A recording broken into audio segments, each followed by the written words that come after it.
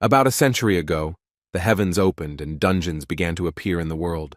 The monsters emerging from them could not be defeated with conventional weapons. The only ones who could fight them were people in whose bodies supernatural abilities awakened at the same time as the appearance of the dungeons.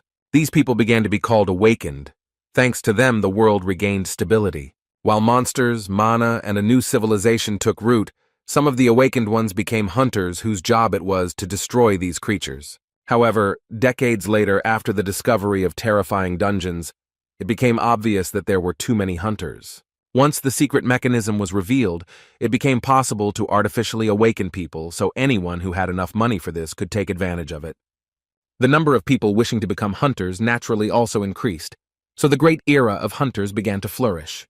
However, at the same time, such unforeseen changes in the order of the world led to obvious problems, so governments instituted a professional examination. Only those who passed it were allowed to become an active hunter. Of course, educational institutions appeared that prepared people for passing this exam. They provided all the necessary information and also trained students. Eventually, private institutions appeared that trained future professionals in their field. Such institutions began to be called hunter academies. Kim Seo-jun was the one who tried his best to adapt and succeed in this new world order. He is naturally awakened, and at birth he was given more power than ordinary people. However, in order to pay off the debts of his parents, who died in an accident shrouded in secrets, he has been transporting killed monsters for 9 years in a row. There is only one thing that helps him withstand such hard work, and the psychological pressure of debt. Naturally, we were talking about his youthful dream of becoming a professional hunter. Such a status would give him not just financial freedom, but also some influence. Naturally, his workmates, among whom there were no such young guys, were skeptical about his goals. When asked how he was doing with becoming a hunter, the guy calmly answered that he was looking for a good academy, but there weren't many inexpensive ones among them. The discussion between the two old men boiled down to a misunderstanding of why an awakened young man could not become a hunter simply because he had an innate talent. Of course, the fact was that attending the academy had been mandatory for becoming a hunter for 50 years. Most of the teachers at the academies are active hunters who share their experience and teach all sorts of cool tricks that you need to know before risking your life. Because of this, a huge gap has formed between the uneducated and the academy graduates. The time has come when, in order to become a hunter, you must study at the appropriate institution. Kim Seo-jun was sincerely happy about this day, because he finally waited for the moment when his account had collected a large enough amount, which would be enough for a year of study at the academy. His joy was hard to miss. He would like to go to a better establishment, but they are too expensive, so he was content with the place for which, after many years, he was able to save with such hard work. At the same moment, a recruitment advertisement for the Transcendence Academy suddenly arrived on his mobile phone. This was the first time he had heard about it, but the promo promised that we were talking about individual tasks for each student from teachers who were more than 10,000 years old. It all seemed like some kind of unfortunate joke, as well as the inserted interview of a student who was able to pass the 9th grade Swordmaster exam. Shocked by what he saw, Seo-jun could not believe something like this, and thought about what kind of crazy person created this advertisement. The Academy's website was the same as the other institutions, but the list of faculty names was more like names from history than a list of current outstanding hunters. The basics of using a staff and a spear were taught by a professor nicknamed the Great Sage. As it turned out, this sage was some kind of monkey, whose real name was Sun Wukong. For the guy watching this advertisement, it seemed that such classes looked very normal, given the concept of the teacher. However, just a moment later, Sun Wukong decided to demonstrate a deflection move, one of the basic skills of a spear master. Using a spin and grab, he struck with a sharp movement towards the mountain nearby. Seo-jun was shocked by what happened in the video because as soon as the monkey struck, the huge mountain disappeared. It seemed that this was nothing more than some kind of fake, because none of the famous hunters was capable of something like that. The guy rose to his feet screaming, saying that this was impossible even for S-class hunters. The advertisement ended and a window appeared on his phone asking if he wanted to sign up for this class. When he jokingly decided to accept the offer, it turned out that to do so he needed to create an account and pay for a subscription.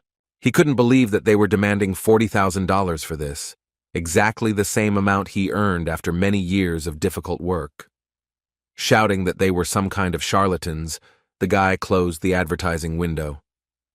Returning to work, his older colleague, who noticed the good mood of the young comrade, asked whether the young man was really going to enter the Hunter Academy.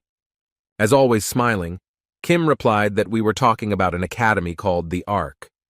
He heard that the teachers there are quite good, although this institution is not considered advanced compared to the others. Being happy for the young man, his colleague asked not to forget about him when he became rich as a hunter.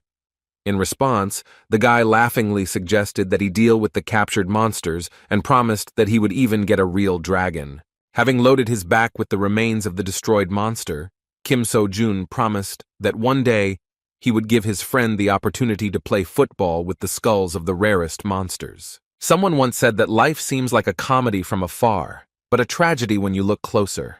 Actually, this proverb described what happened that day, because when Kim So-jun walked under the crane, the chain broke and a heavy load fell on him. To truly laugh, you need to accept your pain. Due to an accident, the young man was taken to the hospital, where doctors reported that his condition was very serious because the regeneration of the awakened only aggravated the process of restoring the body. In addition, when the boss heard about the request for compensation, he shouted that this would not happen. He feared that his reputation would be ruined if the world found out about what happened at their plant. The operation cost him $40,000, so he was left with nothing at all. He knew that he needed to be able to look far into the future, so he looked into it all the time while he endured hellish labor for 9 years. All his savings were spent on the operation, and all that was left was the $3,000 he received from Mr. Manchul. Deeply devastated, the guy wondered whether he could go through this difficult and long path again. Suddenly, a message from the same Transcendence Academy arrived on his mobile phone.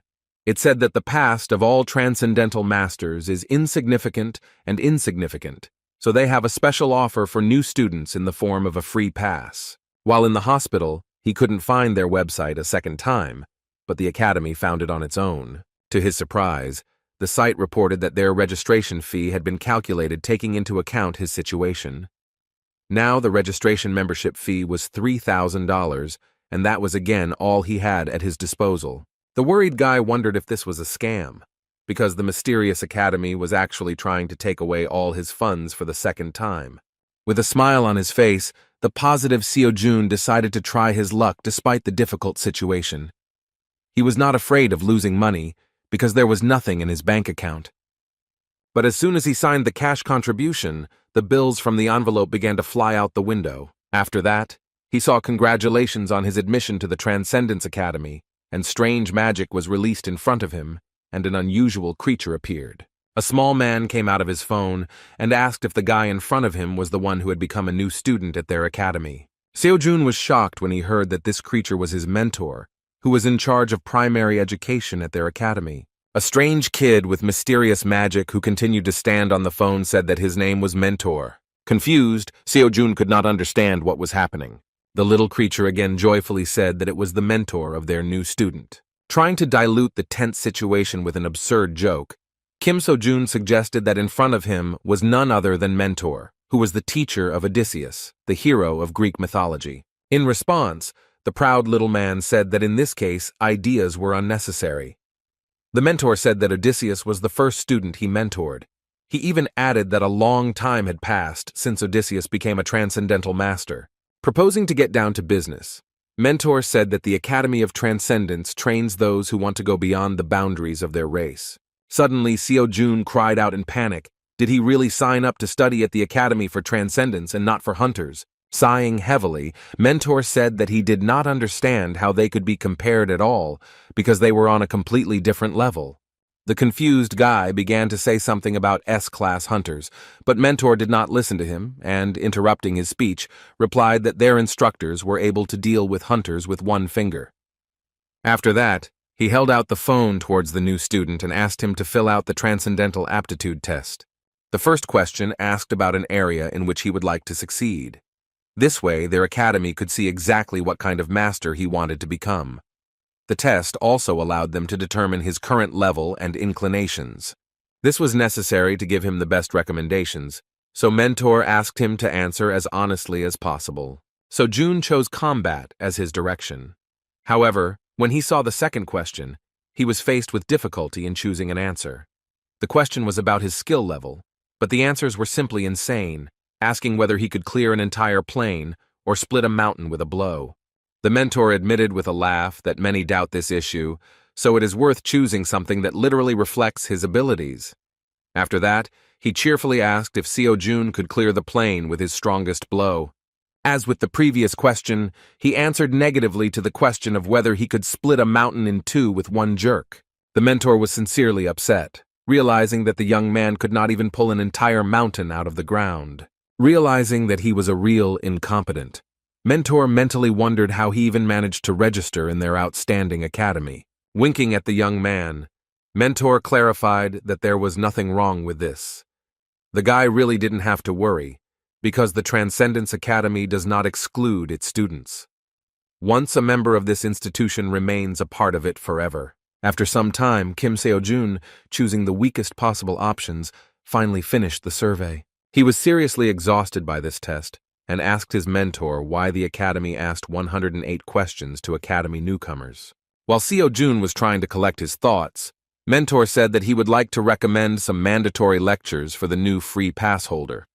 He offered to discuss this after they analyzed his profile. Based on the test results and information inside the academy base, Seo-jun's preferred method of fighting is using a spear. After thinking a little, Mentor said that to wield a spear instead of cultivating mana, it would be better to choose the Eastern Kai technique. The great celestial sage was best suited to learn the basics, but considering that the clumsy guy couldn't even lift a mountain, Mentor decided that it would be too difficult for him. In addition, he noticed that in addition to wounds, Seo-jun also has mental problems, which worsen his performance. Jumping onto the student's shoulder, the academy representative invited him to start with a lecture by instructor Siddhartha Gautama. Hearing this name, Seo-jun shouted in shock whether he was talking about the Buddha himself. The mentor replied that this was true, and although the instructor denies such a title, all students address him this way. Thanks to his lectures on psychology, he is one of the most famous instructors. His subject is required for the Transcendence exam.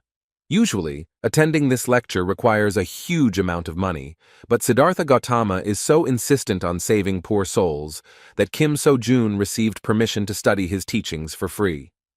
The Academy's website said that upon completion of the lesson, he would receive an unshakable heart, an SSS-Rank skill.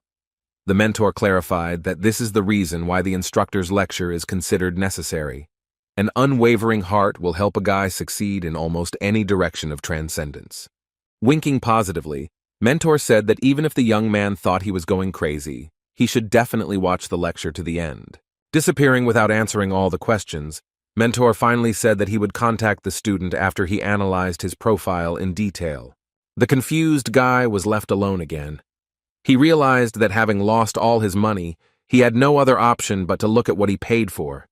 The instructor's first words were a question to the student about whether their world really exists. Seeing him for the first time, Seo-jun was surprised, realizing that this man really looked like a living golden statue of Buddha.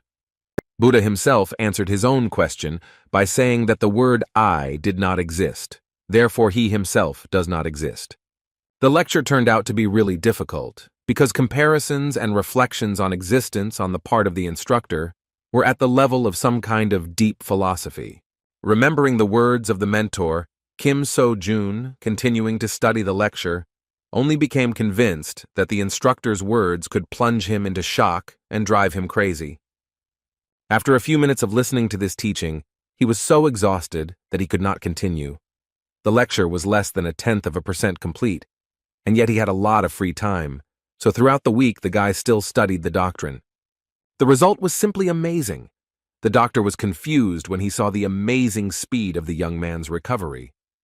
In his 30 years as a doctor, this was the first time he had seen something like this, even though he constantly worked with the awakened.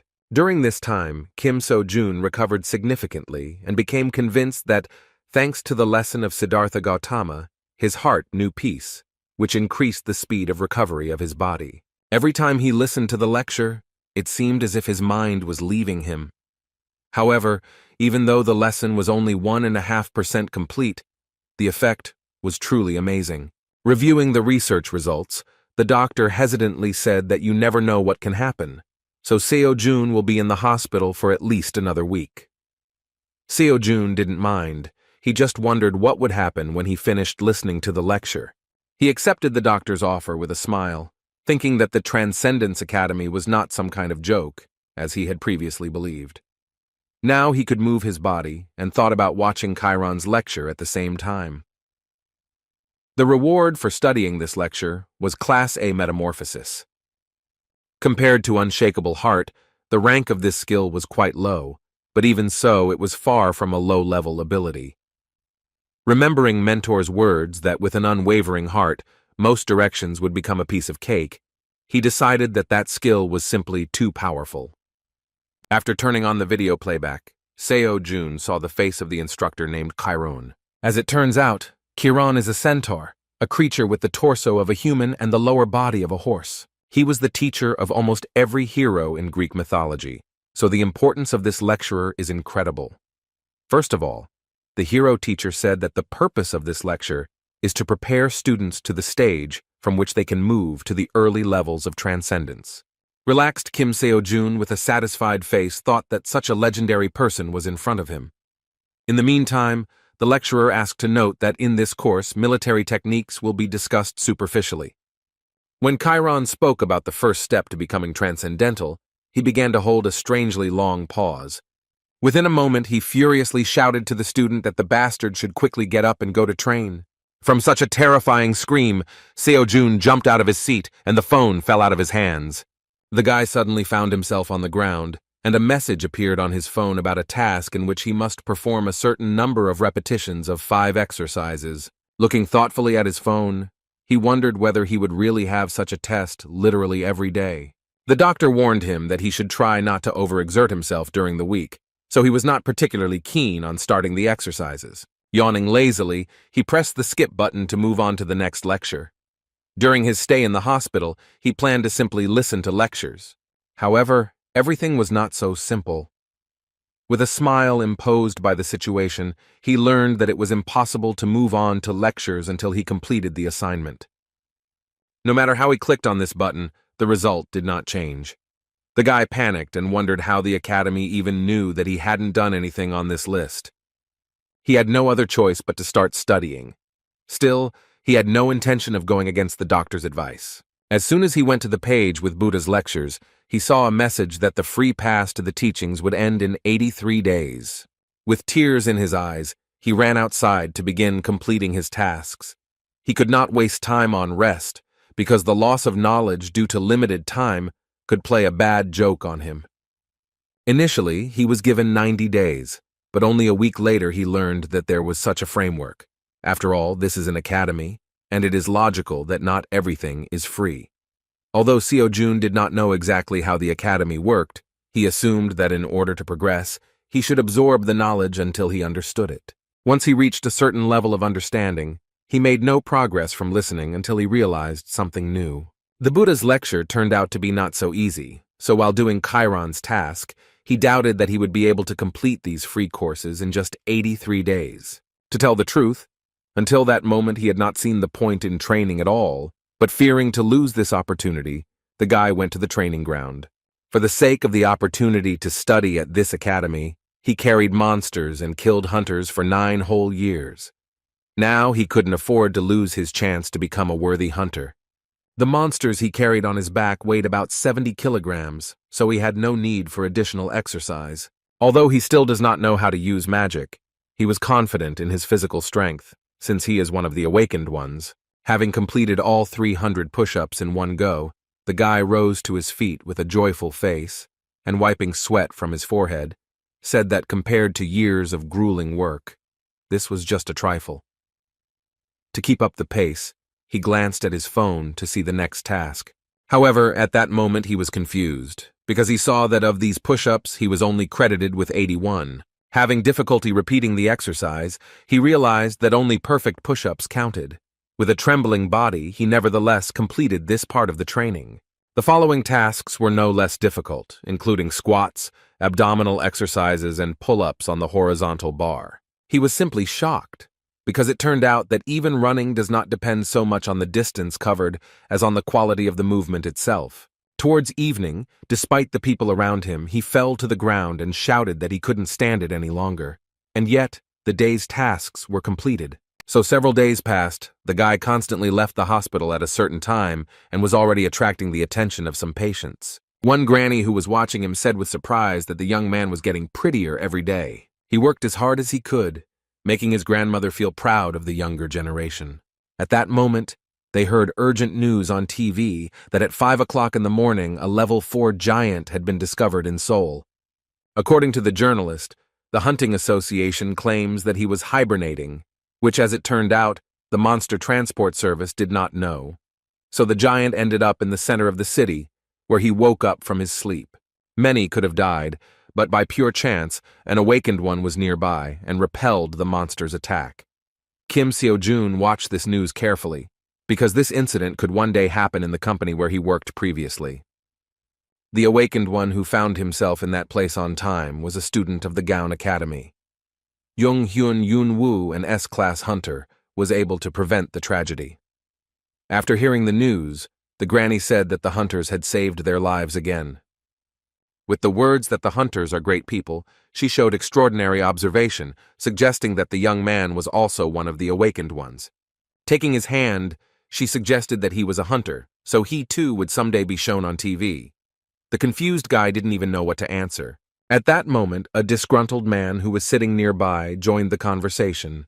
He asked his grandmother if she really believed that the news showed just anyone. A man with a newspaper in his hand said nervously that it is very difficult to become a hunter now, because the chance is literally 1 in a million, while Kim Seo-jun stood behind him, confused and with a kind smile. The surprised granny said that everything had changed, because in her time, everything was a little different. Looking at the young man, the unpleasant man asked what he was trying to achieve. He said that if the guy is still not studying at the academy, it means that he is wasting his time training. He rudely stated that he would not become a hunter, so it was better to just give up. The stranger advised him not to waste his youth on unrealistic dreams, but Seo-jun disagreed with his words, because he could not give up the path to which he dedicated his life. Despite the stranger's arguments, Seo-jun resolutely said that he himself would decide what to do, while the man should take care of his life and not touch the dreams of others. The stranger fell silent in surprise, because he did not expect such words. And yet he jumped out of his seat and shouted that the young man turned out to be a rude man, that he did not know that he should listen to the advice of his elders. Kim Seo-jun did not intend to continue the dialogue and silently left. For him, words about an impossible dream were nothing more than the delirium of someone who had not achieved his goal. Now he could confidently think about being an academy student. In just a week, he felt the results and was confident that he could become a professional hunter. Going to the next training session, he promised himself that he would never leave the path and achieve his goal. In the evening of the same day, another event occurred when the monster ended up on the streets of Seoul. This time the incident was also avoided thanks to the work of the girl, who was a hunter using a sword. As it turned out, she had a very difficult time, but not in battle, but in her career. She was exhausted from working at her pointless academy, which had no students at all. A few days later, he finally returned home. His own bed was what he had been missing all this time. He stayed in the hospital for 2 whole weeks, so he really missed his small rented apartment. He had another year to prepare before the hunter exam. However, even admission to the exam cost money. At this moment, he had nothing at all. The next morning, he decided to check the academy's website because he was already finished with the assignment, but did not look at the progress of his lecture. He never had time to watch the lectures because the next day began after he finished his training. This time he was able to resume access to training and even received praise from his mentor. However, he was a little upset by Kiran's words that now he had learned to walk like a baby. Now he was invited to take his first steps towards the mastery of transcendence. The first step discussed was mastering your feelings. The next morning, Seo-jun returned to the construction site again. Everyone was surprised by his appearance, because they had previously heard that he needed some kind of serious operation. The boss even said that he was deprived of intelligence, since he decided to return to work for him. He warned that the guy would not get off easily if this happened again. Of course, Kim was not particularly eager to return. However, he had no other choice. In addition, he noticed that, apparently, the boss feels guilty, albeit just a little. We were talking about a situation where he refused to pay compensation because he was afraid of an outcry. Under the guise of a great thinker, during breaks between work he continued to think that all his plans rested on money. On the one hand, if he doesn't work, he won't have anything to eat. However, if he works, then he will not have time to study. His thoughts became increasingly deeper and more restless, because if he did not complete his daily task, then he would not be able to listen to Chiron's lectures, which would slow down his progress. It seemed to him that it was worth starting to review past lessons that he still had not fully mastered, especially those related to mastering his own feelings. Chiron mentioned that the 5 human senses play a key role in combat. Regardless of the feeling, we first perceive the stimulus, then we recognize it, and then we draw a conclusion. However, it was too slow. The mentor said that he would teach the student how to speed up this process as much as possible. What he meant was that Seo-jun would experience something completely different from these 5 senses, the 6th sense hidden within him. It seems that Kim So-jun has already gradually mastered this feeling, familiar to us as intuition. When his friend entered his locker room, he tried to slap him on the head with a friendly laugh and said that he was glad to see them. To their surprise, the guy was instinctively able to dodge this blow. The man and even Seo-jun himself could not believe how he managed it, because it seemed that eyes appeared on his back. At that moment, their conversation was interrupted by a disgruntled boss who shouted that they should not shirk work. When they returned to work, Ajoshi could not believe his eyes, because Kim So-jun decided to lift as much as 200 kilograms of weight at one time, even though he had only recently been in the hospital after a major operation. But the guy was fine, and with a kind smile trustingly asked to load a little more. With a heavy load on his back, he looked quite happy as usual. The guys could not believe that such a young guy was able to carry such weights on his back, even though he had only recently been in the hospital. The fact that he was so frisky let them know he was fine, but that didn't make them any less worried. Meanwhile, the break began, but Kim had no intention of stopping. He experienced some strange feeling. For the first time, he felt that strength was filling his body, despite long work. Taking advantage of the free moment, he decided to start exercising with weights on his back to complete his daily task. After doing a few squats, he wiped the sweat from his brow and looked at his phone to see if he was keeping his form right and if those reps were counting. He was indescribably shocked when he saw his own results. 1 squat was counted as 3. Seo-jun suggested that efficiency increases depending on the amount of additional weight. While the guy was trying to calculate the number of repetitions required to complete all the tasks, his friend urged him to get some rest. However, Seo-jun, delighted with his knowledge, was not going to be distracted from the process. He snatched some more cargo from Ajoshi's hands and ran towards the loading of the material. The joyful guy realized that now it doesn't matter how he works, because the system only evaluates the result. He was happy with the news that he could exercise while working. With such an incredibly heavy load on my back, even push-ups were used. The day turned out to be very productive, but the exercise combined with work left him much more exhausted than ever before. Combining work and classes turned out to be very effective, but very difficult. With a laugh, he said that he didn't even know who else would think of training and carrying parts of fallen monsters at the same time. As a result, he not only saved time on training but also earned some money. In addition, he even found time to listen to lectures that interested him. He got it done so quickly that he began to feel like he was wasting his time. Repeatedly watching lectures no longer brought him progress, so he decided to enroll in another course. Among the free lectures, he took a closer look at the lecture of Professor Xiang Yu, who was nicknamed King Hegemon because he could even lift a mountain with his own hands. Hegemonic King Xiang Yu is the legendary ruler of Western Chu, known for his superhuman strength. When it comes to fighting against numerical superiority, they say that such daredevils are like him. As soon as Seo-jun signed up for this free course, he had access to the lecture. As soon as the guy opened it, he saw Mr. Xiang Yu, who said with a laugh that since he wants to learn the skill of the spear, he is probably just a loser who doesn't even know the basics. Kim Seo-jun truly felt insignificant from such words from the great master from the past. And yet, the hegemonic king was not going to refuse him, and declared that all narrow-minded people could be free in their choice. After that, for some reason, he decided to offend the monkey known as the Great Sage of their academy, saying that there was no need to listen to him. To the guy's surprise, the mentor said that he should just wave the spear in order to feel it with every cell of his body. Before returning to learning the basics, he had to complete a daily task of 5,000 swings of the spear.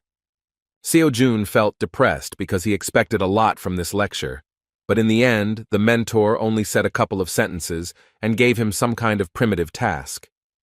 The next morning, he went to work again. This time, they were visited by an important lady who is in charge of this sector. The boss tried in every possible way to suck up to her, saying that there was absolutely nothing to worry about, because they had not had a single accident at work thanks to his competent management.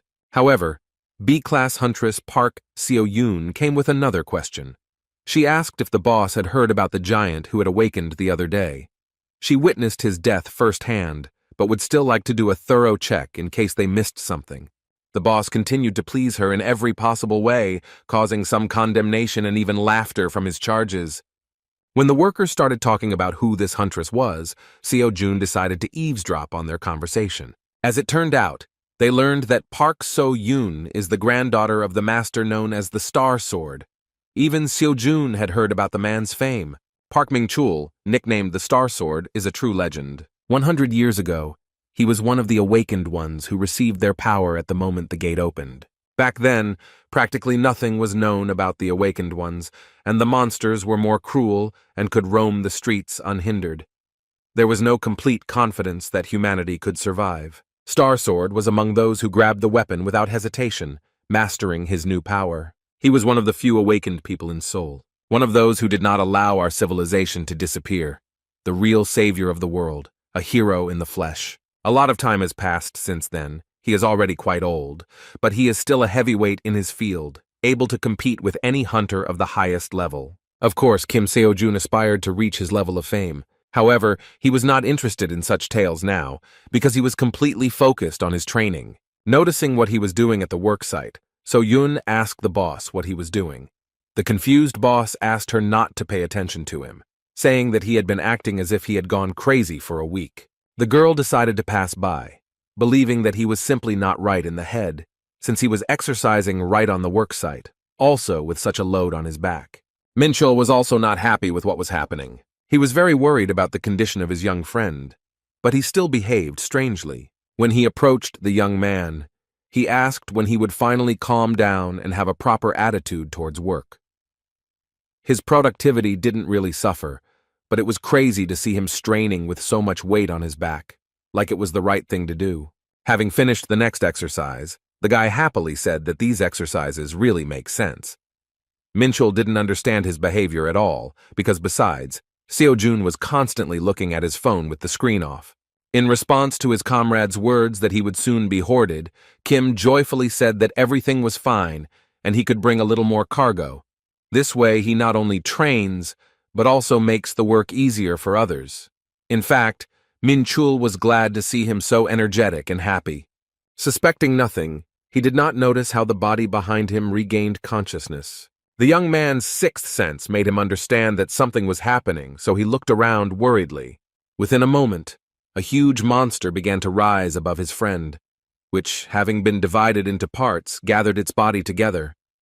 His terrifying scream sent chills down the spine of everyone nearby. Such a dangerous situation caused real fear in Seo-jun, and he worriedly shouted his friend's name. Meanwhile, Seo-yoon, who is the only hunter nearby, has finally found a quiet place. She ran away from the site into the building of this enterprise. She was nicer inside the office than next to her boss, who was not to her liking. Her patience was stretched thin, but she couldn't leave irresponsibly without making sure the monster was truly dead. At that moment, she heard the conversations of workers who were standing nearby. They tried to speak in a whisper so that she would not hear them, but her hearing was too acute. The guys were really surprised and thought it was a real shame that her being a Class B hunter didn't live up to her grandfather's fame. For many, the Star Sword is a true hero, but for her, this name was a real burden, a label that she could not get rid of. From the cradle, her grandfather taught her how to be a hunter, but the bar he set was too high. She just couldn't get over it. All her life, she has been compared to her grandfather's hero, but she did not strive for this. Her real dream is to teach people. She repeatedly told her grandfather about this, but he was not going to listen to her. Each time he turned away from her request and asked her not to raise this topic again. Because she is the granddaughter of Star Sword, she has not been able to enjoy a normal life all this time. However, they came to a compromise, and she still founded the Hunter Academy. However, this was not without problems. All the children who came who wanted to become hunters hoped that they would be taught by that same Star Sword. As soon as they heard that the Star Sword had nothing to do with it, and his granddaughter would be doing the training, the guys turned around and left. No one stayed here long, no matter how much she begged them. Everyone immediately lost interest as soon as they learned that the Star Sword had nothing to do with their granddaughter's academy. Besides, even the few that remained left the academy after threats from her grandfather. Therefore, now her academy is still empty and unknown, although it is listed as an educational institution. All this time, she hoped that she would have at least one worthy student. At the moment of her dreams, a frightened employee of the enterprise ran nearby and panickedly urged everyone to run as far as possible. What Mrs. So-Yoon feared so much happened.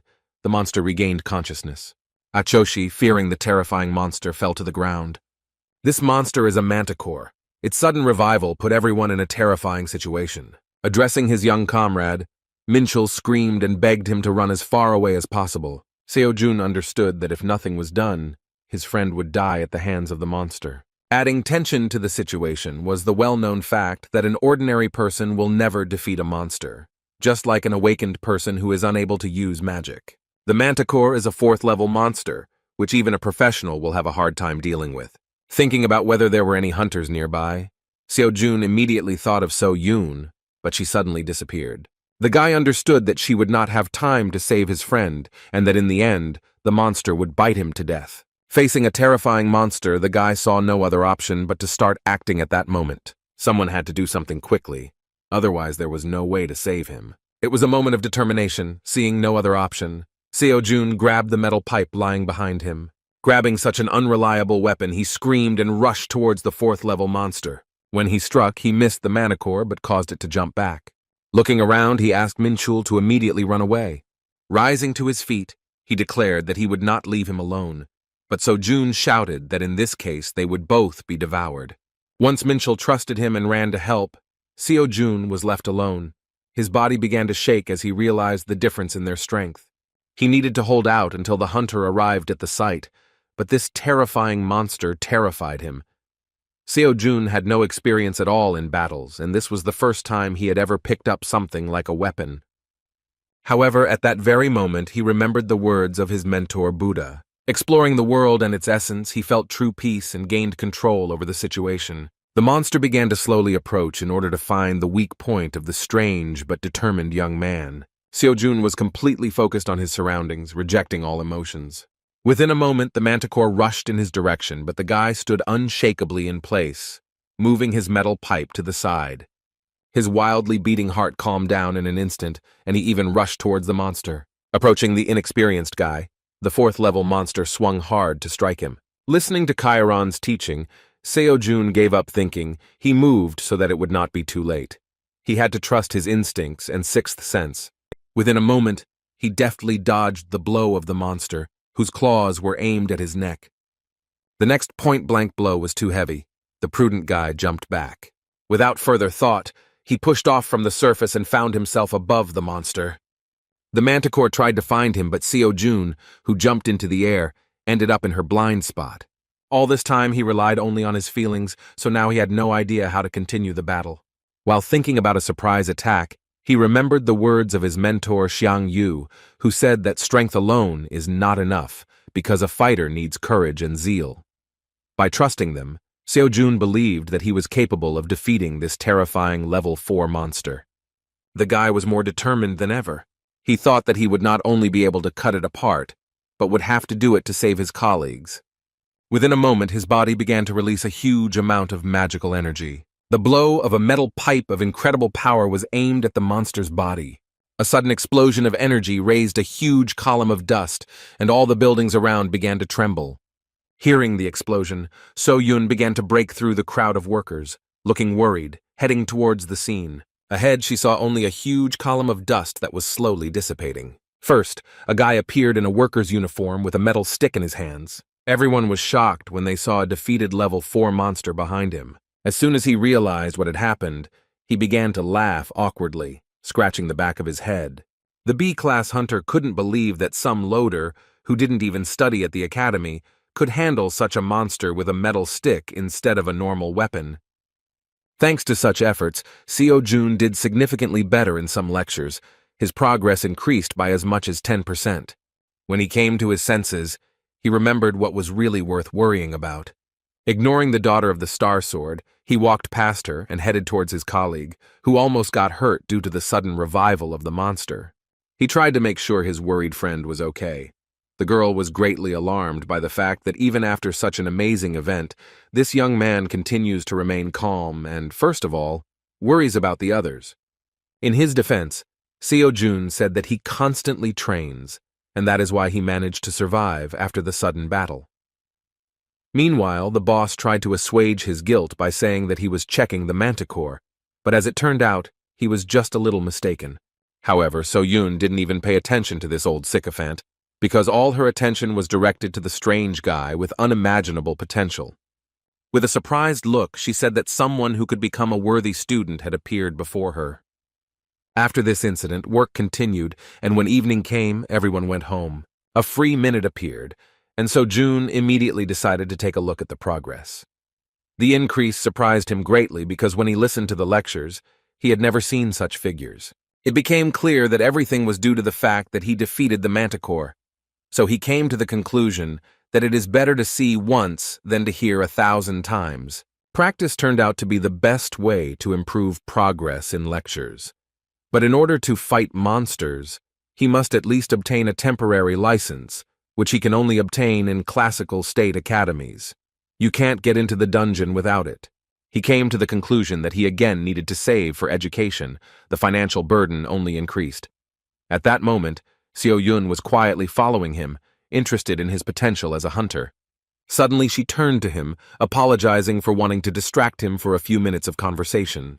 Kim So-Jun immediately recognized the granddaughter of the Star Sword, the huntress, who was collaborating with their company. He didn't know what she wanted from him, but he decided not to refuse the conversation. The girl suggested going straight to the conversation and started with trump cards, asking if he wanted to meet her grandfather. With his indifferent response, he shocked the old lady behind him because he refused her without hesitation. The girl, without waiting for an answer, replied that she had no doubt that he wanted. However, as soon as she realized that the guy had refused the offer, she shockedly asked him to stop. What he really wanted was to go home and listen to all the lectures as quickly as possible. It was the first time that Park So-Yun felt so awkward, because in her entire life she had never seen anyone refuse such an offer. She ended up telling him what really made her stalk the company employee. She was dumbfounded by his tone and indifference, because the guy was interested in why he should enter an academy where there was not a single student. Everything she knew about him seemed like a mystery. Before her eyes, he did some strange exercises with loads in the form of monsters, and also dealt with a manticore. Even if the manticore was greatly weakened, it was still a level 4 monster, and he cut it in half with a metal pipe. She was betting that he wanted to become a hunter. The girl, on the verge of despair, said that they had everything he needed, including good equipment.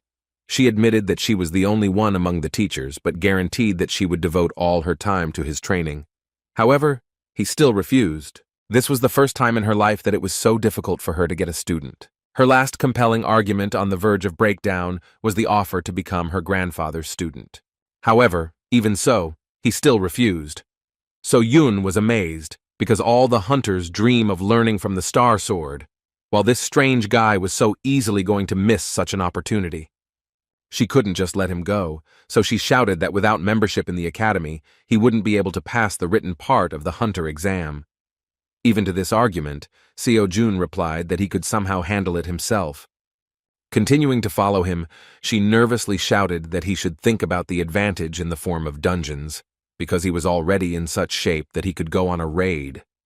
But for this, he needed to be an academy student. She stated that he was just wasting his time now.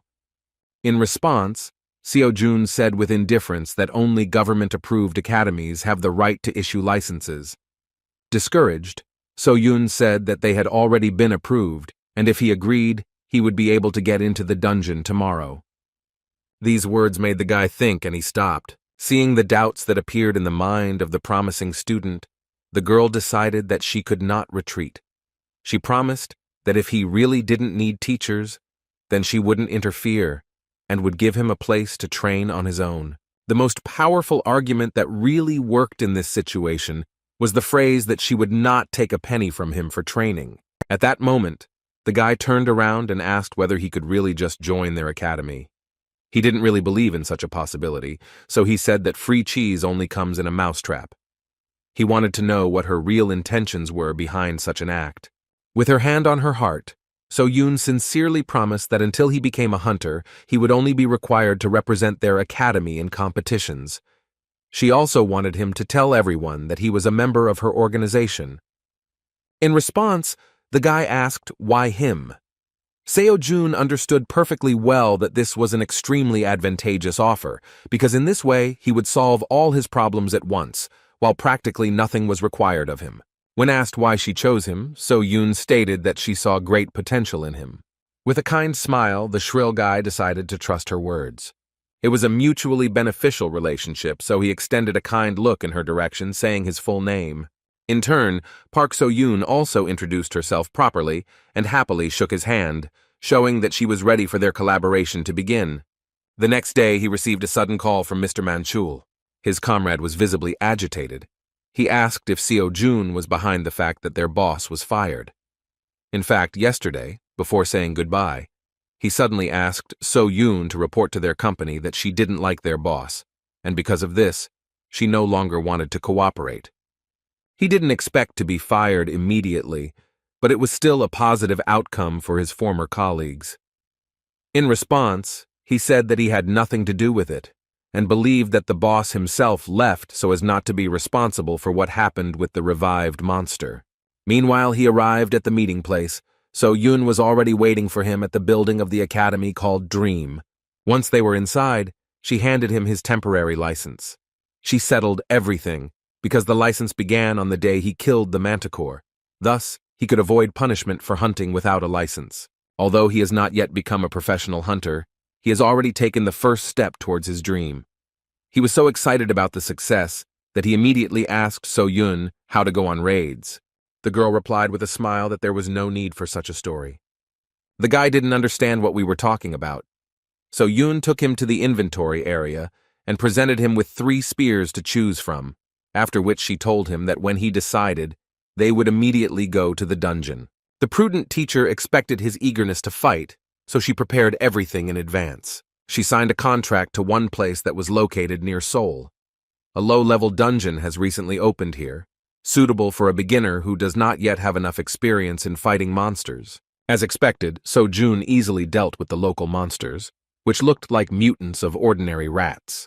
Another splinter fell without much resistance at the hands of Donatello, so the guy with the spear asked So-yun why she followed him, even though she promised that she would not interfere. In response, she said with a smile that she had no intention of interfering with him. She believed that she could not leave the only student at her academy unattended.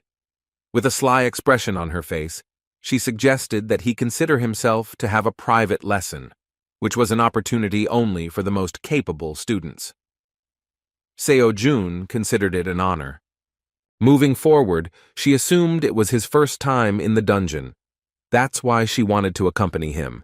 Even though only kobolds lived here, she asked him not to let his guard down. Kobolds are second-level monsters that are ideal for training beginners without combat experience.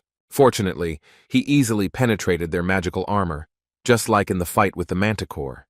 However, what was strange was that attacks that were not imbued with mana should simply bounce off the defense of a monster of any level. It only meant that he was using it subconsciously. At the same moment, one of the monsters suddenly attacked him. So Yun worriedly shouted that he should be careful, but the guy deftly dodged the attack, relying only on his own feelings. Within a moment, he easily got rid of the monster, which was trying to take advantage of the surprise. And yet, the boy continued to wonder why his attacks were so effective even without the obvious release of magic. As soon as he was distracted by his phone, which from the outside looked off, he shouted with joy that his progress continued to slowly grow. So Yun continued to stand behind with a surprised expression on her face, not understanding what was happening to this strange student. Seo Jun noticed that his progress in lectures was not growing as quickly as from killing a manticore, but it was still better than just continuing to study the material he had learned a long time ago. In addition, he did not forget that you can make good money in dungeons. Turning to So Yun, he said with a kind smile that he was going to speed up a little. Destroying monsters one by one seemed to him to be similar to how players farm experience in video games. When they finished clearing out this novice dungeon, they returned to the academy. So Yun was still discouraged by his behavior. She immediately understood that something was wrong with him, but this time she was already scared that he continued to look at the switched-off phone and talk. Ever since they returned from the dungeon, he had been staring at his switched-off phone all the time. This happened for several hours, and all this time he looked as if he was devoid of common sense. This was just the beginning of the strangeness, because during the process of this strange meditation, he was constantly surprised by something he saw on the screen of his switched-off phone. She couldn't wrap her head around the picture she saw. Seo Jun looked like a newbie entering the dungeon for the first time, but immediately began hacking away at kobolds like a trained pro, after which he began doing strange exercises with the killed monsters. Moreover, he himself carried the bodies of the killed monsters instead of calling a special service. Such savings seemed too strange. Still, she was more worried that she would not be able to hide the appearance of a new student from her grandfather forever. This continued until midnight. The guy's shout about some kind of lecture made So Yun tensely wonder if she had made the right choice. While returning home, he received a message that made him sparkle with joy. He managed to earn 9.5 million won, although he had no idea that he could earn so much in a day. Although he carried and cut up the carcasses himself, it was not easy, but all his efforts paid off very well. However, the problems did not disappear because all this still took a lot of time and effort. He didn't even have time to listen to the lectures, as he had previously planned. While returning home, he even thought about asking Man Chul to work with him. He trusted him, so he decided that this way they could stay in touch. Moreover, if in this way he opens his own personal business, then they will both be in the black. Seo Jun decided that he would write to him as soon as he had free time. However, the issue of money was still relevant. He could start saving it again, but he thought it would be better to spend it usefully. By defending dungeons and earning money, he simultaneously increased his progress in completed lectures. But everything went somehow slower than he expected. They gave him nothing at all for the last kobold he killed. This made him wonder if there was a faster way to become stronger, to become as strong as the great celestial sage Sun Wukong. At the same moment, an unexpected realization of the exit came to him, and he shouted with joy, while frightening the man standing behind. He didn't have a penny before, so he forgot about another lecture on the basics of fighting with a staff and a spear. But once he tried to join, he was shocked by the 27 billion won entry fee. Such a sum corresponded to the name of the academy and seemed simply transcendental. The guy was plunged into the abyss of despair because even an S-class hunter could not earn that much. Considering this terrible information, he decided to postpone studying this art until later, believing that he had something to do anyway. Still, he wondered what else was on sale at the academy. Realizing that there was no money for lectures, he decided to look at the equipment that could be obtained on the academy market. When he looked at the Transcendence market, he could not believe his eyes, because there were legendary items on display, including the shield of Zeus and the spear of Longinus, which is one of the weapons of passion. Even if these were replicas, these were still legendary things that cannot be found not only in Korea, but most likely throughout the world. The guy couldn't believe that the academy called such items training equipment. Even he, who did not understand weapons, understood that this was something incredible. This was equipment made by members of the academy, which meant that it was all made by true transcendent-level masters. But as soon as he tried to get an individual price, he had to forget about his intentions and fall back into despair. The next morning he arrived at the academy early. So Yun, seeing him during another training session, noticed that he was training much harder than before. She assumed there was some reason for this that he had not yet revealed. In fact, he was just trying to take his mind off the shock. He knew that the spear would be expensive, and even assumed that even a copy could cost several million. Although aware of the risk, he still did not expect that they would ask for as much as 100 million won. Having finished the exercise, Sojun, rising to his feet, sadly and indistinctly said that everything again comes down to money. Even 100 million was a real robbery for the poor fellow, so he could not imagine that he would one day save 27 billion to listen to the lectures of the great sage. So Yoon distracted him by asking if he had heard about the academy tournament. Seojun had indeed heard about it, but didn't know the details. So Yoon explained that this is an event where different academies compete with each other, and each of them wants to prove that they are better than the rest. This tournament evaluates the level of the academy. Such competitions are very versatile. Currently, Dream Academy is at the 4th level, but if Seojun performs well, then they will move to the 3rd level. The higher the level, the better the academy is considered. Thanks to this, they will be able to receive greater support from the state. That's why all academies send their best students. Seojun understood perfectly well what she was driving at. And yet his teacher said that she wanted Seojun to represent their academy. In fact, it was quite tempting, since Kim was just wondering whether participation in the competition would affect his progress in lectures. Moreover, it was obvious that the tournament was also a martial arts practice. Without further thought, he nodded his head in response and admitted that this was a pretty good idea. So Yoon was surprised that he agreed to her proposal so quickly. In response, Seojun recalled that they had initially agreed on such mutual relations. After that, he asked to clarify how such tournaments are held.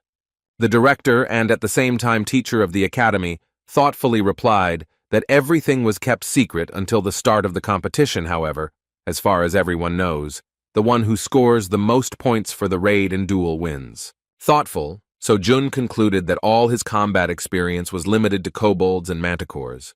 He had no idea what it was like to fight people. At that moment, he wondered how he could give his best without such experience, and whether there would be someone who would agree to train with him in a duel. It didn't take long to look for the right person, because next to him was a real huntress. So June, turning to her, said that if she was not busy with anything, then it would be nice if she became his sparring partner. Although she wanted to refuse, she had no choice, because Seo Jun began to mock her, saying that she was just a coward. With the help of children's teasing, Seo Jun achieved his goal, but the real test was only ahead. This was a great opportunity to practice, but he shouldn't forget what level his opponent was.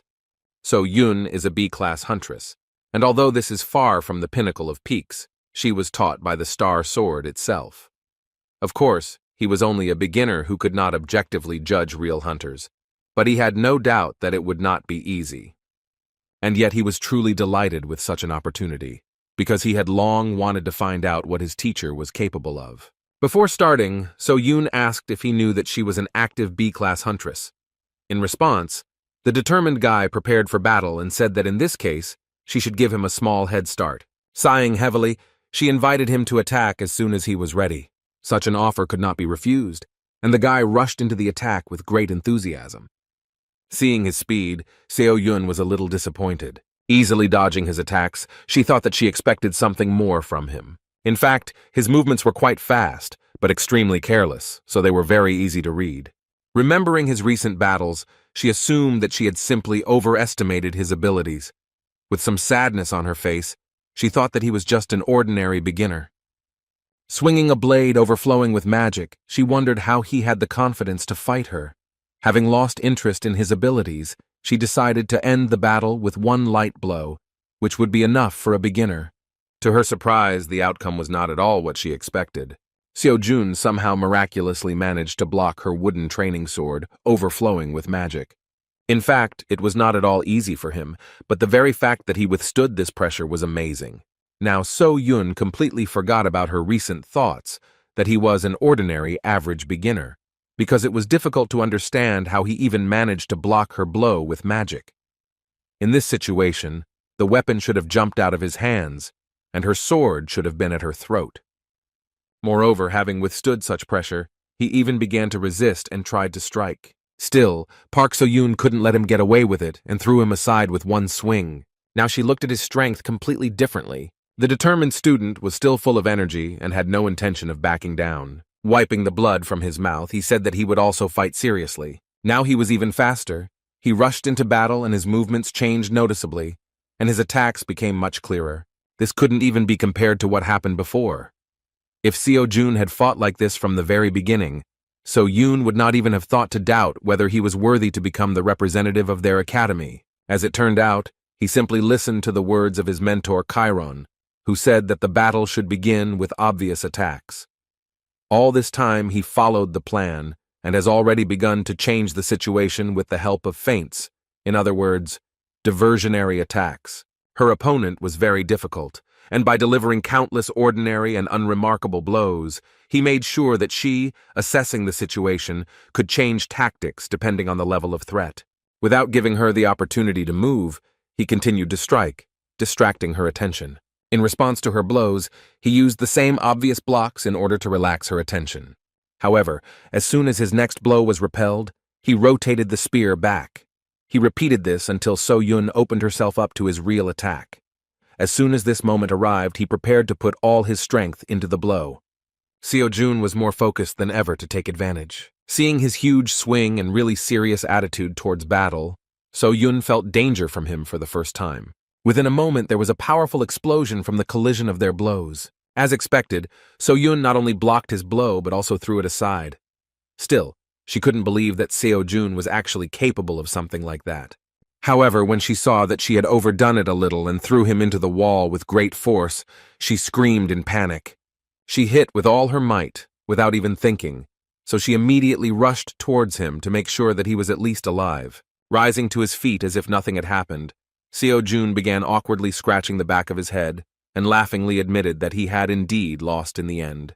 In response, Seo-Yun couldn't hide her surprised expression as she realized that all this time, Seo-Jun had been hoping to defeat her, even though he knew he was fighting a B-class hunter.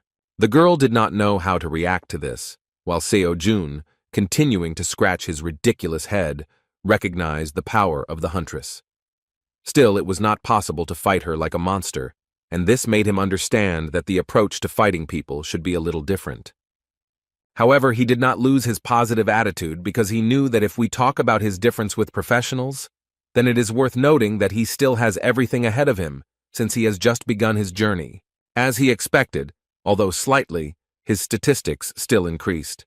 Now he realized that he should develop in different directions, just as he did in video games. So Yun couldn't believe that after such a beating, he would decide to ask if they could somehow repeat it. With a stupid smile on his face, he suggested that she have a few more duels before he went to the academy tournament. This would really be useful for him, but his zeal seemed strange given the fact that this time he suffered greatly in battle. Still, So Yoon came to the conclusion that she didn't care about his weirdness if he tried so hard.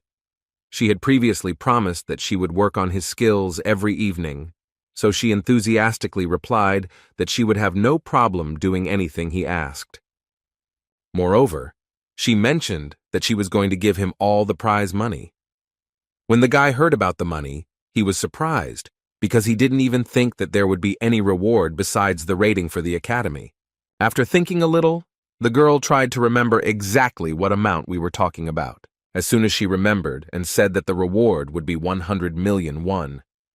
The guy is on the spot, realizing that this is exactly what he needs to buy a spear from the Transcendence store. Another coincidence indicated that he could not miss this opportunity. Suddenly for the teacher, with incredible fervor, he asked when this tournament would take place. It was only 2 weeks away, so Seo Jun was determined to gain as much experience as possible before he could earn the much-needed 100 million won. With incredible fervor, He began training and began to bombard the teacher with a lot of questions about whether she had sandbags and whether it was possible to use improvised objects as waiting agents. As a result, he, without listening to Seo Yoon to the end, took a huge stone and began to squat to improve his progress in lectures. So Yoon still didn't understand what was going on in his head, but she didn't mind not asking herself unnecessary questions if Seo-jun really proved himself to be a worthy student. 2 weeks later, the day of the tournament finally arrived. A large number of people gathered at the tournament site, among whom were a variety of contenders for victory. The huge crowd made the clumsy and insecure guy with big glasses and a green checkered shirt become confused. All the people around him came to the conclusion that he was suffocating, because this guy immediately began to talk about the fact that there were many more awakened people and interest in their battles had increased, which is why so many people gathered in front of the arena to watch the tournament. When he finally found the entrance, he began to hesitantly follow the directions and walked towards the room where the participants were. He was very nervous because he came alone, and he was also so scared that he could not move. This was not strange because compared to the insecure guy, all the other participants seemed like real warriors. Students from various academies that gathered in one place surprised him with their equipment, confidence, and big muscles. All the guys looked really strong, and this guy with the ridiculous eyepieces admitted that it shouldn't be surprising since academies send their best students. And yet, among this crowd of outstanding students, he managed to notice a calm guy sitting on a bench with an old weapon and a bag for a spear made from clothes. Everyone around was whispering that Seo-jun was some kind of hillbilly from the backwoods. It seemed to them that he was simply trying to withdraw into himself so as not to attract unnecessary attention. In fact, Kim heard everything perfectly well and even understood that from the outside he looked like a fool. But this did not bother him. However, among all these guys, only the guy in the checkered shirt had a different opinion about the strange participant. He was inspired and touched by the thought that he had managed to find a poor fellow like himself. It reminded him of him from the past, and the feeling when you come to a new class where you don't know anyone and try to pretend to be busy by being glued to your phone. Seo-jun looked exactly like this. The camaraderie began to grow, even though Seo-jun wasn't even aware of it. Still, the modest and shy guy decided to say hello to someone who seemed like a brother to him. This is Lee Mingi. He is 19 years old and has also been awakened since birth. He asked permission to sit next to him. Meanwhile, the guys in the background began to fuss, and things began to move towards a fight even before the start of the tournament. Lee Mingi, like a real choker, knew perfectly well who they would be dealing with. Pointing his finger at a guy in a ridiculous helmet, with an axe who relies only on his brute strength for everything, he said that this is Jang Dak-chul, a promising student at Gochuri Academy. It was unclear what this conflict was about, but the guy with long hair remained calm and tried to calm the disgruntled student of the Gochuri Academy, although he did not deny himself ridicule, saying that Dak-chul's brain was swollen with muscles. The bold speech came from a very strict student at Mint Academy, a guy with a scar on his left eye named Lee Keel-min. It was not for nothing that he was confident in himself, because he was known for being considered the best student of his educational institution. Lee Mingi continued the story by saying that Chol-min is very unusual and fights with twin daggers. In fact, Seo-jun only at that moment looked away from his phone with the thought of why this obsessive guy was telling him this unnecessary information.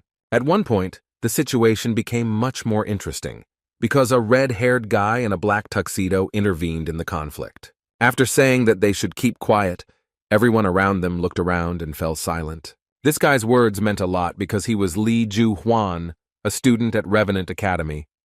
Seo-jun, not knowing who he was only surprised at how quickly he managed to pacify the raging students. This time, Lee Mingi shared some really important information. He explained that Lee Ju-hwan is a gifted student at Revenant Academy, and to everyone present, he is the winner of this tournament from the very beginning. Seo-jun asked if he meant the contender for victory. However, as it turns out, this guy is so strong that he usually avoids such events. However, something happened at the academy, and he was forced to join. Now, the outcome of the tournament was obvious to everyone who knew him. After that, he even mentioned that the granddaughter of the Star Sword invited Lee Ju-hwan to her academy, but he refused. The fact that he refused this offer gave Li Mingyi reason to think that this guy was very confident and was hiding something. In fact, he had no idea that Mrs. So Yoon invites literally everyone she sees to her academy. At one point, Ju Huan shouted loudly and furiously that he did not understand why he had to compete with such non-entities. As it turned out, their academy was forced to send him to this tournament, because earlier, his uncle prevented them from moving to the 3rd level.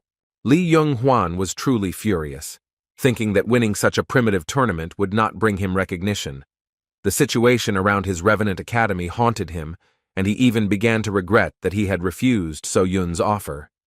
In fact, he refused because he didn't want to study at some unknown academy. Only now, realizing that So Yun was the granddaughter of the Star Sword, did he think that he could simply use her for his ascension, and then simply get rid of her. Looking around, he noticed Seo Jong, the only guy, who was looking in his direction with curiosity and some confusion, as if he was not afraid because of his presence. In fact, he saw him as a simpleton, which only reinforced the question of how bad things were for him. While Li Mingyi was excitedly asking his new friend how to avoid a conflict with Li Jun-hwan, Seo Jun was deep in thought about how much money he could get if he fought a man of such a reputation. Still, there was no time for dialogue, because the first stage of the Academy tournament had been announced. Over the past 2 weeks, Seo Jun has been trying to achieve 30% according to Qiron and Xiang Yu's lectures. However, he has not noticed any significant changes in strength or anything else. Previously, the difference in progress was more noticeable, but even so, he was still not afraid to move forward. Compared to the others, he lacked experience, and he understood this perfectly well. Still, he tried to make up for their gap by training with So Yun and fighting in the dungeons during those 2 weeks. Now it didn't matter to him who was in front of him, a man or a monster. Seo Jun was confident that he could get the 100 million one he needed so much. Meanwhile, the speaker said that it was time for the first test, which would be a maze with monsters. The audience was delighted, because they had never seen something like this before. Those who had not yet managed to take their seats were just rushing to the arena in order to be in time before the start of the test. One of these spectators, who was a little late, nervously barked at his friend for choosing seats in the corner. He was so enraged by the situation that he didn't even notice how he hit the girl standing next to him with his shoulder. Realizing that he had acted rudely, the man began to apologize in order to somehow make amends. The girl did not consider this to be excessive rudeness and said that everything was fine. When the man walked on and took a seat, his friend asked if he knew the girl he kept looking back at. He replied that he didn't know who she was, but for some reason he continued to think that she reminded him of someone. Having missed this moment, the guy with the camera told him that the first stage of the Academy tournament would be a race in the labyrinth.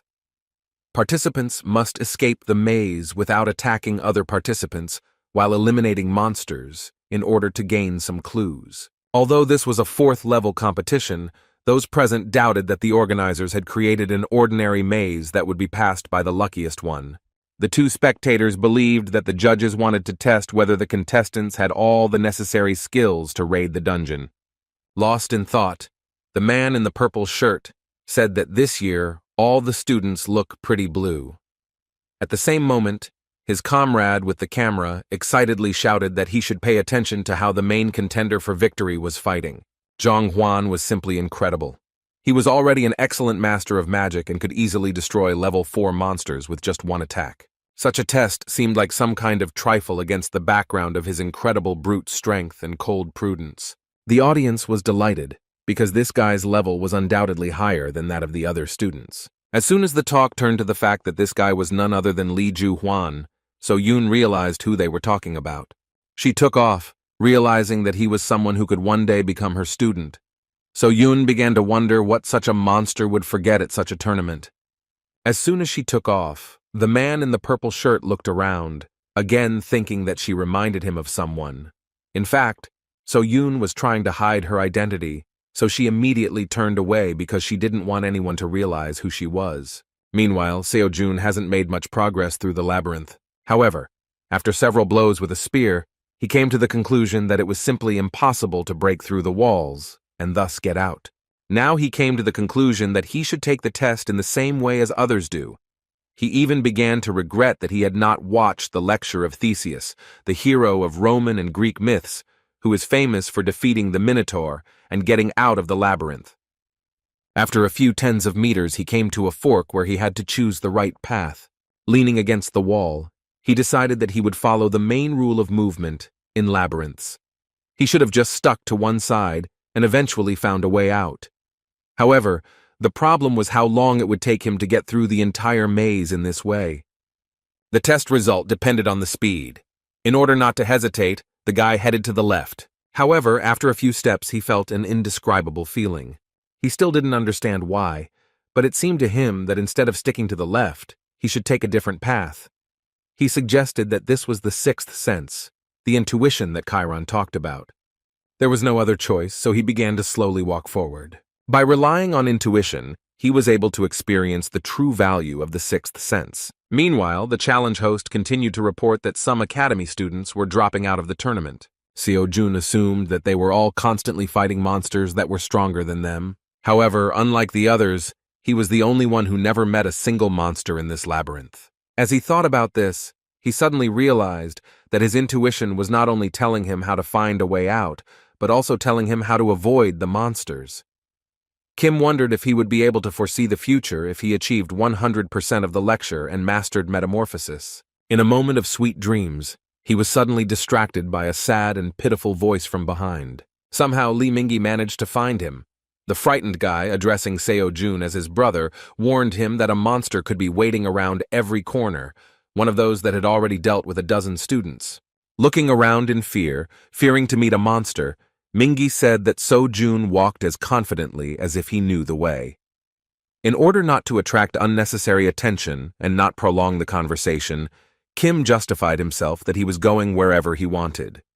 Lee Mingi was simply amazed by his irresponsibility and screamed that he couldn't go wherever he wanted because it could end badly. Then he said that he would help him because he knew how to get out of the maze. Showcasing his incredible intelligence, he boasted that he had heard that the exit from the maze was easy to find if you used the left or right hand method. In response, Seo-jun said that it was too long, so you should just trust your feelings.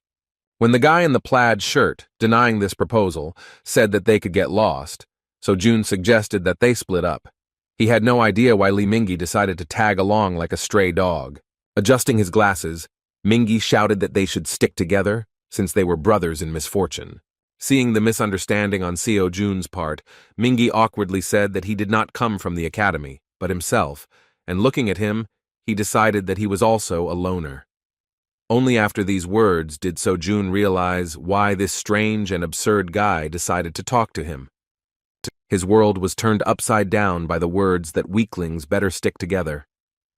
Seo-jun did not consider himself a weakling and could not understand at all why Lee Mingi decided that he was one. With incredible surprise, he suggested that he could really look like that from the outside. While Seo-jun was trying to recover from such an unexpected and far from pleasant compliment, Lee Mingi, feeling trust in his personality, reached into his pocket and said that he would make an exception for him and show him something incredible. The joyful, ridiculous guy had a blush on his cheeks as soon as he showed his new friend a photo of his little sister, who looked exactly like him. Even this trick did not work, and Seo-jun decided to go alone. He turned around and moved on, saying that he was glad to chat, but had to deal with the passage of the maze. At that moment, Lee Mingi let go of his sword and tearfully grabbed his leg, begging him not to leave without him. Seo-jun felt that he was in a very unpleasant situation. Lee Mingi was very pestering, but Kim understood that even an awakened person could be scared in such a place.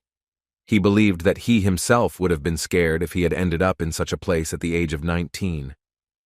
On the one hand, Lee Mingi talked a lot and it was irritating, but in the waiting room, he still said a lot of useful things.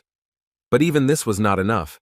Seo-jun considered him a rival, because as much as 100 million won was at stake. Remembering his words about being alone, Seo-jun inquired about why his sister and parents did not come to the arena to support him during the tournament. Having lowered his eyes, Lee Mingi paused for a short time and sadly said that his parents died, so he has no one except his sister. These words brought understanding from Seo-jun. He was also lonely in life because his parents died in a car accident.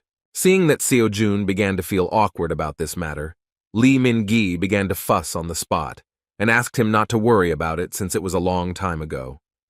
He just wanted to say that his sister was still little and could not come to support him. Suddenly, Lee Min-gi still found support from a very cold and indifferent participant. Seo-jun said that he was right when he said that they were brothers in misfortune. With a kind smile, the Dream Academy representative said that they could go further together and he would not mind. However, he did not forget to warn that this does not mean that they are now a team, because the prize for first place should go to him.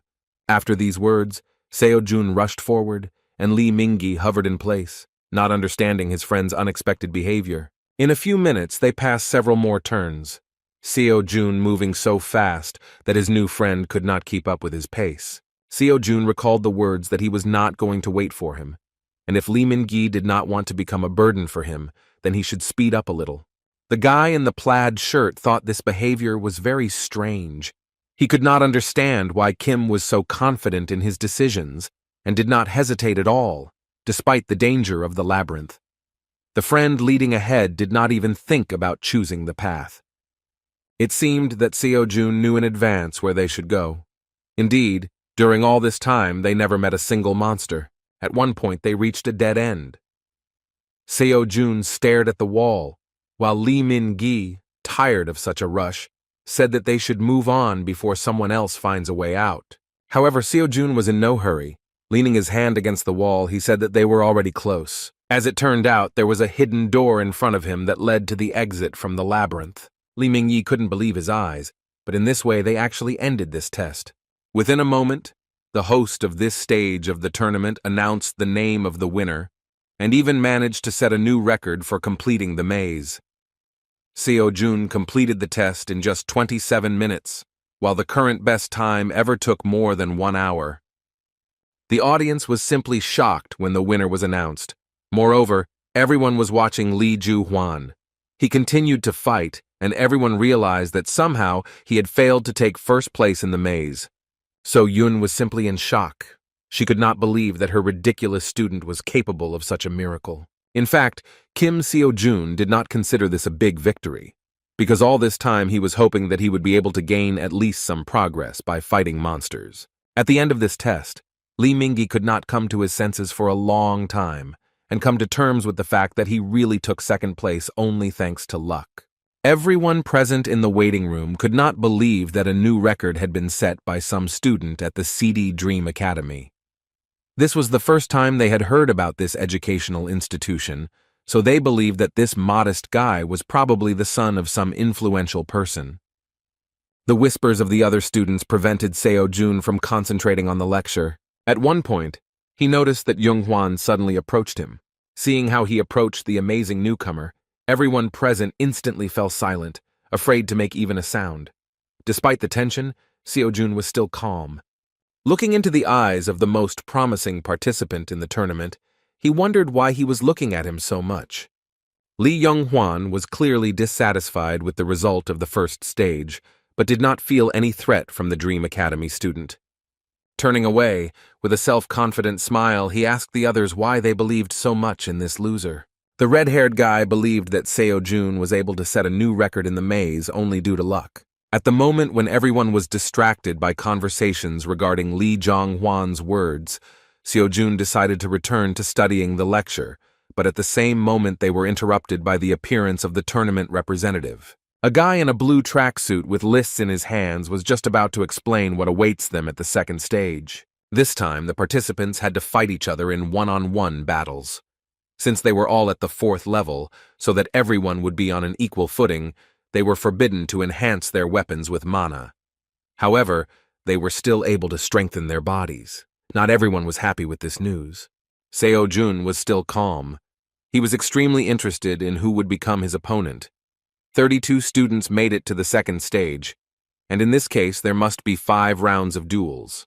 However, as soon as the tournament representative announced that they would now begin to draw up the tournament bracket, he was suddenly stopped by one of the participants. Suddenly for Seo-jun, the guy announced that he was going to abandon the duel and leave the tournament. Meanwhile, So-yun decided to leave the arena to a more secluded place where she would not be in danger of being discovered. She nearly revealed her identity the moment she screamed in surprise at her student's victory. Being in a very secluded place, she did not expect to hear loud conversations. Looking around the corner, she saw a place where spectators began to place bets on the winner. As it turned out, the second stage was going to start immediately from the semifinals, since most of the students refused to participate in the tournament.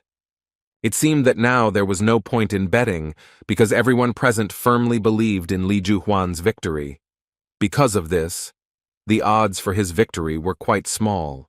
As soon as the guys started talking about how no one in their right mind would bet on another participant, some crazy guy came up to the table and said that he wanted to bet 100 million won on Kim Seo-jun. The man in a dark robe shocked everyone present with his statement. The guys convinced him that this was a rash decision because this student simply turned out to be too lucky, and no one had ever heard of his academy before. Seo-yun, observing this event from the side, became interested in the identity of the stranger. The mysterious man in a black robe who emitted very strong magic seemed very mysterious and unpredictable. Meanwhile, Seo-jun himself was bored while waiting for the duel lists to be formed. A few minutes ago, a sudden event occurred. Many students began to refuse to participate in the second stage. Excited, Li Mingyi explained in a whisper that he had previously heard that in fourth-level tournaments this is not uncommon, because the same ones always win here. This behavior was due to the fact that everyone was afraid of Li Juhuan. Participants spread rumors that he didn't care about the rules at all, so after a battle with him you could remain crippled for the rest of your life. However, not only Juhuan, but also the guy with the helmet on his head, as well as the participant with the scar on his left eye, seemed to be very impressive opponents. Doubts spread with incredible speed. One by one, the participants left the waiting room. Li Mingyi would have run away himself, but he was so scared that he literally stuck to the bench, and so only 5 semi-finalists remained. An hour later, the lists of duel pairs were presented. In the first fight, Kim So-jun and Jang Dak-chul were supposed to fight. In the second fight, Li Juhuan and poor fellow Li Mingyi were going to fight. Since there were only 5 participants, Li Chul-min received an automatic win. Seo-jun began to think that if he won the first stage, then most likely, if he makes it to the finals, regardless of the result, he will become the winner of the tournament. At one point, he noticed his comrades' excitement. Li Mingyu was trembling with fear, and when Seo-jun noticed this, the guy in the checkered shirt whispered in panic that he couldn't believe that he was going to duel with Li Juhuan. Despite his incredible fear, he still had enough energy to shake his new friend. With a kind smile, Seo-jun said that Li Mingyi was acting stupid because he wrote himself down as a loser, even though his fight had not even started. Seeing his friend's condition, he suggested that he withdraw his candidacy, because with such an attitude, nothing would really happen for him. With his eyes downcast, Li Mingyi sadly said that he couldn't just leave the tournament. Meanwhile, a tournament official entered the room and announced that Kim Seo-jun and Jang Dak-chul should prepare to enter the arena. Getting up from the bench, So-jun gave friendly advice at the end and said that if Mingyi decided to fight, then he should fight to the very end. After all, who knows, maybe he will be lucky and even win. After these words, Li Mingyi grabbed his hand in surprise. He asked in confusion why So-jun was not worried before such a difficult battle. With a confident smile, Seo-jun replied that he only cares about how much experience he will be given for this fight.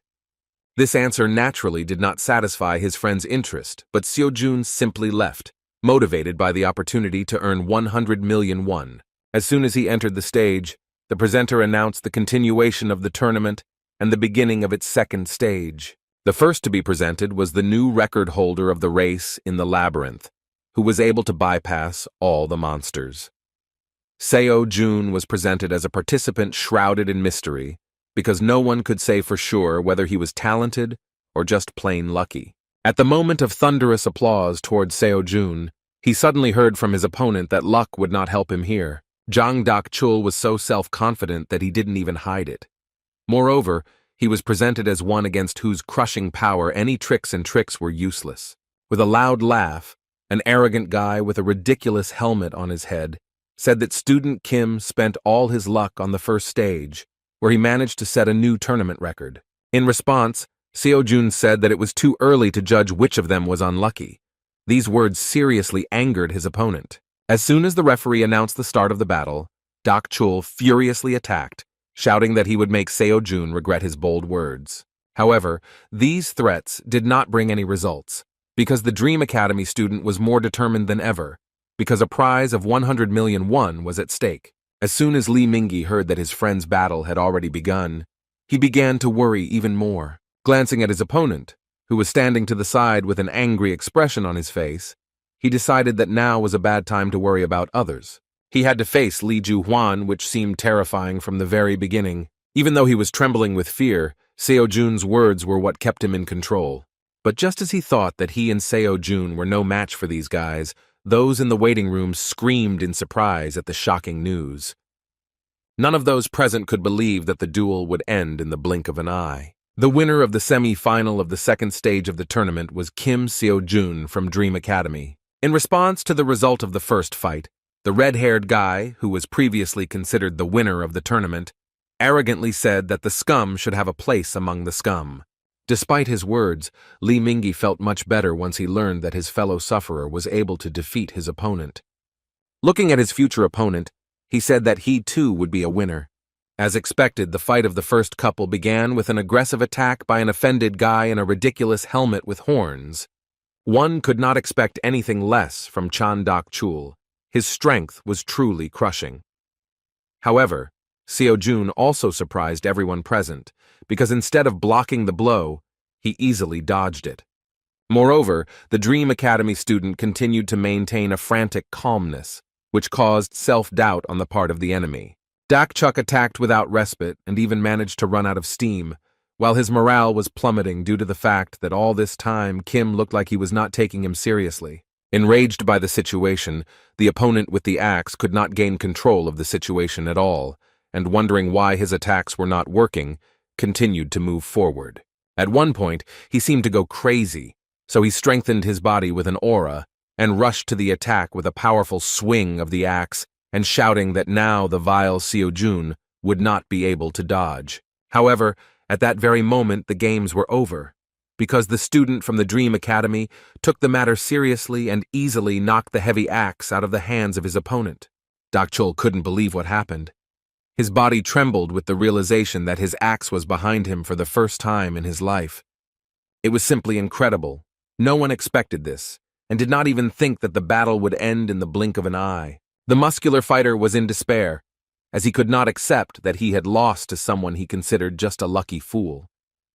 He turned out to be weaker, and the first winner of the second stage was Seo Jun, who did not even use a small part of his combat potential. As expected, he was very disappointed with this fight. His progress in lectures only increased slightly, since the actual battle never took place. Previously, he thought that by fighting with other students, he could easily reach a new level of understanding of the arts. In addition, there will be much fewer fights than expected, because most of the participants simply abandoned the second stage. The battle pass was already ending, and Seo Jun was afraid that he would not have time to master the basic knowledge in 50 days. He needed to tighten his belt to at least save up for a spear and renew his pass to the Transcendence Academy. He couldn't afford to lose in this tournament. When he returned to the waiting room, he couldn't understand why Mingyi was so nervous. As it turned out, his friend was simply delighted with the battle and continued to be surprised that Seo Jun was so strong. A long conversation never took place, because a few minutes later, a representative of the tournament entered the waiting room and said that the participants in the second fight should prepare to enter the arena. Li Juhuan went first and even roughly pushed his opponent out of the way. The already trembling Li Mingyi considered this insolence to be normal behavior, and instead of being indignant, decided to remember the moment when, together with Seo Jun, they managed to cope with the first stage. He admitted that as soon as he saw him, he felt a kindred spirit, and therefore when he defeated a formidable opponent, he was so happy as if he had won himself. He had a bit of jealousy at that moment, but more importantly, his friend's success gave him at least some motivation to fight. Pouring out his soul, Li Mingyi even mentioned that he is never lucky and does not have the talent or strength like Seo Jun. All that moved him forward was the unquenchable desire to please his little sister. He hoped that one day she would be proud of him. When he was asked to hurry up, he ran towards the exit, and Seo Jun asked him to give it his all. As soon as Li Mingyi entered the arena, He began to feel nervous due to the huge number of spectators who were eagerly awaiting the start of the battle. As soon as he began to support himself with words that he could handle it, Zhu Huan began to get angry. He despised his opponent, whom he considered an ordinary weakling, so he nervously asked him to shut up and stop mumbling under his breath. In this tournament, the red-haired arrogant guy was infuriated by absolutely everything. He even felt humiliated by the fact that he was forced to participate in such an event, where he was surrounded only by losers. Looking into his eyes, he wondered how he got to the point where his opponent would be such trash. To him, Li Mingyi was nothing more than prey, a useless nobody who lived only to be eaten.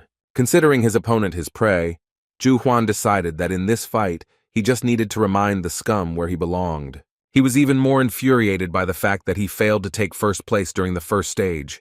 He believed that he was head and shoulders above everyone else, so he had to demonstrate his superiority in absolutely everything. Although Li Mingyi was visibly trembling, he was not going to give up and held his blade in the direction of the contender for winning the tournament. The red-haired guy was incredibly angry with the knowledge that his ridiculous opponent believed that he had at least some chance of winning. He couldn't wait to put an end to this fight. A few minutes later, the judge announced the start of the fight. Li Mingyi kept saying that he could handle it, just like his brother Xiao Jun. Considering what was happening to be a real humiliation, Zhu Huan only thought that there was no point in this tournament in the first place.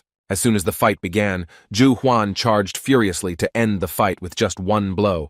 To his surprise, this was not enough, and Li Mingyi miraculously managed to resist. Li Zhu Huan continued his attack and unleashed a mountain of furious, precise blows on his opponent. Trying to withstand the stubbornness of his opponent, poor Mingyi looked tied hand and foot, and the audience doubted that he would hold out even a little longer. His opponent had already begun to lose his composure and even managed to say that he could not believe that his opponent was such a pathetic brat. After these words, he delivered a powerful blow to the poor fellow's stomach with his handle, shouting that he shouldn't have stuck his head out of his village. Such a strong blow threw Li Mingyi aside. Crouching on his knee, he began to writhe in pain. Feeling the difference in their strength, he still admitted that he had no chance of winning.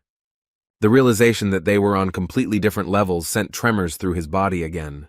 However, he could not leave just like that, because all this time he was only thinking about the fact that he wanted his sister to be proud of her older brother. At that moment, he remembered his brother and his success. Unexpectedly for all the spectators, Li Mingyi began to rise to his feet, despite the pain. He knew that there was no point in counting on victory, but now his task was to hit this vile bastard at least once. Putting all his strength into the blow, Li Mingyi rushed into the attack in order to at least catch the enemy with the tip of his sword. He couldn't count on more, yet they were on completely different levels. Within a moment, the fight was over. The crowd began to cheer. As they predicted, the winner of the second battle was Li Zhu Huan from Revenant Academy. The audience was delighted and only confirmed that the rest of the participants in this tournament are not even suitable for such a monster. Zhu Huan had no place in the fourth-level competition because everyone understood that this brute was a master of his craft. However, Li Mingyi still managed to achieve his goal because, albeit slightly, he still hurt his opponent. Moreover, the public also noticed a small cut on the face of the invincible Zhou Huan, which was left to him by a completely ordinary boy.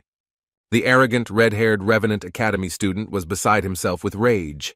Considering himself an elite, he was filled with rage at the realization that some ignorant weakling had managed to hook him. Then he suddenly turned to the judge and said that he was withdrawing from the tournament. The man in the yellow t-shirt was shocked by the words of the main contender for victory, so he asked in surprise how to understand this.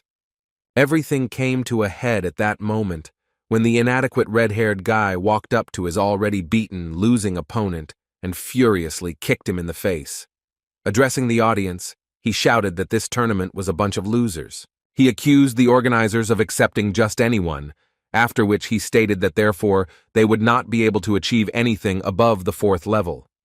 Tournament officials immediately rushed into the arena, saying that the fight was already over, and if he did not stop, they would be forced to take action. However, in response, the arrogant Zhu Huan said that he was sick of looking at this pitiful spectacle of losers who want to become hunters. After these words, he completely placed his foot on the head of the poor fellow lying on the ground. Within a moment, Seo-jun burst into the arena and rushed to attack the inadequate, arrogant bastard, who had completely lost his fear. After that, he said that he was tired of this, and if Ju Huan insisted so much, then he would beat him right now, without waiting for the finale. When a Dream Academy student asked the impudent red-haired opponent to remove his foot from the head of his work, he refused. The patience of the guy with the spear was already at its limit. In response to the self-confident words, he furiously swung his spear, and the insolent man was forced to jump back. As soon as he scared off the enemy, he immediately sat down next to his comrade to find out if he was conscious. Li Mingyi was injured and could barely speak. Seeing this picture, the arrogant Ju Huan said that it was very touching. Seo-jun couldn't stand by. Looking at the daring opponent who considered himself an elite, he sternly asked if he really enjoyed looking down on people. Until the very end, he could not understand what was wrong with him, because no one in their right mind would put their foot on another person's head. In response, the arrogant academy student revenant said that he was sickened that some hillbilly forgot his place and even dared to enter the arena to fight him. Seo-jun still didn't understand his behavior and asked if they really couldn't even dream, since they were worse than him. Ju Huan took his words as some kind of joke and started laughing, saying that he didn't know that in their time anyone still believed in such fairy tales. It seemed strange to him that someone thought that if they trained hard, then they would succeed. The watching public did not understand how the judges allowed something like this to happen. As it turned out, the judges simply could not interfere in this conflict, because this was the order from above. They could only watch what was happening. The fight was inevitable, and So-yun was well aware that her student was weaker than his opponent. And yet she did not interfere and only watched excitedly, trusting her student. Meanwhile, Ju Huan had already begun to lose patience, and angrily calling his opponent a non-entity, said that he would now demonstrate to him how the world works. He believed that people without talent are nothing more than scum, and to achieve success, you need to go over your head. Seo-jun couldn't come to terms with his words.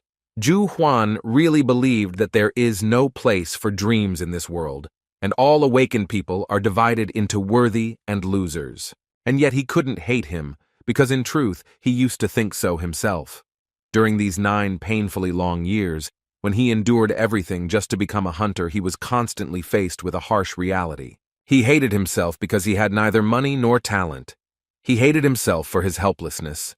Work only helped him stay afloat, but he could not achieve more, because most of the money went to pay off loans. In his reflections, he came to the conclusion that, probably, there is nothing more pathetic than clinging to something that cannot be achieved through hard work. He asked himself many times how his life would have turned out if he had given up and chosen a different path. However, after a while he got rid of these doubts and even now did not lose his determination in the face of a formidable opponent. Addressing the judge, he asked him to take care of Mingyi. Seo-jun took a few steps towards the enemy, thinking that he would not repeat his mistake again. Previously, he constantly succumbed to fear and doubted himself. This is how many people fall into despair. However, now he was ready to tear his opponent to pieces in order to erase his arrogant grin and the opinion that people without talent are nothing more than scum. With a cold look, he said that he would teach a lesson in politeness to someone who had never felt superior to ordinary guys. After these words, Seo-jun rushed to attack, and the judge began to shout that he had to stop, because this was against the rules of their tournament. These words no longer meant anything to him. The Dream Academy student began to spin his spear to deliver a quick and unexpected strike. Seeing this, Ju Huan sighed arrogantly. After that, he angrily said that Seo-jun must be joking since he dared to challenge him. Seo-jun landed a powerful spear strike with a high jump, while Ju Huan was able to block using his huge two-handed sword. The red-haired guy did not feel threatened by him at all, and said with a laugh that the pathetic bug would regret that he decided to show up in front of him. He then swung his sword with ease, throwing Seo-jun aside. Without losing speed, he charged furiously, grabbing his sword with both hands. The madman tried to strike at high speed, but Seo-jun managed to jump back. Then he was forced to constantly block furious blows, and several small cuts appeared on his face. Kim recognized that his opponent was very strong, so it was not surprising why everyone thought so highly of him. In the fight with Dak Chul, he did not even doubt his victory. Now the situation had changed, and Seo-jun felt overwhelming pressure from the enemy. Catching himself on this thought, he immediately decided to listen to the advice of his mentors. Seo-jun trusted his feelings and began to simply go with the flow, so as not to strain himself with unnecessary thoughts in a responsible battle. Within a moment, he threw his opponent aside. Naturally, the arrogant Zhu Huan was infuriated by such insolence. When the judge said they had to stop immediately, the red-haired guy furiously shouted for them not to interfere. Anyone who considered himself a predator, the top of the food chain, could not come to terms with the resistance of his prey. However, in this battle, his opponent was different from the others. He couldn't understand why someone he considered trash was looking at him as if he were a predator himself. Now Zhu Huan was really angry. He mockingly said that dreaming is not harmful, but the pathetic non-entity should see for himself what will happen to his dreams when he is faced with cruel reality. Within a moment, he closed the distance with incredible speed. Then he launched a furious blow, which Seo-jun still managed to block. The impact was so strong that the surface of the arena began to collapse. Although Seo-jun began to tremble from such incredible pressure, the fact that he was able to block this blow only angered his opponent more. As Zhu Huan continued to throw punches, he noticed something strange. He realized that his pathetic opponent was becoming stronger with each blocked blow, like a monster growing right before his eyes. Within a moment, Seo-jun himself rushed to attack, and this time they exchanged blows. Zhu Huan was furious and began to lose his temper because he could not accept the fact that some brat managed to push him away. Just like Li Mingyi gave him a small cut, Seo-jun also did something that completely freaked out the red-haired guy. Enraged, Zhu Huan went mad and began to release mana against his weapon. Seo-jun did not expect that the opponent would break the rules of the tournament and start using aura. He himself did not yet know how to control his own mana, so he had nothing to oppose. The judges and other tournament workers began to panic and rushed into the arena screaming, realizing that the crazed red-haired guy was going to kill his opponent. Seo-jun himself understood perfectly well that running away was the best option. However, at that same moment, he began to have an internal dispute, as a result of which he realized that if he ran away, he would betray everything he had learned. At that moment, he began to remember the words of his teacher, and it seemed to him that he was nearby. One day, Xiang Yu, like his student, entered into a battle, the outcome of which was a foregone conclusion. He lost, and there was no changing that. Then, for the first time, he felt despair because he was afraid of defeat. However, he rushed into battle and fought, because this is the true spirit of a warrior. Xiang Yu taught him that even if everything points to his defeat, he must continue to fight like a beast and believe in his victory no matter what. Remembering the words of his mentor, Seo-jun resolutely clenched his spear, because he did not intend to show his back to the enemy. The force that tears mountains out of the ground will erase any barriers, and the spirit that can turn the whole world over will dominate it. As soon as Seo-jun charged, he unknowingly began to release his mana, and a blue aura surrounded his spear. Seeing how much his opponent had changed, the enraged Zhu Huan, who believed only in talent, shouted that he was the only predator here, while the rest of the students were just litter on which he would continue to wipe his feet. Tournament officials rushed to stop them, but it was too late. A moment later, two furious fighters attacked each other with a wild cry. There was a powerful explosion of energy, which raised a column of dust and made it difficult to see what the result of this collision was. But just as the heat began to dissipate, the public saw that the clash had emerged with a winner. An inexperienced fighter, who was considered an ordinary lucky newcomer, managed to win this battle. Zhu Huan lost consciousness and fell to the ground, while Seo-jun silently tried to stand, leaning his trembling body on a long spear. The audience was shocked by what happened and began chanting the name of the winner of this fierce battle. Seo-jun also couldn't contain her surprise. She was shocked, because she saw how rapidly her student developed. 2 weeks ago, he could barely block her mana-soaked blows, but now he was able to use the aura himself. It was simply amazing, and now she was thrilled to know that she had made the right decision when she decided to choose him as her student.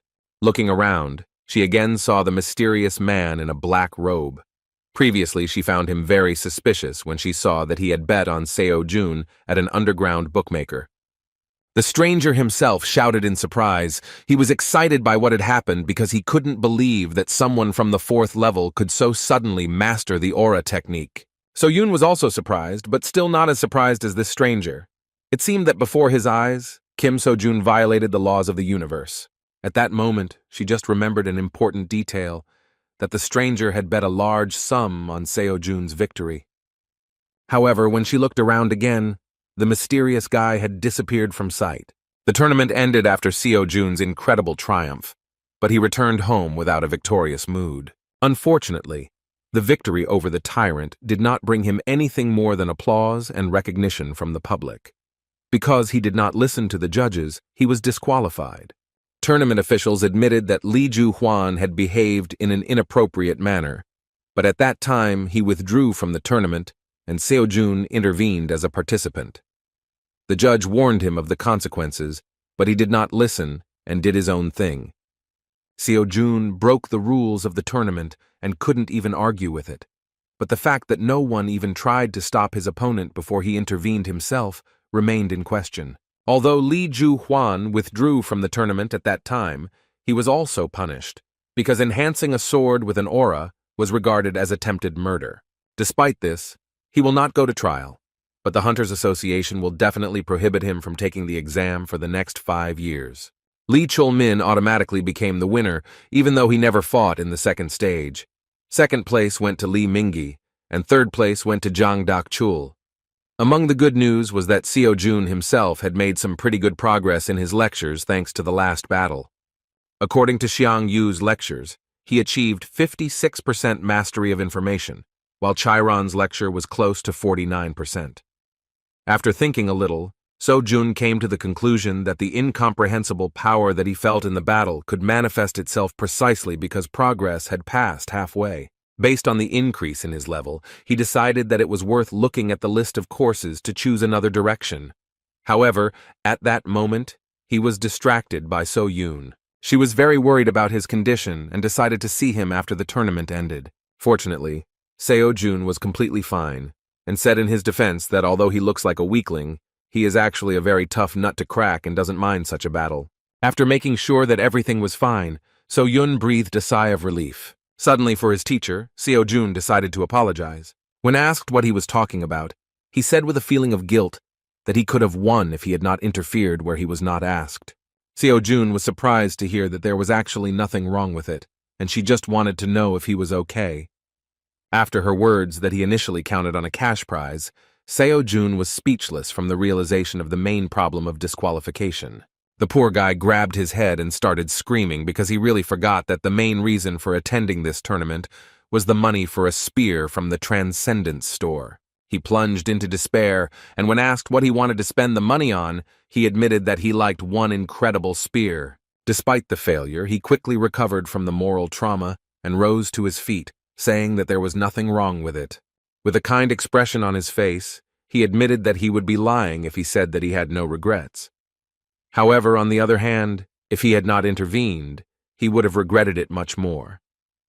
The moment of his sincerity and discussion of financial problems was suddenly interrupted by Lee Mingi, who already felt much better and could even return home on his own. As soon as he approached his friend, So-yun decided to lower the visor of her cap so as not to attract too much attention to herself. Holding his head, Lee Mingi shyly thanked his savior. After a short silence, he finally decided to ask whether he could become as strong as his brother if he trained hard. Seo-jun was genuinely surprised by the words of this trembling guy. Seeing his look full of hope, he couldn't upset him. To support the poor fellow, he warned him that everything is possible, but this is not an easy path. Still, he saw that Mingi clearly lacked the talent to become a hunter. However, they say that anything can be achieved if you work hard enough. However, the world is cruel, and you can't go far on dreams alone. To support him, he said that he should not focus on becoming a hunter, because he could do something else, since he was still young and had plenty of time. Lee Mingi was not at all upset by such words, and even admitted that So-jun was right about something. Perhaps he could become an excellent journalist, because he has already shown that he can accurately collect information about other people. Still, he did not want to stay long and decided to say goodbye, thanking his friend for everything he had done for him. Finally, Seo-jun asked him to never let anyone tell him what to do, even if it was his own words. He even decided to warn him that he would hear more than once that he had no talent, and that he would not cope. Therefore, he asked him not to forget that no one's opinion should become his reality, because if he really wants something, then he must achieve it, and everything else does not matter. The sincerity on the part of his brother touched Li Mingyi so much that he could not hold back his tears. Saying goodbye, he promised that someday he would visit him with his sister. Looking after Li Mingyi, So Yun said that she was pleasantly surprised by how her student acted. Seo Jun, awkwardly walking towards his house, replied that he constantly blames himself for always sticking his nose into other people's affairs. With a kind laugh, the mentor said that she saw nothing wrong with this, because now her student had his first devoted fan. In response, Seo Jun surprised her by saying that it would be better if he became her second student and not just his fan. He believed that he should have seized the moment and invited him to their academy. So Yun really didn't expect such words from him. She felt happy thanks to his support, because now he said that this was their academy. Now she was definitely not alone. Overcome with joy, Seo Yun caught up with Seo Jun again and cheerfully said that since he had done a good job, she would buy him a new spear. When asked why she suddenly decided to do this, she asked him not to worry and consider it a scholarship. Meanwhile, one of his wards came to visit the master of the Star Sword. He was warned that the master was meditating, and at this moment he could not be disturbed, but the guest said that the matter did not require delay. So Moon Chul, a one-armed guy who is considered one of the most loyal subordinates of the Star Sword, still disturbed his master. In response to his sudden intrusion, the old man said threateningly that he thought he had made himself clear when he asked not to disturb him. Releasing his incredibly powerful aura, he asked his subordinate how dare he ignore his orders. The pressure from the master was simply monstrous, and even an experienced hunter could not move. He could barely muster the strength to report that Lady So Yun had participated in the academy tournament. These words greatly interested the old man, because he could not wait for this, knowing that So Yun had no students. Moon Chul, seeing the master's uncertainty, confirmed his words. They had actually gathered some information regarding what had happened at Dream Academy recently. No one expected that after all the unsuccessful attempts, So Yun would still decide to try the old business again. Realizing the importance of the matter, the old man rose to his feet and said that he would personally deal with this problem. With a thoughtful look, Star Sword Park Min Chul said that he personally should see what his granddaughter's new student is like. The next morning, Seo Jun again went to the Dream Academy, where he wasted no time in refining his spear skills. The next daily task regarding 5,000 swings of the spear was completed, but So Yun, as usual, did not understand what was going on. The strange behavior of the student all this time put her in an awkward position, but during all this time she never managed to find out anything. Noticing her intense gaze, Seo Jun asked why she was staring at him so dissatisfied, but the girl replied that he just imagined it. In fact, she still held a grudge against him because he was so eager to get money for a new spear, but when she offered him a lucrative gift, he was so meticulous in choosing it that he ended up leaving with nothing. In response, Seo Jun said that he was simply not worthy of the gift. Pointing a condemning finger at him, the girl demonstrated that she saw right through him and said with displeasure that he was a liar, because he was clearly not one of those who would simply refuse such things. She was willing to bet that the problem was something else. She was really right, but Seo Jun didn't know how to explain to her that since he saw the beautiful weapon from the Transcendent store, he couldn't even look at an ordinary spear. Things got even worse as the price had increased to 120 million won due to a recent recalculation. Money that was not earned through honest labor was not counted. So now, So Jun was completely afraid to do anything. Seo Yun, as expected, was infuriated by the situation regarding the fact that her student refused the offer, even though she said that she would pay for everything. Naturally, when the granddaughter of the greatest hunter gives you such an offer, it's a chance of a lifetime. And yet there was one more pressing issue that they did not have time to discuss. So Yun inquired about what mana enhancement technique her student used in the battle with Zhu Huan. Seo Jun had no idea what he was talking about. So Seo Yun explained that without the technique, he would not be able to use magic. She noted that she personally saw how he pierced the armor of monsters, but judging by how he fought in the tournament, his technique was clearly not of a low class. At the same time, her interest was even stronger because she had never seen him train her.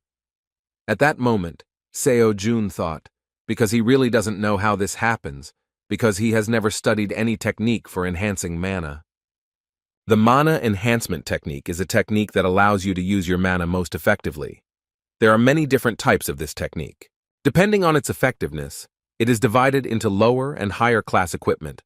Each hunter has his own mana enhancement technique. Some even patent it. In fact, Seo-jun wanted to get into the elite academy precisely in order to acquire effective high-level equipment.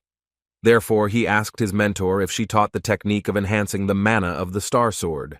In response, the girl sighed heavily and said that her grandfather forbade her to do this. Still, this was not surprising, because otherwise there would have been crowds of students in this academy. But as it turned out, So-yun herself came up with her own technique and was ready to teach him. She always wanted to teach, so she needed to do something like this. Seo-jun was surprised because he thought that she had no talent at all, but it turned out that she lives in the shadow of the Star Sword, and yet she pushed him to the idea that a hunter really needed mana control skills. In the fight with Ju Huan, he experienced the difference in strength between those who know how to use it and those who do not. So-yun didn't understand why he was thinking so deeply, because she was just asking whether he was interested in learning her technique or not. In fact, Seo-jun was thinking that he had a window for a new lecture. Now he could take some course on the study of mana mastery. After a few minutes, So-yun got tired of waiting for an answer from him, so she decided that he would continue to be silent, and she left with wishes of good luck in his strange training. When asked where she was going, the girl replied that she had her own business. When Seo-jun started laughing at how busy she was, Seo-yun replied that if he leaves before she returns, then he should close the door to the academy. In fact, she simply could no longer be in the same room with him. She really had nothing to do and just wanted to escape, so she was surprised that she really looked like she had nothing else to do besides the academy. As soon as she left, Seo-jun chose the mana course. Speaking about what mana is, the teacher said that it is something that is located in a world that is subject to the law of cause and effect, but is capable of destroying the laws of this universe. Of course, such words turned out to be difficult to understand, and so Jun became convinced that the Archmage Merlin was someone similar to the Buddha himself in terms of the complexity of teaching his skill. It seemed that these words were only the beginning of the lecture, but after a moment the old man said that with this, he had said everything he wanted. Seo-jun felt like he was going crazy again because of his studies. The training time was over, and the Archmage suggested taking up practice. Seo-jun received a daily task in the form of creating 1,000 mana spheres. Without wasting any time, the guy started trying to make at least one sphere. Now he could say that sensing and controlling mana was not that difficult, and it was all thanks to Kiran's lectures. However, it was still not easy, because although he felt mana, he could not give it a form. The Archmage mentioned that he should use mana to connect his mind with the outside world, transfer the fruit of his imagination into reality, deceiving and convincing it that everything happens according to the laws of nature. At one point, the student concentrated so much that he began to feel how he could give shape to his energy. In the most striking example of how to do this, the Archmage Merlin described a force that truly does not exist anywhere in nature. It was about the mana aura that Seo-jun had already used once. A few minutes later, the guy saw a small accumulation of energy in his palms, which really left his imagination and ended up in the real world. The crumb between his palms actually turned out to be a sphere of mana. He was surprised that all his efforts gave him such an insignificant result, because the Archmage was unlikely to count this as a correctly performed exercise. Despite this, he was proud of himself because this was a real achievement. He understood that over time he would do better. He just needed to constantly hone his skills. At that moment, Park Min-chul suddenly entered the academy and addressed the stranger with a dissatisfied tone. Seo-jun, holding a small sphere in his hands, was surprised by the appearance of a gentleman whom he had previously only seen on television screens. Mr. Min-chul really came to the academy to see who became his granddaughter's student. He did not expect to see something like this, because he felt that there was a clot of mana in the guy's hand. What was suspicious was that something like this was not easy to create. This meant that this guy was talented. However, this only deepened his understanding of the situation. The old man began to suspect something was wrong, thinking that there was only one reason why such a gifted guy came to So-Yun Academy. He feared that Seo-Jun was one of those who wanted to take advantage of his granddaughter. Releasing his terrifying energy, he sternly repeated his question, and, shocked by the situation, Seo-Jun was forced to dutifully introduce himself. The guy really felt afraid because he didn't expect Grandpa Starsword to visit So-Yun Academy so suddenly. Addressing him without any formality, Seo-Jun mentioned that he had only seen him online, so it was amazing to him that he was finally able to meet the greatest hunter in person. He further suggested that the distinguished guest had come to see So-Yun, after which he said that unfortunately, she had left on some business. The guy didn't understand what had happened, but the old man suddenly became furious as soon as he heard him call his dear granddaughter by name. His reaction was not strange. He treated Park So-Yun very carefully. While in Korea they only address people with whom you have a close relationship by name. But at that moment another question began to worry him. Once he released his terrifying energy, he put incredible pressure on the student, but for unknown reasons, he continued to stand on his feet. Seo-Jun didn't understand what he was talking about, so Park Min-chul said that his lust for killing, soaring in the air at that moment, usually paralyzes anyone below the S-class of hunters. After these words, the student understood what was happening, and the only explanation for why he was on his feet, he believed that this was the action of an unshakable heart. Silence began on his part, and the old man again asked a question regarding what such a guy forgot at the Park So-Yun Academy. Seo-Jun really didn't understand what he was talking about, so he looked very confused. In response, Mr. Park began to slowly walk towards him and reached for his sword, saying that with such and such talent, he would have been accepted into any academy. But for some unknown reason, he decided to get closer to So-Yun. Releasing his menacing power, the old man threatened that the guy would regret it if he decided to lie to him. Sensing danger, Seo-Jun began to panically ask him to stop and shouted that it seemed to him that they had misunderstood each other. However, Mr. Park was not going to listen to him to the end and said sternly that he did not think that he would receive an honest answer so easily. Within a moment, he swung his sword and Kim, sensing terrible danger, was forced to fall to the ground to avoid being hit. He only miraculously managed to avoid being seriously wounded, which greatly surprised the old man. As it turns out, Seo-Yun was going to visit her grandfather when she decided to leave on business. When she came to his house, she found out that he was not there. The lady who worked here said that she should ask the chairman about what Mr. Starsword is doing now. In fact, she just wanted to tell her grandfather about her new student. At the moment when she wondered where her grandfather might have gone, Seo-Jun was in a mortally dangerous situation. The old man continued to apply incredible pressure and repeatedly asked the question of what goal he was pursuing. So-Yun had no idea what was happening at that moment. However, she understood that something was wrong here. She wanted to keep everything a secret for as long as possible. But after participating in the tournament, it was no longer possible to hide Seo-Jun. That is why she decided to deal with the problem by revealing the truth to her grandfather. At that moment, the chairman approached her. The chairman was a one-armed man who was very trusted by the Star Sword. He greeted the young lady with a sincere smile, saying that he was glad to meet them. So-Yun admitted that he was just in time because she was looking for him. As soon as she told her that she had come to her grandfather, she was shocked by the truth that Mr. Park had just gone to her academy for a visit. At the same moment, she hurriedly ran back, realizing that during this time something terrible could have happened.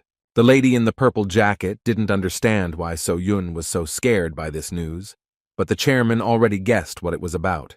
So-Yun was in a hurry like never before. She was already blaming herself for letting her guard down. Still, she knew that grandfather would come to their academy sooner or later, but she did not think that everything would be so soon. She had to hurry so that Seo-Jun and Mr. Park wouldn't meet without her. Unfortunately for her, the battle had already begun. This was the first time Seo-Jun had been in such danger, even though Master Starsword had not even drawn his sword from its sheath. However, this detail played into his hands, because now it became clear that the old man was not trying to kill him, but rather simply wanted to pacify him and get an answer to a strange question. Surprised by the young man's resilience, Park Min-chul asked who he really was. Su-jong again began to beg him to stop, saying that he really didn't understand what he was talking about. He tried to explain that it was all a misunderstanding. However, the picture in the old man's head was completely different, because he could not understand how his granddaughter's student could demonstrate such incredible skills. He said that the guy was clearly hiding something, because he knows how to control mana, moves well in battle, but still continues to claim that he did not understand something. All this made him angry, because he thought that the little shit was blatantly lying to his face without even thinking. Flying to the side after another blow, Seo-jun rose to his feet and shouted that he had no idea what So-yoon told him, but in this situation he needed to calm down. In response, the old man shouted that he was a scoundrel. Seeing the raging energy of the Star Sword, Seo-jun realized that he only made the situation worse because he said something wrong. He still didn't realize that the fact was that he was calling his granddaughter by name. With a serious and threatening tone, the old man, releasing his bloodlust, said that he was originally going to discuss everything, take into account the circumstances that brought him here, but now he has no other choice. Being in this situation, Seo-jun thought that it was just a lie, and the old man was not really going to have a friendly conversation with him from the very beginning. Seo-jun decided to continue fighting, because he understood that such a great hunter would not listen to him. He was not afraid of dying, because he understood from the enemy's movements that no matter what he said, he would not kill him. If the Star Sword really wanted to kill him, it would have done it the moment Seo-jun sensed its presence. One who is above the stars themselves, Park Ming-chul's Star Sword was on a completely different level. Seo-jun didn't think that during his first meeting with the person closest to his ideals, he would have to fight. In fact, he was delighted that he had such an amazing chance to gain an incredible amount of experience in battle with the greatest hunter. Of course, Mr. Park was not particularly happy with this behavior on the part of the young man. He considered him a real scoundrel. Seo-jun's attitude has changed. He even enhanced his own body with an aura, showing that he does not deny the fact that he is ready to fight. During his life, Mr. Park saw many hunters, but only one looked into his eyes without fear. Seo-jun looked exactly the same, so you'd think he was strong enough to really try his luck. Rushing into the attack, the old man struck the first blow with thoughts about what this young man needed from his granddaughter. Seo-jun could hardly resist such pressure. He still couldn't cope with his opponent's speed and couldn't even feel his attacks. His face was covered with cold sweat from every movement of the great hunter. He couldn't even notice the simple blows performed by the Star Sword. The old man's power was beyond his understanding. However, Seo-jun continued to try to hold out and dodge the attacks in every possible way with incredible interest in how much longer he could hold out against such a monster. At one point, he himself rushed to attack. However, Star Sword did not feel any danger from him.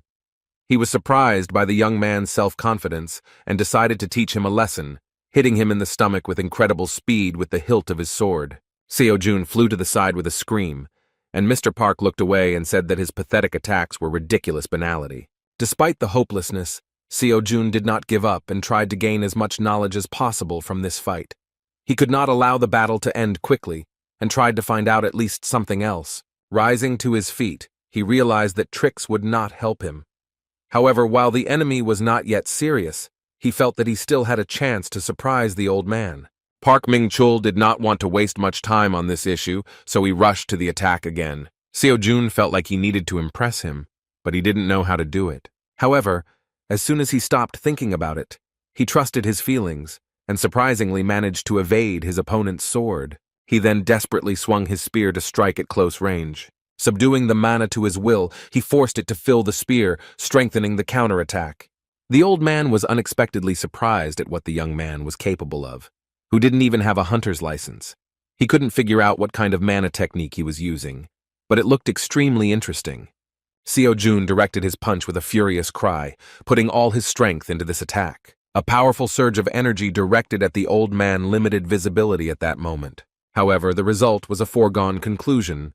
He did not even manage to catch a powerful enemy. After Seo-jun used his aura, Mr. Park shouted that the young man had finally shown his true mean face.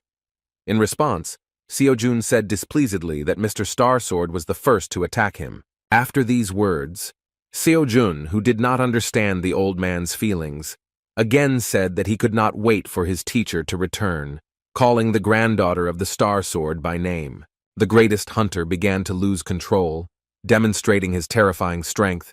He said that if the young man wanted it so badly, then he would personally send him to the next world. Just as Kim was beginning to say goodbye to life, fortunately for him, So-Yoon burst inside the training room and shouted that it was enough. The fighting stopped, and So-Yoon started screaming that she wanted to know what was going on here. She was incredibly angry at her grandfather for starting to scare the crap out of her students again. Looking at Seo-Jun, she began to get angry at her grandfather and accuse him of beating the poor fellow until he had bruises all over his body. Kim tried to smooth the situation over, saying that he had no serious injuries, although he was already in pain. Turning his gaze away, the old man said that such a mattress should not dare call himself a man. In response, Seo-Jun allowed himself the impudence of telling the Star Sword that it doesn't matter whether you are a man or a woman, anyone would be hurt if they were beaten by a great hunter. As soon as he said that he wouldn't be surprised if Mr. Park didn't care who he beat, the old man immediately jumped out of his seat and shouted that the young man would soon regret his words. Seo-Jun, taking advantage of the situation, cleverly hid behind the granddaughter of the Star Sword, asking if he would continue to beat him. So-Yoon didn't understand what was happening at all. She had never before seen simpletons who would allow themselves to talk to her grandfather like that. Continuing to communicate with the great hunter as if they were some kind of relatives, the dissatisfied Seo-Jun asked if it was possible to find out why the Star Sword met him in such an unfriendly way. So-Yoon understood that sooner or later her grandfather would run out of patience, so she asked everyone to keep quiet. Then she awkwardly apologized to her only student for what happened, but So-Jun did not hold a grudge against her and said that she was not to blame for anything, and he himself escaped with only bruises. Despite his words, Miss Park again respectfully apologized, saying that she was very sorry, but she could explain the situation a little later. Now Seo-Jun began to understand what was going on. Seo-Yoon really needed a frank conversation with her grandfather, who, apparently, treated her very carefully and controlled her in everything she did. At such a moment, it was necessary to leave them alone, so the guy said that it wouldn't hurt him to drop by the emergency room. After these words, he left the academy building, and So-Yoon peered after him, smilingly thinking that she was lucky that he treated this with understanding. After that, she looked towards her grandfather with a stern look. They had to have a very serious dialogue about what had happened. Although she had decided in advance that she would tell him everything, at the moment when she had to speak, it was difficult for her to even utter a word. Grandpa himself started the conversation by saying that Seo-Jun seemed suspicious, so she should stay away from him. So-Yoon began to get nervous and answered hesitantly that he was not suspicious at all. She asked how he even knew what Seo-Jun really was like. All her life, her grandfather completely ignored her opinion.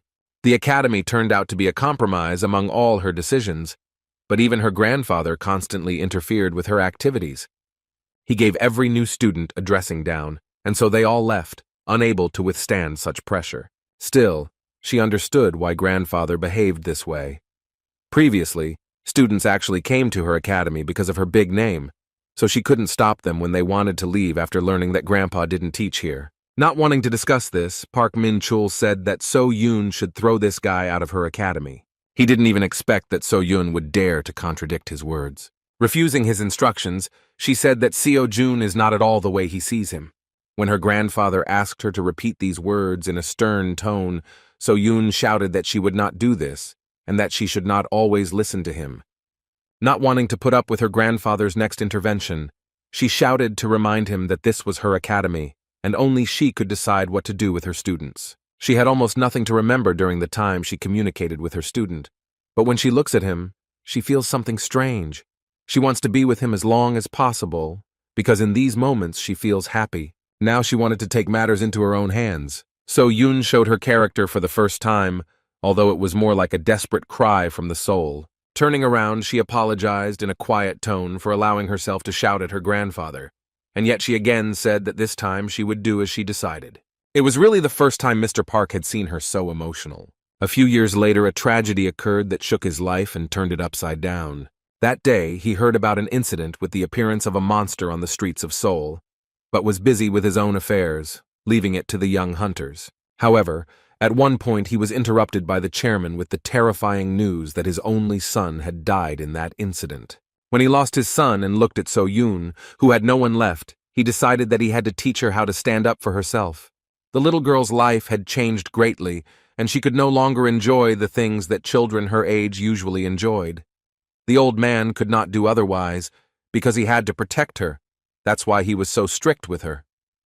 She didn't like swordsmanship, but he was persistent in her training and didn't let her give up, telling her that if she continued like this, she would never become a hunter, let alone reach A-class proficiency.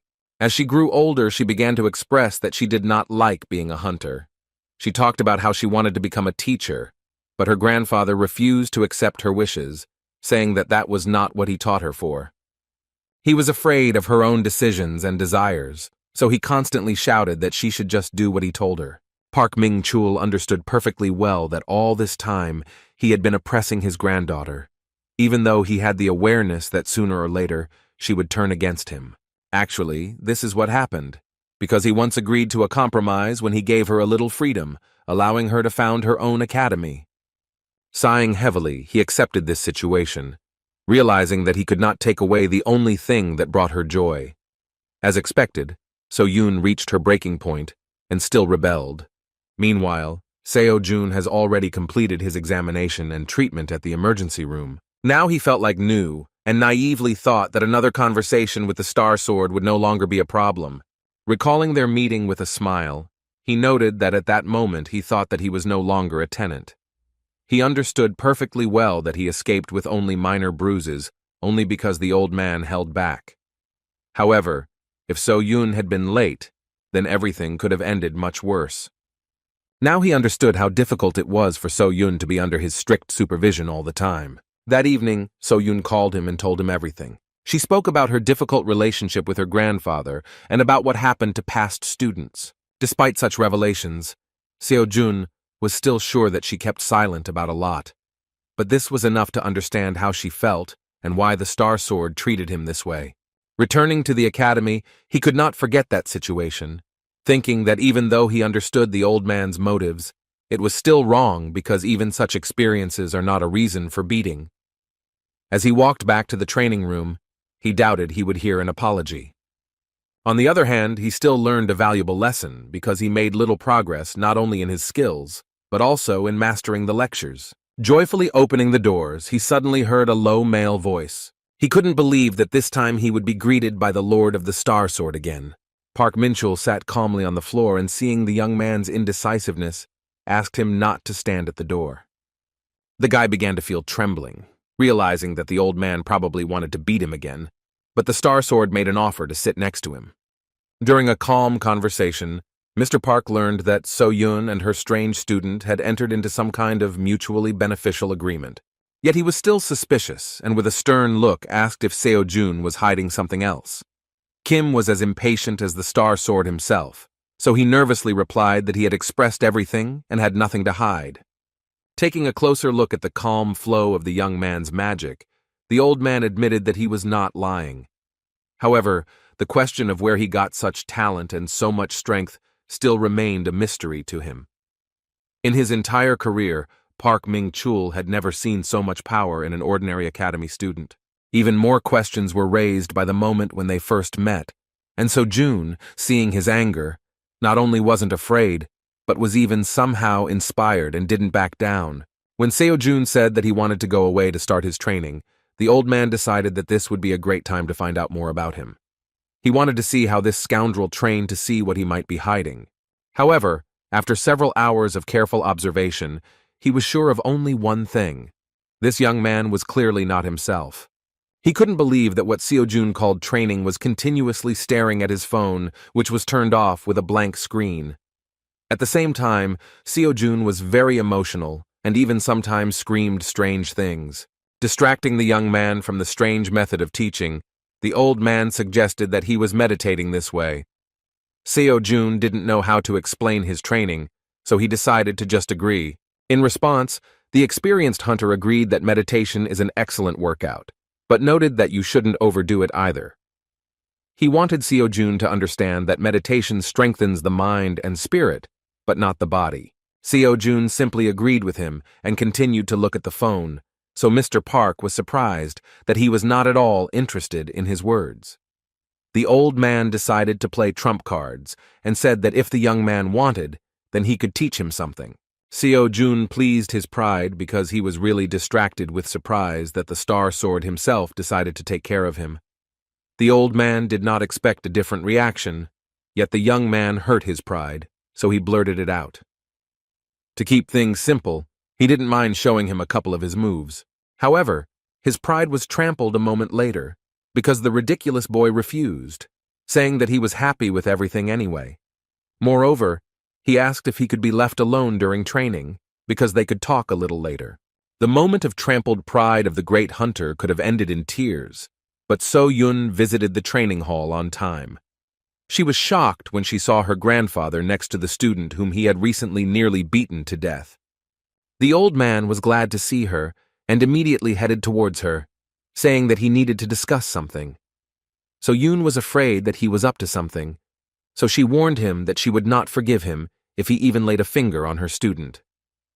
However, as it turned out, he just wanted to speak out about Seo-jun's shocking behavior, saying that he was not right in the head. They could not understand that there was anyone in the world who could refuse training from the Star Sword itself. Instead of getting a few lessons from the greatest hunter, Seo-jun actually continued to act like he had a headache. The guy stared at his switched-off phone, which looked very crazy. So-yun understood her grandfather's feelings, but she had already come to terms with such oddities of the student, and therefore said that this was still normal behavior on his part. Still, she agreed with all his words, saying that she also thought exactly the same way before. After that, she turned to her student, saying that she was already free. Seo-jun immediately looked away from the lecture and looked at her with a smile, and began answering questions regarding his well-being. Yet the old man was still suspicious, since he could not find answers to all his questions. From his observations, he could definitely say that Kim So-jun is not particularly smart, but even despite this, So-yun always smiles when she looks at him. He found it hard to believe that she actually enjoyed talking to him. It made him remember that he had never actually seen her smile like that before. In conversations with her grandfather, she is always strict or sad. He often saw her offended, but not so sincerely happy.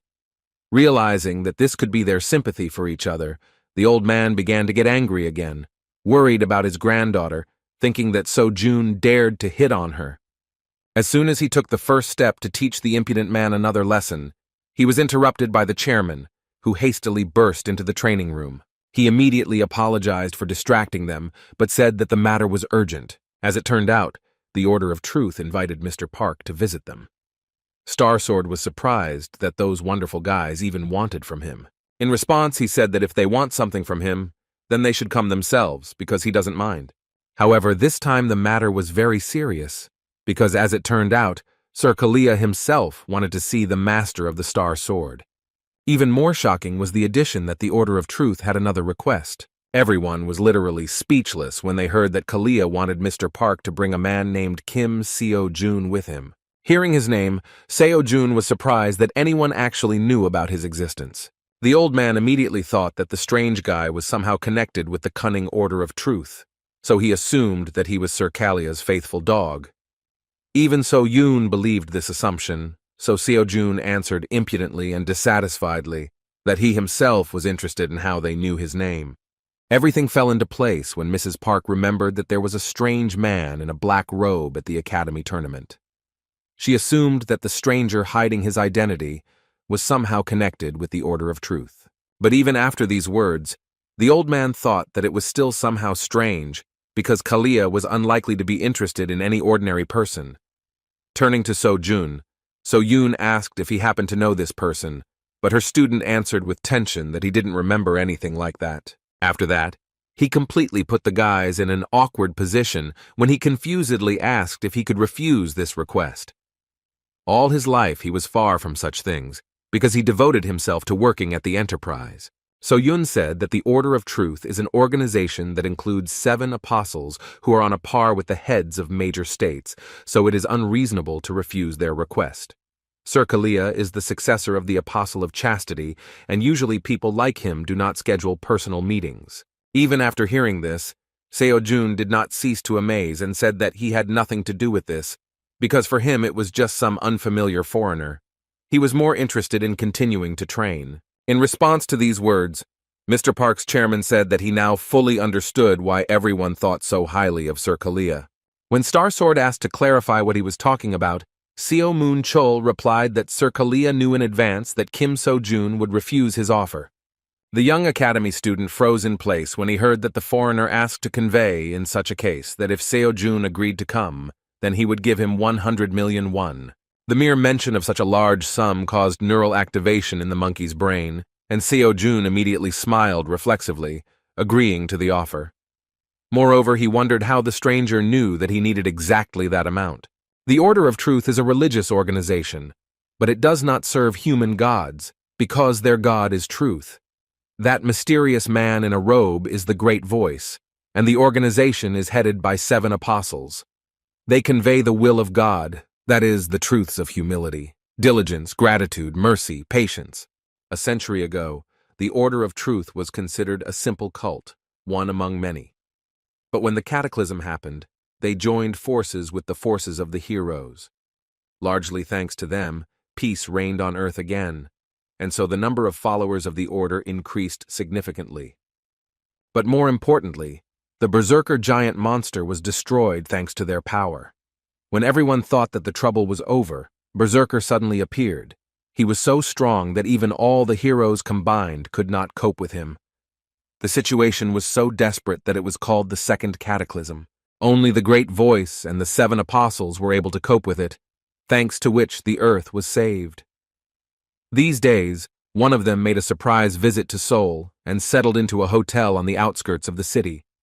The place seemed too nondescript for a representative of a world religion. When Mr. Park and Seo-jun arrived at the place, the old man told the cult member that he had come personally to Kalia, after which he began to introduce the guy next to him, calling him a fraud. In response, the man in the robe, without listening to the end, looked at the young man with interest, and with anticipation of something interesting, said that he knew very well that in front of him was Kim So-jun. Without delaying the guests, he invited them to pass and informed them that Sir Kalia was already waiting for them. Following the man in the robe, Seo-jun thought that if Mrs. Park was right, then someone from the Order really was at the tournament, and perhaps they decided to lure him with the same amount that he could get for winning. It still remained unclear why he was watching him and why he called him. The guys approached the meeting room, and Kim came to the conclusion that Sir Kalia might know something about him or about the Academy of Transcendence. In addition to the money for the meeting, he planned to find out why he attracted their attention. One of the followers of the Order of Truth led them to a beautiful waiting room, where he asked them to wait a little while for Sir Kalia to come to them. As soon as they sat down, the old man sighed displeasedly, saying that he knew that Kalia would not sit and wait for them. In response, Kim asked if he personally knew Sir Kalia. The old man surprised him with his answer, because as it turned out, this was their first meeting. Seo-jun previously thought that she was quite close. As it turned out, Kalia called him a couple of times, but they never met in person. Even during the cataclysm, he met his mentor, the Apostle of Chastity, but he had not yet met the successor himself. These words reminded the young man that Mr. Park was one of the heroes who once saved the world. For him all this time, he was more like So-yun's grandfather, but he once again thought that he was still a star sword, and this should not be forgotten. When it came to the cataclysm, So-jun decided to inquire about the Great Voice. He shared that he had previously heard that he only appeared in public once, during a fight with a berserker. The curious guy asked the old man whether he had personally met such a great man, and Mr. Park wondered what the Great Voice was like. He succinctly replied that there was no such thing. With some thoughtfulness, he nevertheless clarified that once he managed to see him from afar. At that moment, they heard the door open, and Sir Kalia himself walked inside. When he mentioned that he was glad for their first meeting, Mr. Park replied with a stern look that Kalia himself called them here, and ended up making them wait. Kalia, the successor of the Apostle of Chastity, who looked more like a pretty girl, finally appeared in front of them. He justified his delay by saying that he needed time to purify his body and mind before preaching the word of truth. Sighing heavily, Mr. Pak said that he had never heard such heresy before, while Kalia himself approached the interesting young man, apologizing for being late in making his acquaintance. He introduced himself properly, and when the young man was about to answer, he interrupted him with words that he already knew about him. Kalia specifically thanked him for agreeing to their meeting, even though it was extremely unexpected and incomprehensible for a newcomer among hunters. When asked how the apostle's successor knew about him, Kalia replied that they needed to clear up some misunderstandings in advance. He said that when Sojun participated in academic competitions, he was then watched by one of their believers. He praised the promising hunter so much that he himself wanted to personally find out how strong and amazing he was. In response, Seo-jun asked shrilly and incredulously if this was really the whole reason why such a great and busy man decided to take the time to make such an acquaintance. He supposed it was unlikely that he would want to see him for that simple reason. In response, Kalia said with a restrained smile that he just wanted to talk about this, but first, he should ask permission to sit down with them. As it turned out, we were talking about dungeon exploration. That is why the busy heir of one of the apostles decided to gather them for a conversation. He sincerely hoped to cooperate with Mr. Starsword in dungeon exploration. The old man, dissatisfied and impatiently, asked why he should do this. In response, Kalia said with restraint that he knew better than anyone that this was far from the end. These words sounded mysterious, and Mr. Park asked what they were talking about. Kalia reported that he had a report of corruption in one of the dungeons in Korea. He decided to meet with the Star Sword, believing that he was the best person to know about that incident. The old man did not want to talk about this, because he believed that this was a common coincidence, but the heir of the apostles said that this was the decision of the Order of Truth, so they must definitely check the condition of that dungeon. Now Mr. Park could confidently assume that this was why Kalia flew to Korea. A piercing observation was also the words that in this way the young master of the Order of Truth would be able to consolidate his position. With a sincere laugh, Kalia admitted that he could not be fooled and was truly shrill, as always. In response, Minchul said that it was arrogant of them to declare that this was the decision of the Order of Truth, and not his own personal interest. Kalia understood that Mr. Starsword was not particularly interested in doing him a favor, so he decided to touch his personal life, and said that he knew that he was unlikely to be missing anything, but he might be interested in their help for his granddaughter in the development of the Hunter Academy. As soon as Mr. Park Min-chul heard the mention of his beloved granddaughter, whom he was trying to protect from too much attention and danger, he immediately showed his determination and unleashed his true form of terrifying bloodlust, which left Seo-jun's body numb. With a stern look, he said threateningly that if Kalia ever tries to involve So-yun in something like this again, then he will not leave him alive. Kalia didn't even flinch from such a powerful force, but he admitted his mistake and calmly apologized for mentioning Miss Park. In his defense, he said that apart from this, he had nothing that he could offer to the Star Sword. Having no other choice, he offered to fulfill one of his requests, just as he would help him with this matter. In response, the old man said that this was simply ridiculous, because Kalia could say tomorrow that there was no deal. He had no reason to trust the influential heir of the apostle. Kalia understood his words and said that if the Star Sword wishes, he can swear an oath to him in the name of the Order of Truth. This was more than enough, but Mr. Pak did not understand whether this would be enough for Kalia to determine the place of the apostle. But for Kalia this was not particularly important, because in this way he could not claim that there was no deal between them. When it came to the right of oath in the name of truth, Mr. Park could not refuse to help him. Once they completed their deal, Sir Kalia decided to move on to talk with the academy student. With a pleased look, he said that he would speak directly. They in the Order of Truth suddenly wanted to sponsor his future path as a hunter, seeing incredible potential in him. It was about sponsoring various activities that the academy would not be able to take care of. Seo-jun remained cool and asked what he would do if he received their sponsorship. Kalia replied that they did not require anything in return, because it would be enough for them that Mr. Kim and the Order of Truth were close and could contact each other.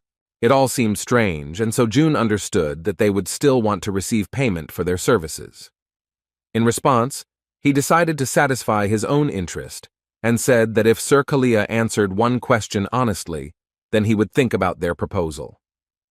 Of course, Seo-jun wanted to inquire about the Transcendence Academy, but he knew that it would be suspicious if he asked about it directly.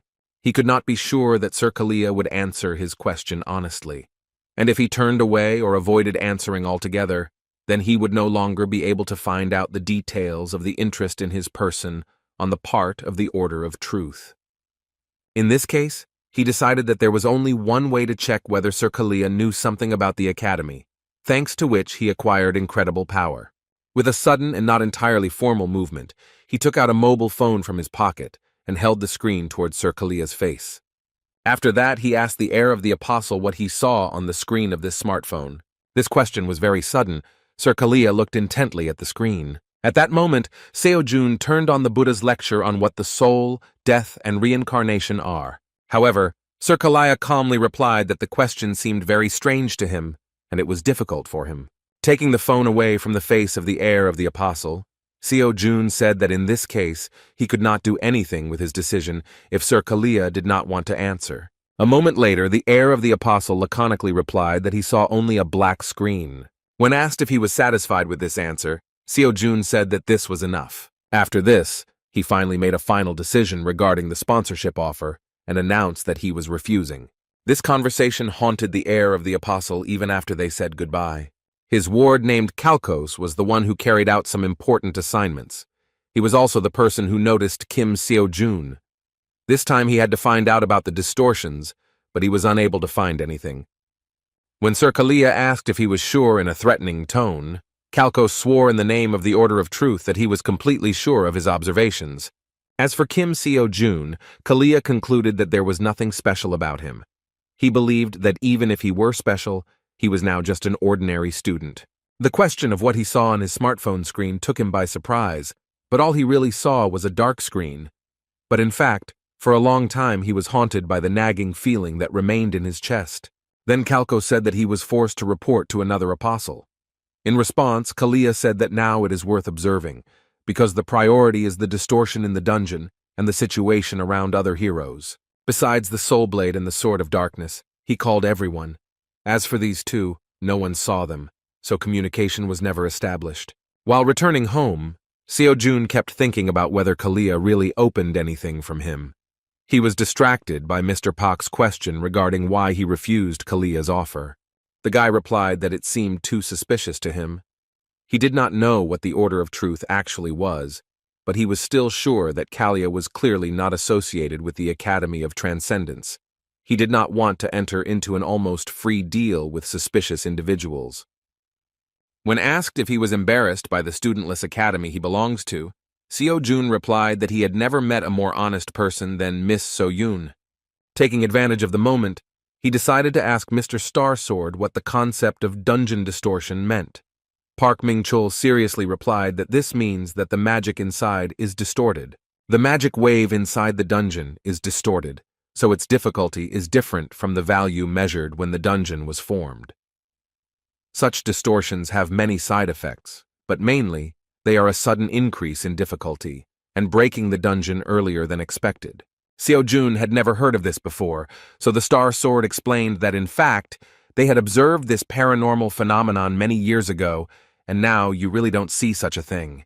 The words that such a phenomenon usually occurs during a cataclysm interested Seo-jun very much. At that moment, he said that in this case, Kalia meant that this could mean that the previous incident had not ended, but had only been weakened. In response, the old man asked him not to worry, saying that the heir must have made a mistake, because the cataclysm had already ended a long time ago. They were heading to So-yun's academy, but the old man suddenly turned around and left, saying that Seo-jun had no need to know about his affairs. Finally, he sternly warned that if the young man tries to do some strange things with So-yun, then he will not live. In response, the insolent boy said that this meant that the Star Sword recognized him, but the old man displeasedly explained that he meant that he continued to follow him. With an absurd laugh, Seo-jun again crossed the line of what was permitted, and asking the old man to be honest, suggested that it was precisely because of this that So-yun was moving away from him. Seeing the anger and bloodlust on the part of the great hunter, the ridiculous guy said that he did not want to be beaten again, after which he hastily left, heading towards the Dream Academy. Returning to the academy, Seo-jun came to the conclusion that it would not hurt him to become stronger as quickly as possible, so as not to be afraid that one day the Star Sword would decide to beat him to death.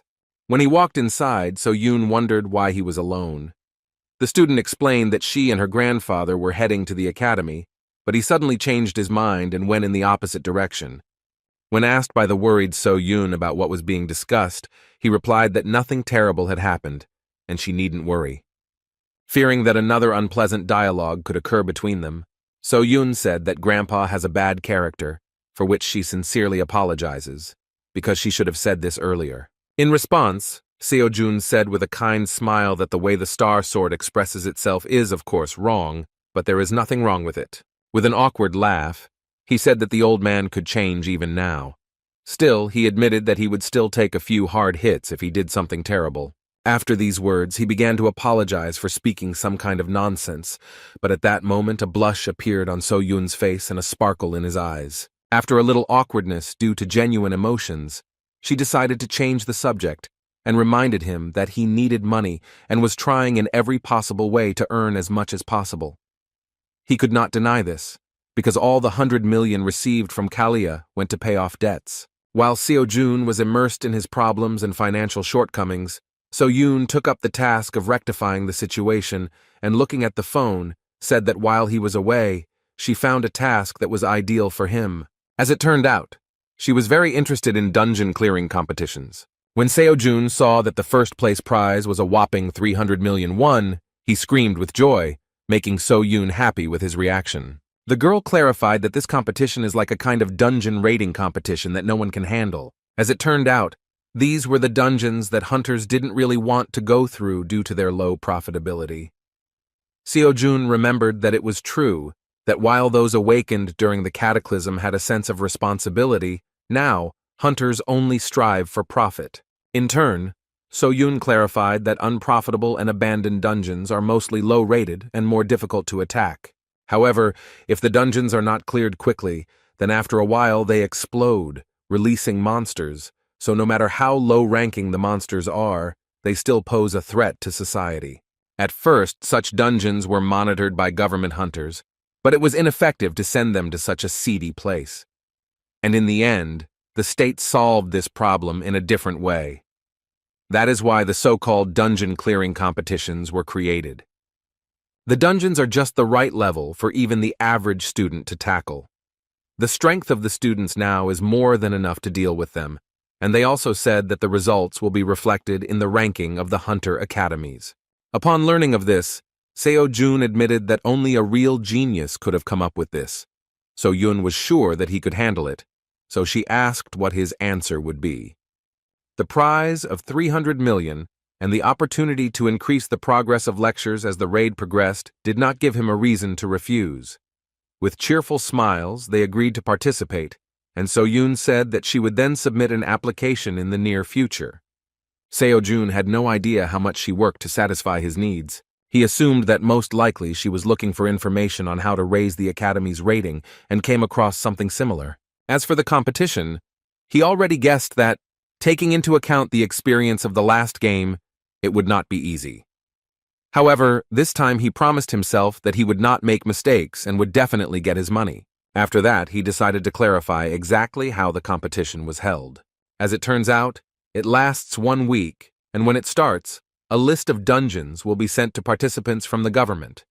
Participants can then check the list and book the dungeon they want to clear through the app. To prevent monopoly, dungeons are given 10 hours to complete, and you can only book one at a time. In extreme cases, the reservation will be automatically canceled. In this case, speed is life, so the one who clears the most dungeons the fastest will win. In response, Seo-jun suddenly said that it was difficult. As it turned out, he meant that after the raid it was necessary to get rid of the corpses. Seo-jun grabbed her head and said that there is no need to do this, because they won't give a lot of money for it.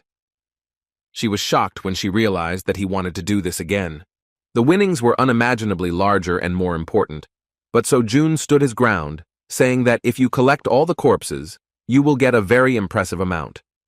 That's why he said it would be difficult. Seo-jun continued to shake her head to the sides, demonstrating that she did not agree to such madness. Lost in thought, he remembered that he had previously pondered tactics for quickly clearing dungeons. After that, he immediately energetically reached for the phone. He wanted to clarify the competition rules to see if the trick he had in mind could be used. A few days later, competition day began. Seo Jun had downloaded the dungeon tracking app in advance, so it seemed like they were ready. However, they were actually waiting for one more person whom Seo Jun had called as his assistant. Seo Jun happily said that the person in question would soon find them, because if finding the road were an ability, then even the Star Sword would not be able to compare with him. Within a moment, Mr. Ajusi came to them. With a kind laugh, Seo Jun said that this time there would be no penalty for being late. Ajusi Minchul was the assistant that Seo Jun decided to take with him on raids. A few days ago, he suddenly pulled him away from work with an offer to work in the same team.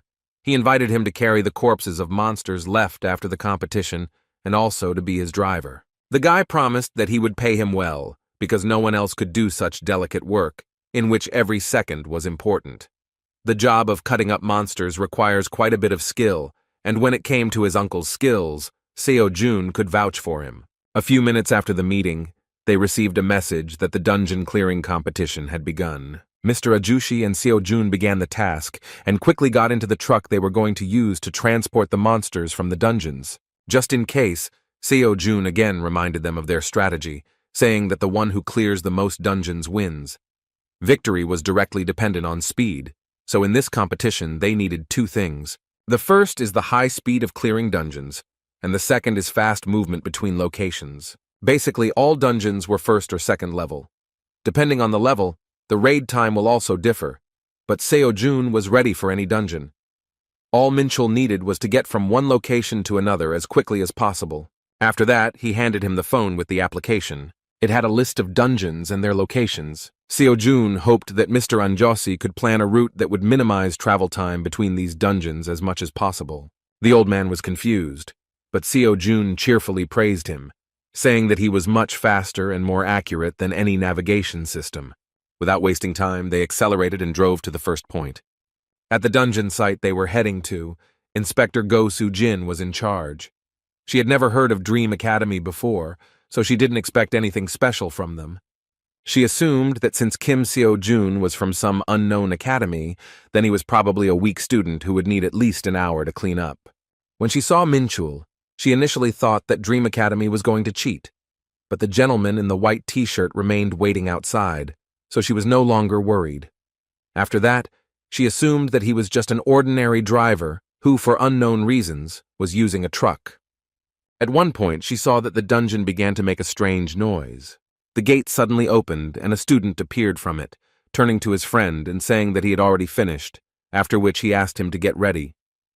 Anjosi was surprised because he didn't even have time to drink coffee. Madame Gu didn't understand what was happening, so she hurriedly said that according to the rules, outsiders were prohibited from interfering with the dungeon raid. Seo Jun did not understand the reason for her excitement and calmly replied that he knew about it, but the raid had already been completed. As expected, the nervous inspector couldn't believe it, so she hurriedly went inside the dungeon. What she saw simply shocked him.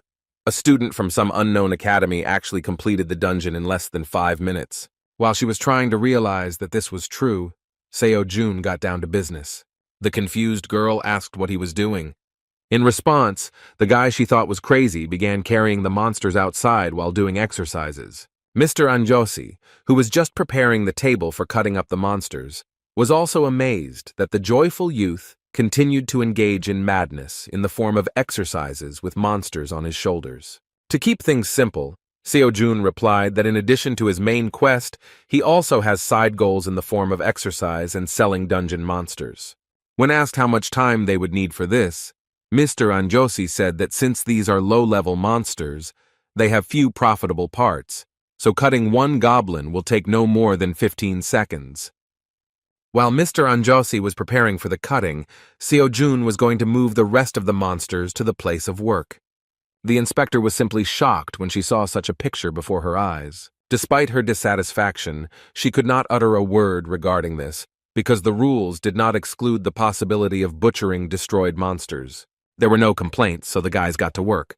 As soon as they finished, they immediately clarified what their next route would be. As a result, Mrs. Gu, who saw something crazy, was freed from her work in just about 10 minutes. The inspector of the next dungeon was having a nice time in nature after another hard day at work at the computer, when suddenly a truck flew past him, blowing away the butterfly that was sitting on his hand.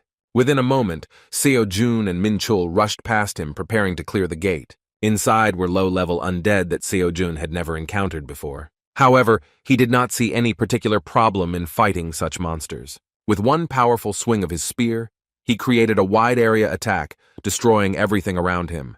Another batch of bones completed the work of Mr. Anjosi. In front of the confused inspector, he began to extract all the bone marrow, which was the only valuable thing of this undead. In just 5 minutes, the guys finished and hastily left this dungeon. Mr. Inspector found himself alone with nature again, realizing that his great time was over so quickly that he was forced to return to work in the office. Towards the end of the day, the deputy of the dungeon management team at the Ministry of Public Administration and Security finished his report regarding the first day of the competition and left it on his boss's desk. The head of the office began to look through the quite expected results, and first of all came across the statistics of the East Academy and its representative Lee So-yeon, which was able to once again surprise him with the incredible statistics of 16 cleared dungeons. He expected her to get first place, but was surprised when he noticed that she was currently in second. It was expected that in this case, someone would be found who was able to cope with this task, clearing, most likely, 17 dungeons. He was simply shocked when he saw that some Kim So-jun was able to clear as many as 32 dungeons. Not understanding these results, he distracted his deputy to clarify the results. Showing him the documentation, he wondered if they had made a mistake, indicating that someone had accomplished the impossible by clearing as many as 32 dungeons in a day. The head of the office was simply stunned when he heard that, according to the inspector, those guys moved between dungeons extremely carefully without losing a second, finishing all the raids in no more than 10 minutes.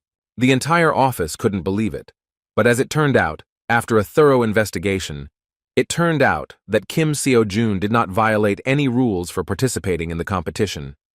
To understand who we were talking about, the head of the office decided to ask which academy this mysterious student belonged to. As soon as the deputy mentioned that he was from the academy, which is located near Seoul in the Yunpenggu area, the head immediately realized that he was talking about the Dream Academy.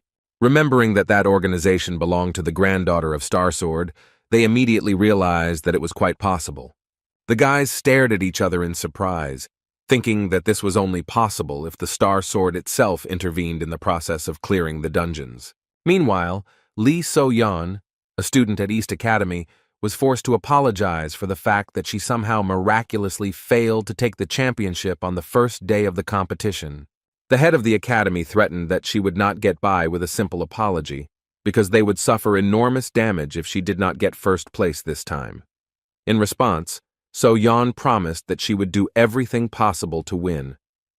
However, in response, she heard a question about whether an ordinary person could cope with the dungeons the way the winner of the first day did, because we were talking about as many as 32 cleared locations. Lee So-yeon thought that this would require completing raids every 10 minutes, but even so, given the distance between the dungeons, this is simply impossible. Rising from the table, the head surprised her with his opinion, saying that this is possible, but only if someone helps this student. Walking towards the window, he suggested So-yeon do what she did before. When he said that he would take care of the rest himself, his reaction suggested that he was going to go the route of deception. This vile man is her father, as well as a former A-class hunter who now serves as the headmaster of Vostok Academy. Lee Seok-man, addressing his daughter, asked her not to take such methods into her head, because in the end, this is the law of life, where the most cunning survive and what matters is who wins, and not who is right. Despite the internal conflict, she could not go against her father's words, because she completely agreed with such a true truth of the modern world. After leaving her father's room, she remembered his words that he believed that she would not act as stupidly as the idiot Jin-soo. Jin-soo remained in her memory as the guy who said that in the heart of a professional hunter, there must be something that she should never compromise with. His words seemed nonsense because everyone knew that in this world, money decides everything. However, the naive and simple guy insisted that if money darkens your heart, then the world will not seem the same. He promised that he would become a professional hunter, which would make people's hearts tremble. His words gave her false hope. She felt better being around him. This guy turned her life upside down, because he inspired her that she had hope of getting rid of the heavy shackles of such a reality. However, now that he was dead, she tried to forget about his words that were so firmly in her memory.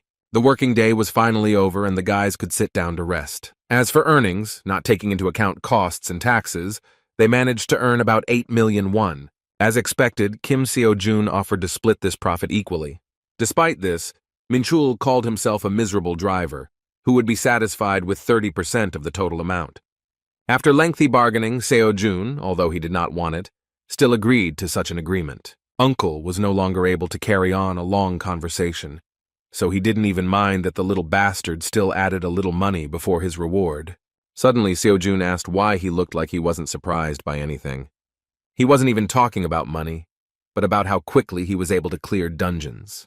Uncle unexpectedly replied that he had actually already seen him in action at academic competitions, but did not want to burden him with calls. Seo-jun was very happy that he could work with such a person. For him, his uncle is a very straightforward person, but he is one who always encourages. After the loss of his parents, the guy had to pay his debts himself, and Mr. Min-chul took care of him, becoming a great support. Continuing the pleasant conversation, Seo-jun, paying attention to the recent success, asked if his uncle would like to open a transportation company. Min-chul didn't understand what they were talking about, because it was a lot of money, but Seo-jun promised that one day it would be possible for them. On the second day of the competition, the sensational dungeon robbers had already begun to be recognized.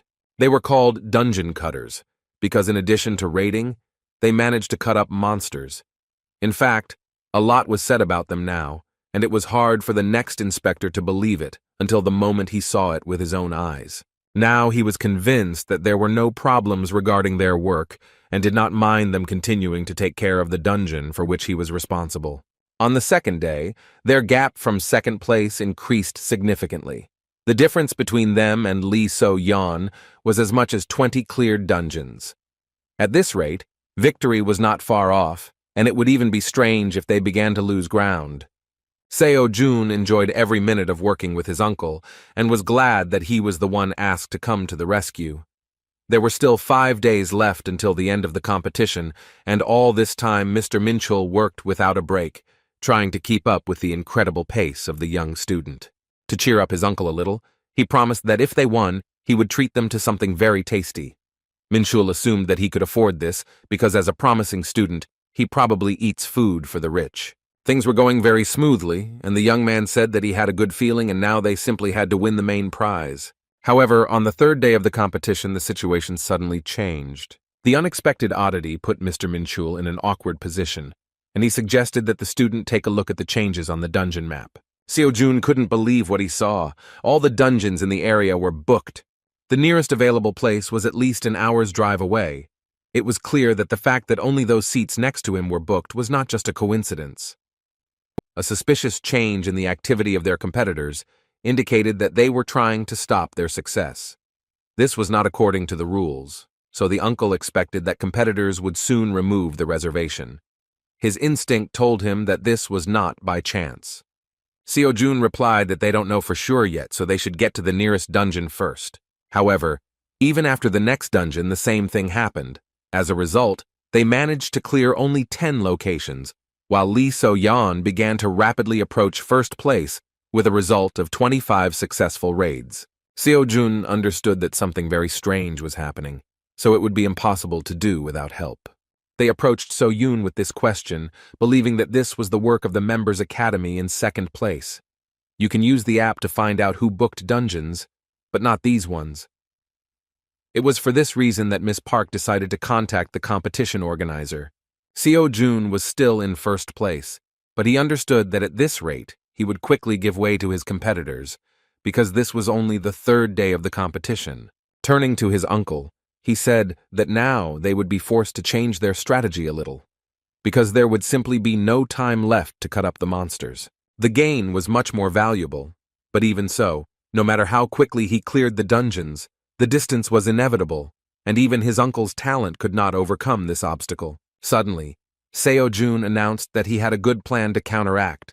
A very cunning thought came into his head, which surprised So-yoon and Manchul.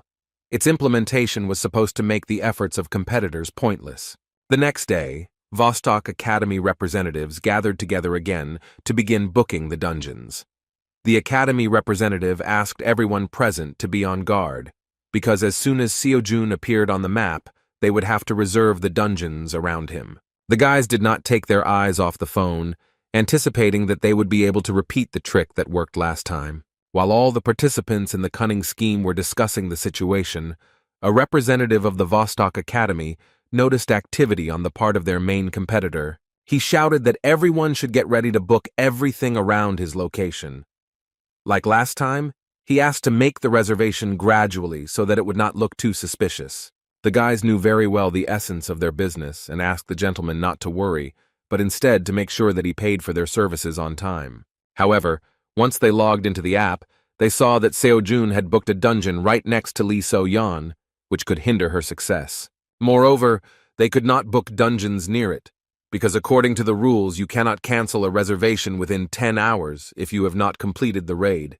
The cunning plan of the Vostok Academy collapsed with unprecedented speed, and their representative suddenly felt a tremor. Meanwhile, as usual, the cold and imperturbable Lee So-yeon cleared the next dungeon without any problems. Returning to the chauffeured car, she surprised him by completing the task in less than 15 minutes. However, as soon as her driver looked at the map to select the next location, his face broke out in a cold sweat. They couldn't believe that their competitor would reciprocate and book all the dungeons around them, using the same approach. The competition's top players finished day 4 with nearly identical results. Seo-jun was able to stabilize the rankings with this approach, and using the advantage he gained during the first 2 days, he could comfortably win this competition. As it turned out, the director of the Vostok Academy was not very excited about such a move on the part of the competitors, and came up with another way that would allow his daughter to get first place if she continued to clear dungeons in the same spirit. On the 5th day, both sides competing for first place were forced to meet due to their dungeons being next to each other. The inspector, feeling some tension, said in advance that quarrels between participants were prohibited, and violation of the rules would result in disqualification. When both students approached each other to meet each other, Kim Seo-jun said that no matter who wins, everything should be fair between them. He recalled that this competition was started with good intentions. Lee So-yeon wasn't even going to admit that she was the first to cheat in order to slow down her competitor's pace. And yet, looking at Seo-jun, she thought about his words and remembered a friend who also constantly talked about good intentions. She believed that such a thing did not exist in this world, so she was not even going to believe his words. During her life, she learned that people are by nature selfish no matter what they do, and their actions are based on personal gain. That is why people help only when it is beneficial for them, so that they can then abandon you at the right moment. In this cycle, she saw no room for good intentions, so she, with a once again cool mind, continued to exterminate the monsters in the dungeon. As soon as she left the gate, she saw the surprised inspector who could not believe that the rumors about Seo-jun's madness were true. At that moment, something unimaginable was happening that even attracted the attention of Lee So-yeon.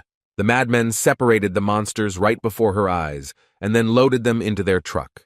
The girl was surprised, while Seo-jun, with the dead monster on his shoulder, noticed that she finished the raid even faster than he expected.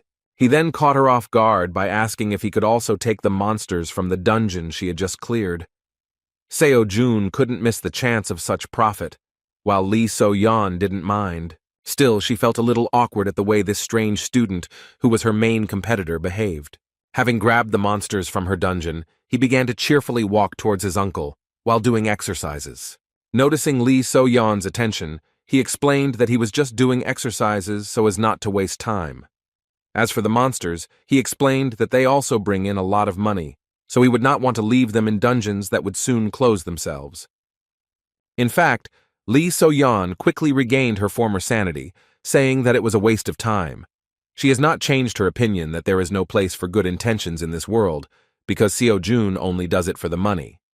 Her brother, who tried to force such an idea on her, once said that he would reach the level of a professional hunter, which would make people's hearts tremble. However, in a time when anyone can become a professional hunter, she saw it as nothing more than an ordinary profession, which is also practiced by selfish people.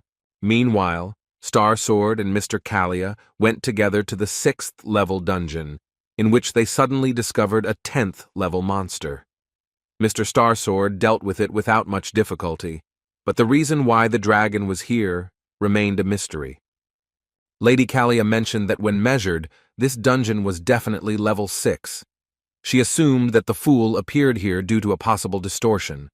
Mr. Park considered this nonsense, saying that the distortion could not appear in this way, and it was more like the work of the Order of Truth. Moreover, he even said that this very much reminded him of the events that happened 30 years ago. In response, Lady Kalia admitted that she fully understood his concerns, but swore on the honor of the Order of Truth that they did not do this. Their conversation was suddenly interrupted by Young Jimin, the Star Demon's disciple. She said that she would investigate this phenomenon instead of her master, because unlike the Star Sword, old age did not spare him. After a short examination, Miss Chan said that she definitely felt an anomalous flow of mana from the destroyed monster, but it did not look like a distortion. Despite this, Mr. Park said dissatisfiedly that a monster of the 10th level was a mere trifle, and therefore he did not notice anything strange. And yet this has not happened since the advent of the Berserker. In response to such a conclusion, Mrs. Kalia asked what would happen if a similar mutation occurred with the rest of the dungeons. Naturally, we were talking about increased danger for ordinary hunters. Even though the chance was low, Young Jimin still said that this case cannot be ignored. In order to find out the origin of these changes, she suggested gathering more information by asking the head of the Hunter Association to measure all the low-rank dungeons again. Meanwhile, something unexpected happened within Seoul. Experts discovered a very rare phenomenon, as many as 3 dungeons appeared in one place. This was the first time they had seen something like this live. The last few days have been simply terrible for the Dream Academy team. Wherever they went, the seats were occupied. Moreover, now they were haunted not only by the hunters, but also by the inspectors themselves. Returning to the academy, Mr. Minchul could not contain his dissatisfaction due to the fact that the inspectors turned out to be corrupt. Nevertheless, the second method turned out to be more effective, and it was simply impossible to win in this case with a counter trick. Seo Yoon literally flared up because of this. She shouted that she wouldn't do this anymore and now she would rebel even if she had to use her grandfather's name. As a result, they still managed to take advantage of their connections and stop such activities on the part of inspectors and hunters, as a new decree was issued on the rules of the competition. The past could not be returned, so Seo-jun counted on a few days of quiet work, but it turned out that everything was not so smooth. This time, competitors began to obstruct them on the road, creating false incidents that blocked the path. Everything is back to normal again, now Lee. So-yeon has even taken first place with a margin of 1 point. Dream Academy met again to discuss strategy. Those who prevented them from going further insisted that they had nothing in common with Lee So-yeon. The head of the dungeon management promised to deal with this matter directly. Seo-yoon also revealed that she recently learned that Lee So-yeon's father, Lee Seok-man, is actually the director of the East Academy where she belongs. Moreover, according to her, Lee Seok-man is a former A-level hunter, one of the few people his grandfather recognized. In fact, it wasn't really about the fact that this professional hunter is so strong, he's just tongue-tied, which is why he managed to acquire such connections. Because of these details, the director of Dream Academy was afraid that they would not be able to conduct an investigation, because even if they found out his involvement in the case, it would be too late. The tension from the hopeless situation took over and plunged the guys into a kind of temporary despair. So-yoon, sighing heavily, apologized to the student for the fact that this was all she could do to help him. In response, the confused guy asked her not to blame herself, because all this time she had been helping them, supporting them, and giving them a chance to continue this competition. Mr. Minchul, in turn, supported his nephew's words, saying that So-yoon really did everything she could. The rest depended only on themselves. Noticing that Seo-jun had fallen silent, Mr. Minchul angrily asked him to say everything that was on his mind, so that So-yoon would stop worrying. Judging by his sly smile, he really was up to something crazy. The impudent Seo-jun again caused trouble for the Vostok Academy, because he managed to overtake them again. According to reports, he only started booking dungeons when he was already near them. Therefore, it was simply impossible to predict where he would go next time. Moreover, they decided to abandon the heavy truck. The competitors were shocked that it only took them 5 minutes to book and clear the dungeon. It was no longer possible to even bribe the inspectors, because the Dream Academy complained about their work, and therefore the Dungeon Management Department placed additional surveillance on this process. Lee Seok-man couldn't believe how they managed to get the management board involved so quickly.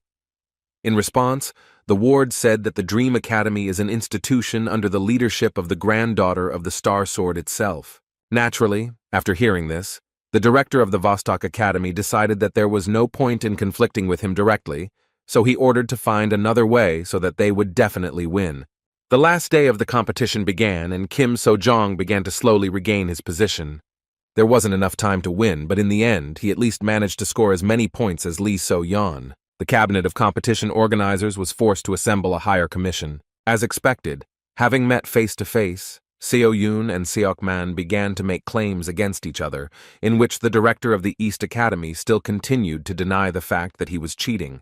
Their argument almost turned into a fight, and the director was forced to stop the conflict.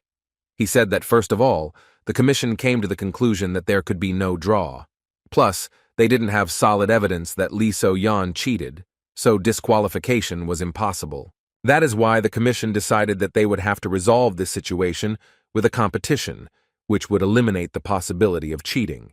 The next day, an additional stage of the exam began, in which Shin Young-seok, the leader of the dungeon management team, was in charge. Kim Seo-jun was determined to get his 300 million won charm. Of course, Lee So-yeon was going to do her best to live up to her father's expectations. Having met the participants, Young-suk said that first he should explain how the final round will take place, after which the winner will be determined. The rules were simple. They were given the chance to choose one of 3 dungeons. At the end of the cleanup, the one who completed the task first had to proceed to the second. The winner will be the one who clears 2 dungeons. In response, Seo-jun asked what was the point of raiding the second dungeon if, in fact, the one who completes the first one faster wins. As it turned out, at first they wanted to do this, but could not find a suitable place where only 2 dungeons were connected.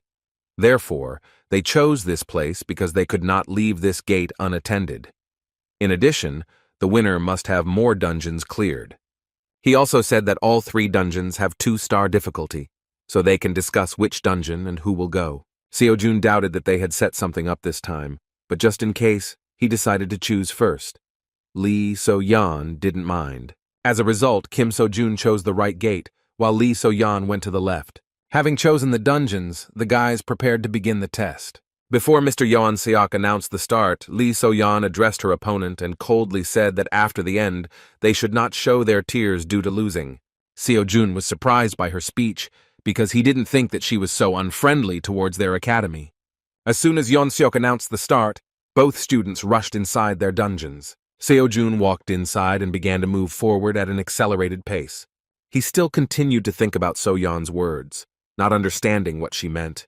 Still, victory was much more important than her brutality, so he put those thoughts aside for later and concentrated on the presence of monsters. Initially, he thought that he would meet ordinary kobolds, but not to mention them.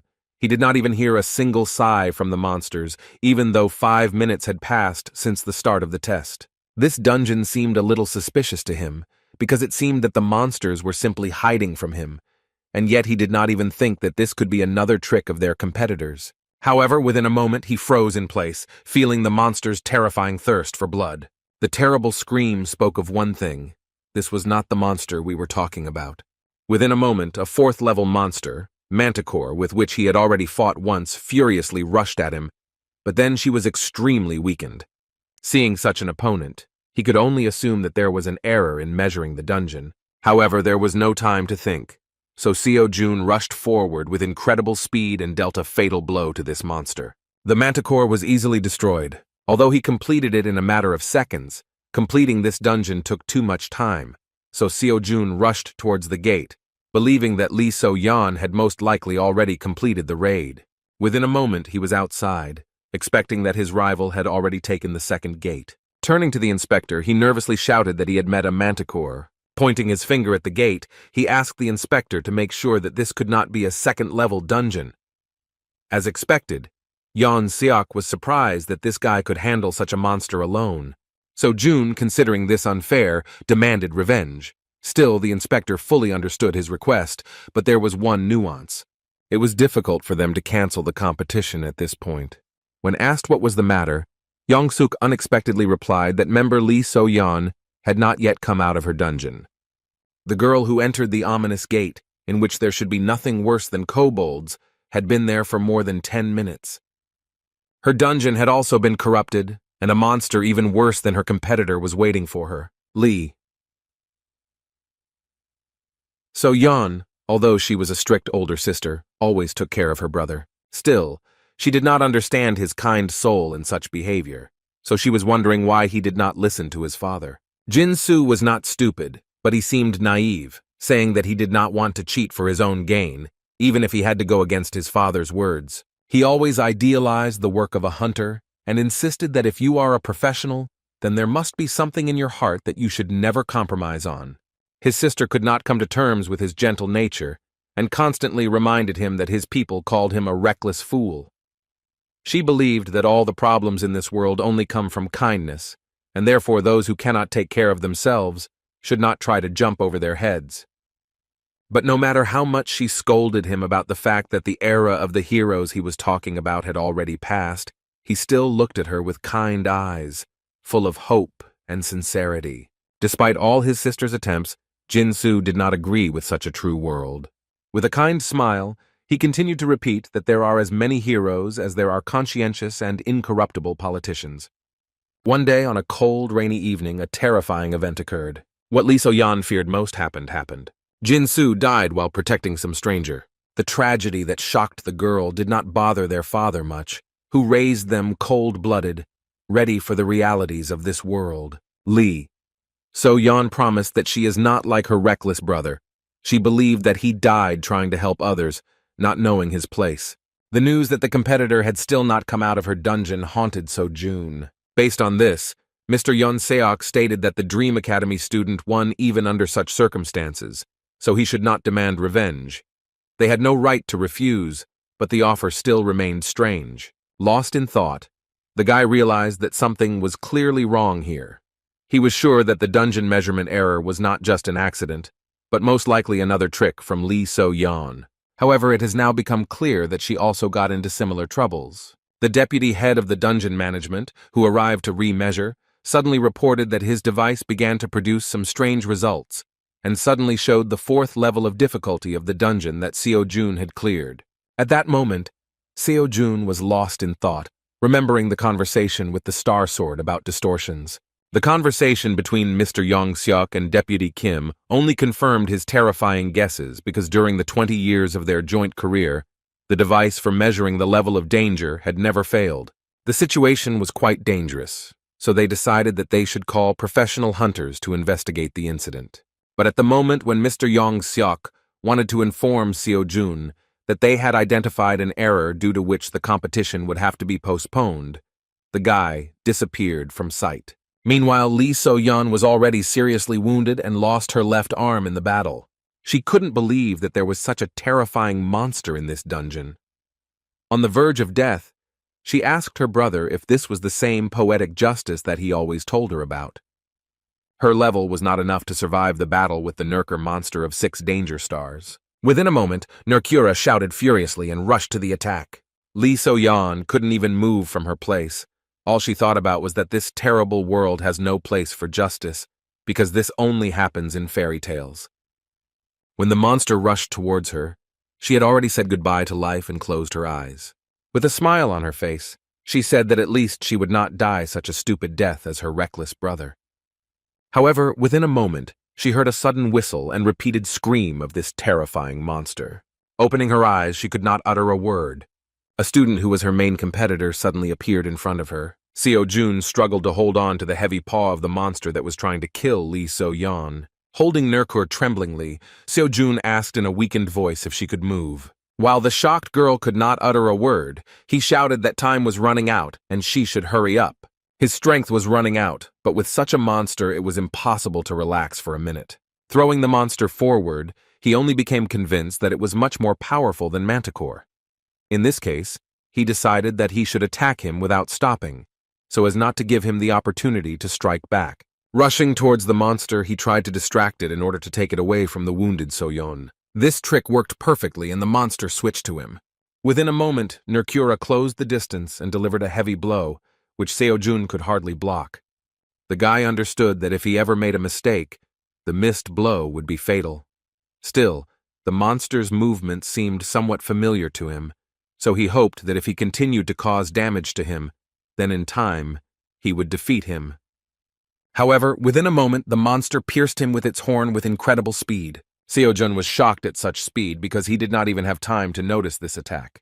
With a wave of its head, the monster threw the wounded Seojun aside. Seojun fell next to Lee So-yeon. His body began to tremble in pain, but he could not give up.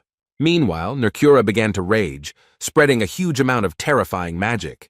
Rising to his feet, Seojun, remaining calm, said that the monster was more agile than he thought.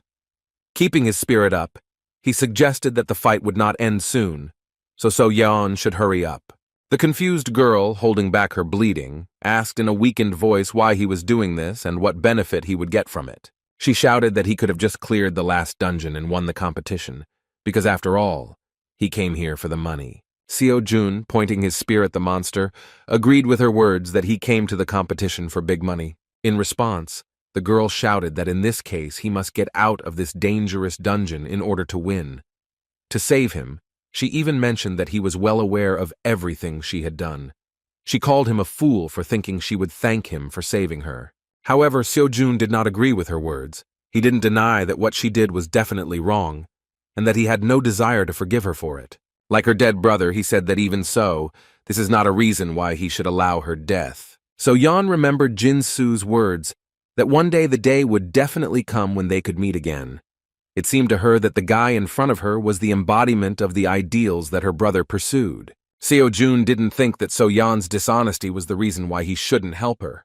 Looking at the stupid girl, he shouted displeasedly that there is no reward in the world more valuable than saving a person. While they were talking, Mercura became much more serious and rushed to the attack again. Seojun was not going to run away to protect So-yeon. He again concentrated on fighting the monster. At that moment, Chiron's words about intuition as being part of the mind suddenly came to his mind. He said that most students do not quite understand the meaning of his words because the part of the mind means assessing what is happening. He once said that assessing what is happening is a waste of time, and he did not deny this, because if you assess the situation, you will have no time to make a decision. However, most perceived the words incorrectly and began to refuse to evaluate and think. At that moment, he said that he had been saying from the very beginning that intuition should be part of the mind of the transcendent. As soon as Seojun concentrated on the monster with this thought, he subconsciously connected his mind with his feelings. The true form of intuition he awakened gave him a clearer view of the situation.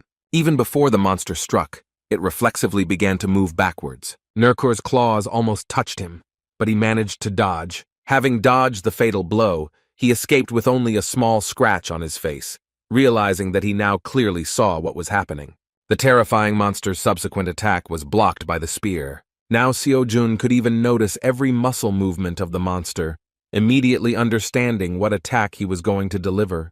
Jumping up, he managed to avoid the long horns of the monster, which once pierced his body through. At this rate, he could hold out until the professional hunters arrived, because the inspector, most likely, had already called them, so they should soon come to the rescue.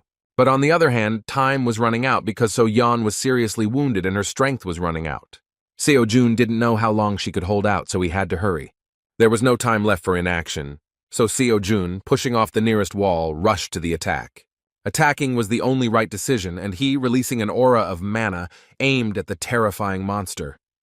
The monster did not have time to move, but its mana armor was at a completely different level, so it did not yet feel the danger. Approaching the monster, which used even more magic to strengthen itself, Seojun began to instinctively sense its advantage. Even though his whole body was screaming that he would not win, he still had no intention of retreating. By spreading the aura onto his spear, he strengthened his weapon many times over. With a furious cry, without changing his trajectory, he delivered a powerful blow to the 6th-level monster.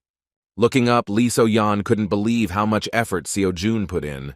While in front of her, he received another serious wound, but continued to stand, leaning on his spear. The girl could not believe that this terrifying monster of the 6th level was defeated by the forces of a student. Seo-jun managed to do it and exceeded his limits. Thanks to this intense battle, in which he initially had no chance, he managed to significantly improve the progress of Chiron's lecture. Taking the wounded So-yeon by the arm, he hesitantly said that he didn't know if he would die of embarrassment trying to help her. Seeing her condition, he asked if she was alive. He was really worried whether he had tried so hard in vain. In a weakened voice, So-yeon replied that she was still conscious. Hearing her voice, Kim Seo-jun breathed a sigh of relief. While So-yeon looked around at the defeated monster, Seo-jun asked her to concentrate on her well-being, because they no longer have time to delay with her condition. As soon as they left the dungeon, Mr. Soyek immediately called an ambulance, horrified by the condition of the students. So-yeon, lying on the ground, suddenly said that despite what had happened, she still did not consider Seo-jun her benefactor, because she still regarded his action as a mistake. Sighing heavily, student Kim said that he didn't care, because he didn't want to save her. As soon as the news of the dungeon-clearing competition came out, the community went wild. The fact that a 6-star monster appeared in the 2nd-level dungeon was not a measurement error, because there had never been a single case before when the difference in levels was so large. This situation attracted the attention of not only ordinary people, but also the association and the government, who, in turn, were of course surprised. The news that Dream Academy student Kim Seo-jun had defeated Nercura spread with incredible speed and amazed everyone. Meanwhile, Mrs. Kalia learned that the Apostle of Temperance was waiting for her to visit. Her assistant suggested that this most likely related to the curvatures that originated in Korea. Young Jimin, who is investigating such distortions, was sincerely amazed that the person who dealt with the monster belonged to So-yoon Academy. Mr. Starsword hid his true reaction in her presence by calling Seo-jun an ugly dwarf. After some time, Seo-jun came to his senses and guests began to come to him. But all this time he continued to whine about lost earnings. Mr. Minchul didn't understand the reason for his worries, because he almost didn't know how to fight a 6th-grade monster in a dungeon. As it turned out, at the end of the competition, the commission decided to make a draw, dividing the prize in 2. Seo-jun fumed, saying that in that case they could decide the winner through a game of mokjipa, but he left out the detail that So-yeon lost her left arm. The cunning Seo-jun was counting on this. His uncle said in surprise that because of the mania for money, he had lost his humanity. The ridiculous dialogue about how to determine the winner was interrupted by So-yeon. Looking at Seo-jun, she excitedly asked if he was okay. Uncle Minchul answered for him, saying that he was just crying because of a draw. Hearing this, So-yeon was surprised, asking why they decided that.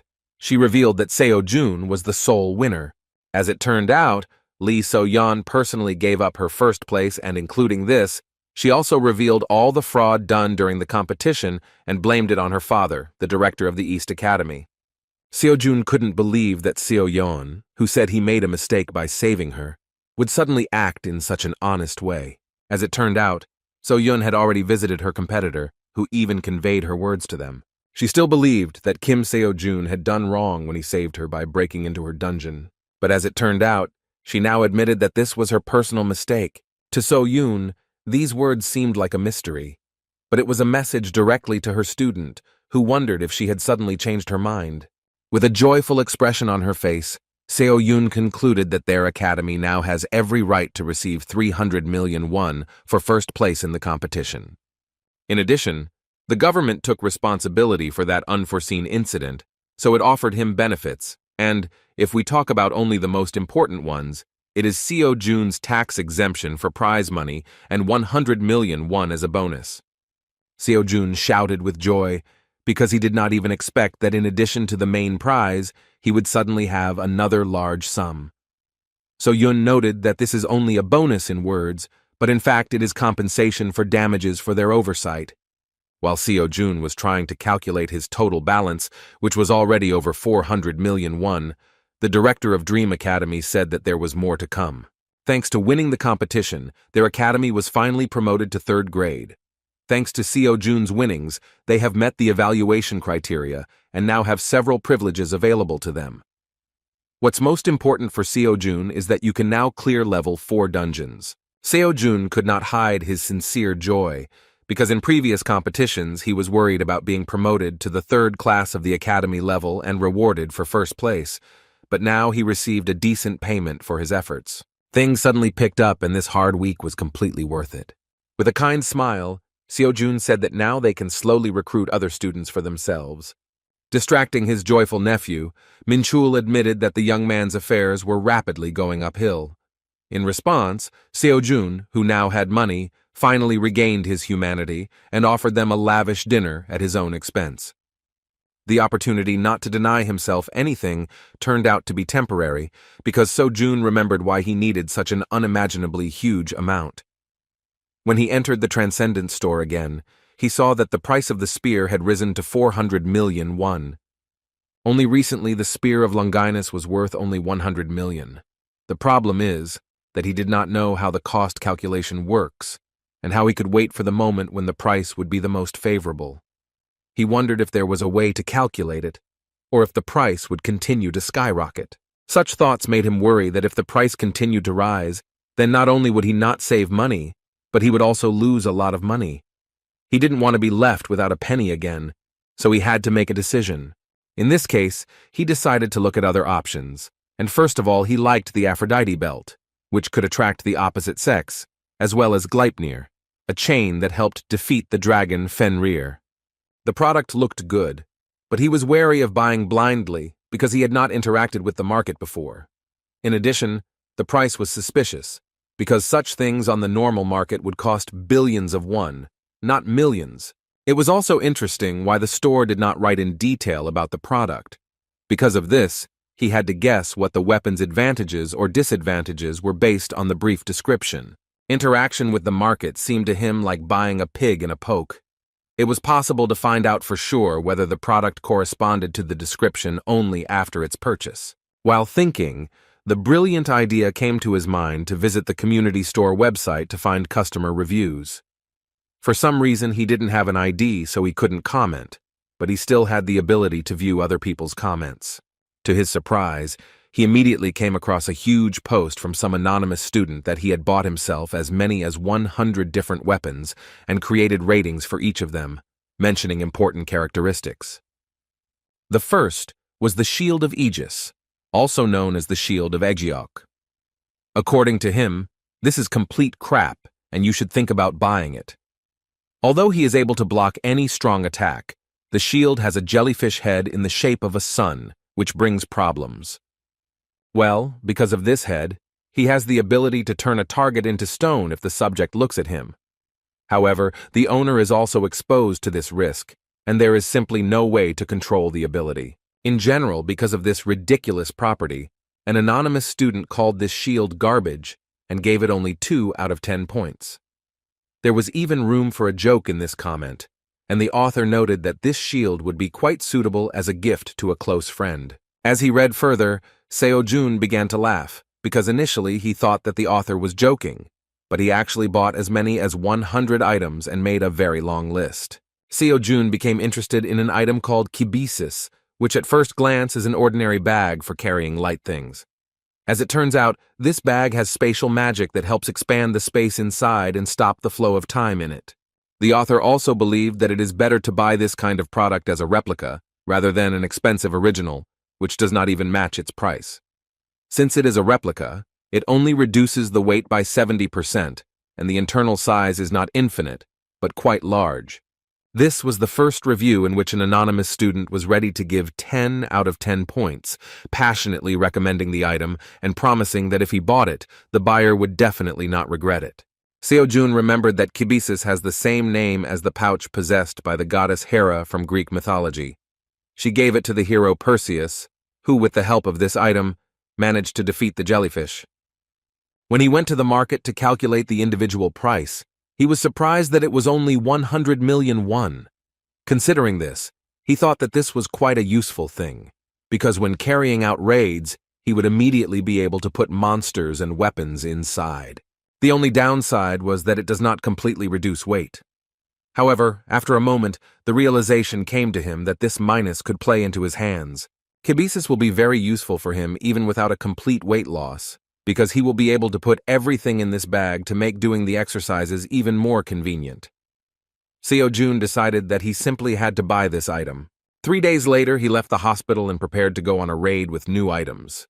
In his hands was his new spear, which even in life looked simply amazing. As with the Kibisis, he still had to test the effectiveness of the new items, but he already felt that an unusual aura was emanating from the spear. And yet, his savings book was empty again. Despite this, he was not upset because he bought what he wanted.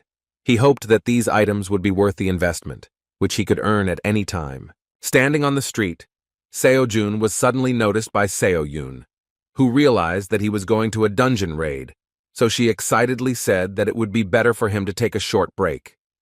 He replied that he was fine and there was no need to worry about it.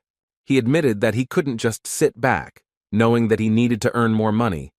So Yoon was surprised and said that in fact, he only recently received a big cash prize. She was simply shocked when she heard that he had already spent every last penny. Looking at his weapon, she understood without words how he managed to spend a huge amount in a short time. Seo-jun decided to buy a spear and a strange bag despite complaining about his empty pockets, but he looked happier than he had ever seen before.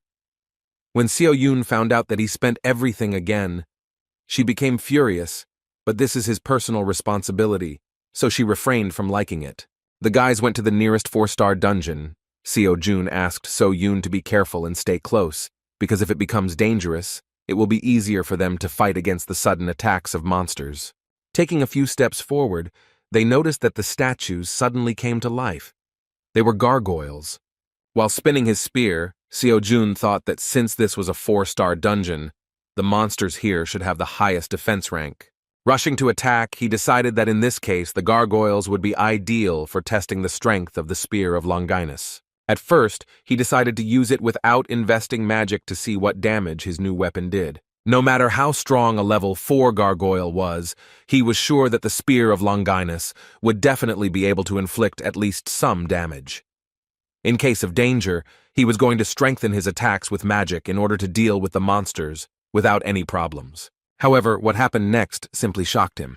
Having come into contact with the monster, the spear easily tore it into 2 parts. Seo-yoon and Seo-jun immediately looked at each other, not understanding what had happened. The mentor did not understand at all why the student was asking her about this, if he himself made this incomprehensible blow, which, without investing force, cut such a monster in half. Seo-jun decided to check the spear again, and, as it turned out, his own aura was more than enough to not sense such monsters.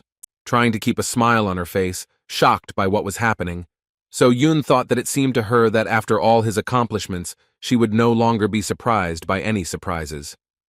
As it turns out, this is far from the case. She couldn't believe how the hell a gargoyle cut as easily as tofu.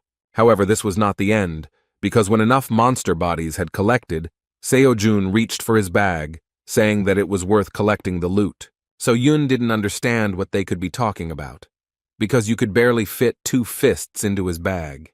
However, within a moment, Seo-jun began stuffing entire bodies of monsters into it. Watching this, she was speechless, and Seo-jun began to jump, saying that even though the bag reduces the weight by 70%, it still feels a little heavy. Having checked the properties of the new item, he threw out a mountain of monsters from the bag in order to use it at the end of the raid. When Seo-yoon came to her senses, she awkwardly asked whether the prize was 400 million won or $400 million. She couldn't believe how he managed to acquire such incredible things for that kind of money. Seo-jun found himself in a difficult situation and began to become visibly worried because the academy director wanted to know where he was able to get such things. He answered hesitantly that he bought them at a hunter's store that he wandered into in passing. So-yoon's face began to glow with incredible joy, and she shouted that she wanted to know where this place was. Seo-jun replied that the store was located in a dark alley next to his house and was intended for academy students. So-yoon was surprised that you can really buy such cool things there for only 400 million, after which she asked to quickly tell the exact address. The lie had completely exhausted itself, and Seo-jun was forced to disappoint her by saying that she would not be able to go there, because the last time he shopped there, the owner told him that he was planning to close and go on a trip. Looking at the ridiculous expression on her student's face, Miss Park knew perfectly well that he was trying to lie. Despite this, she sadly said that if he said so, then she was forced to believe him. After a moment, they had no time to talk. They felt the dungeon begin to shake violently. It became clear that this was due to the approach of a huge number of gargoyles. So Yun, grabbing her sword, said that she would take care of them herself, but her student quickly asked her to stop. He asked to be given a chance to deal with them with his own hands, since he had not yet fully tested his new weapon. The Spear of Longinus was indeed stronger than he expected, because it cut the gargoyle like tofu without any invested magic. Moreover, having felt the aura of this weapon, the monsters were afraid to attack alone, and always tried to do it only in a crowd. Now, Seo-jun decided to find out what would happen if he put the magic he had recently learned into the spear. When a whole crowd of monsters appeared in front of him, he decided to put into practice the teachings of Chiron, the enormous power that rips mountains out of the ground, erases all obstacles on the way, and dominates enemies. Concentrating on his spear, he poured his magic into it. After this, he began to use complete destruction. A huge sphere like an aura of magic formed around him. Seo-jun sensed the powerful power that she first saw her student use. The terrifying power that the magic-embedded spear possessed gave her goosebumps. The monsters that were already several meters away, sensing the incredible power, wanted to run back. But it was already too late. Seo-jun had already swung his spear, releasing terrifying energy towards them. A moment after that blow, they disappeared in the blinding blue glow of his magic. The area in front of them was destroyed, and part of the dungeon began to collapse. There was no trace left of the monsters, so Yun couldn't believe her eyes and couldn't even utter a word. Such incredible power shocked even the owner of the spear, because he did not even think that he would overdo it, and the gargoyles would simply disappear without a trace. Still, this is the holy spear with which, according to myths, Jesus was pierced while hanging on the cross. Despite the story behind the weapon, Seo-jun thought it would be a mediocre weapon and hoped it would be at least somewhat effective considering it was a replica. However, after he used it in the dungeon, he was completely out of it, realizing that with such a weapon it was worth holding back in most of his battles. Still, he was glad he didn't buy something else, because even though the price was enormous, the weapon was truly worth the expense.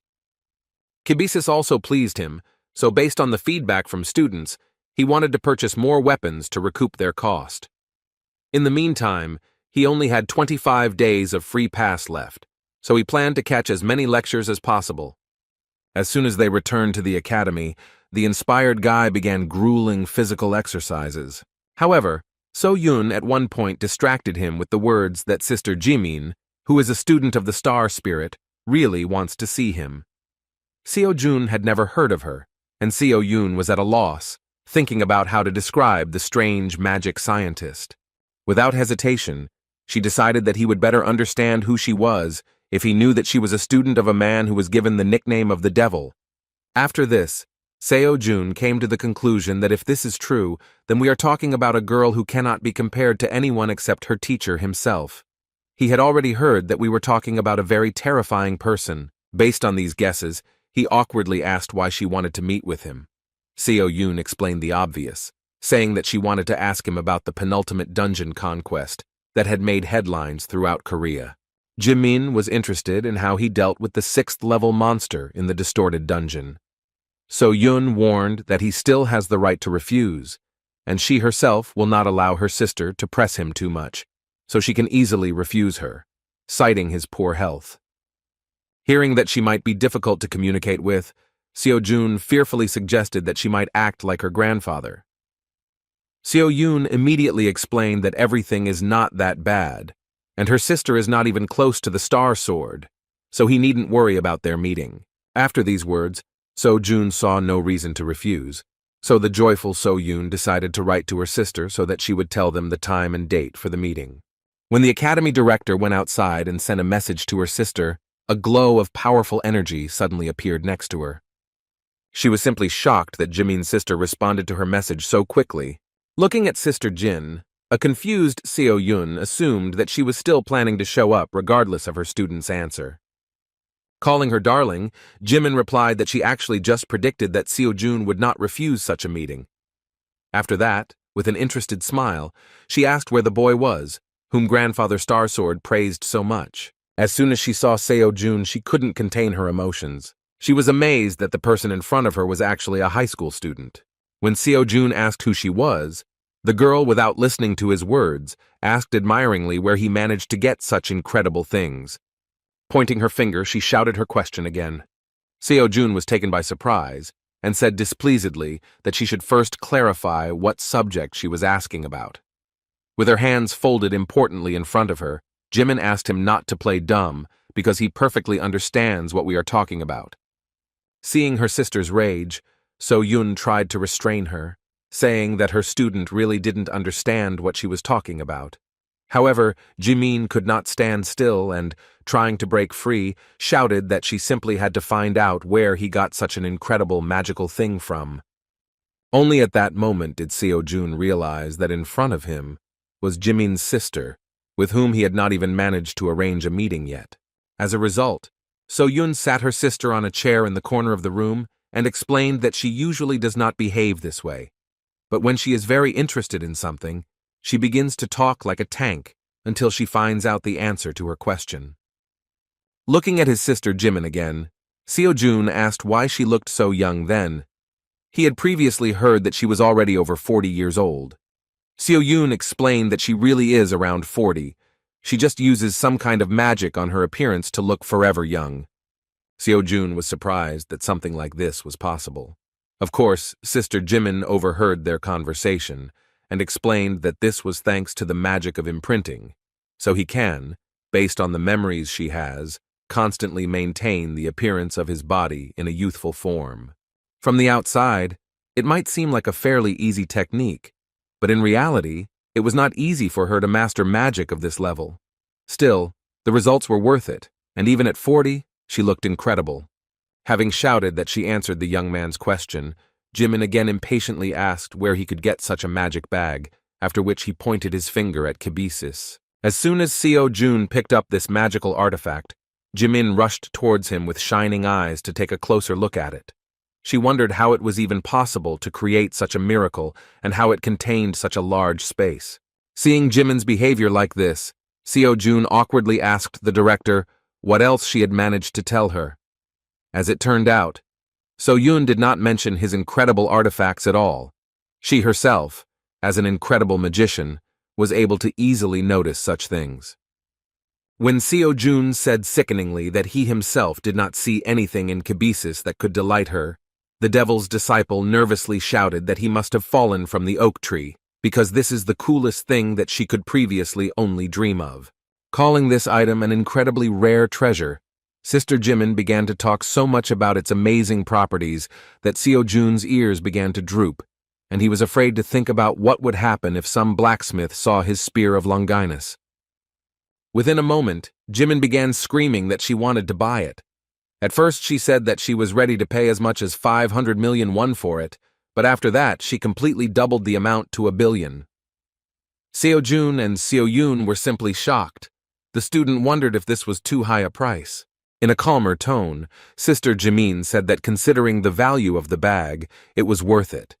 Especially since if she had seen something similar in the store, she would have paid many times more and would not have been able to return the money in installments. When she began to rush Seo Jun to make a decision, he thought that if she had found out that he bought it for only 300 million, because it was just a replica, she would hardly have offered such a thing. He understood that she really had a similar amount, and it would be very useful to him because with 1 billion won, he could solve the problems with buying a lecture. Despite this, he was forced to answer with a downcast face that this bag was not for sale. So Yun was surprised, because just recently he had said that he desperately needed money. After hearing her proposal rejected, Sister Jimin couldn't stand still and wanted to know the reason. She couldn't believe that even 1 billion won was not enough, but she was willing to listen to his counter-offer. Sighing heavily, Seo Jun knew that he had no choice but to let her try to use this item to see what the problem was. As soon as he picked up the pouch, He felt that her energy did not match his master's, so he began to release a defensive technique that hit her with a powerful electrical charge. Jimin's sister couldn't understand what happened, so Seo-jun calmly explained to her that no one else could use this item except him. Since no one else could even touch his things, resale was out of the question. When he purchased Kibisis, the Academy system informed him that reselling this product to a non-Academy student was strictly prohibited, as it was developed by previous students for the next generation. Even though Jimin gave up on trying to get the pouch, she was still fascinated by the mere fact that Kibisis has 5 different types of magic spells, including a protective one. She began to obsessively wonder where he managed to buy this item. She was willing to pay as much as 10 billion for information about where such items could be found. But as expected, the obvious lie from Seo-jun's mouth made it clear to her that an honest answer was out of the question. Taking into account his situation, she said that then he should help her in one matter. Since she could not use Kibisis, she asked him to help by participating in her venture.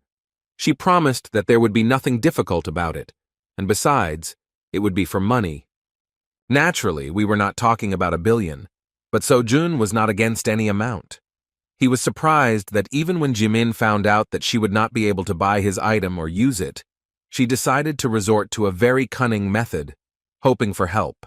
She understood perfectly well that if someone else just wanted to touch the bag, protective magic would work. However, it will be a different matter if the owner of the bag himself helps with this matter. There was little time to make a decision, but Jimin glared at him so much that he couldn't refuse her. Seo-jun didn't mind helping if she paid him decently. The joyful sister jumped up, anticipating an incredible exploration.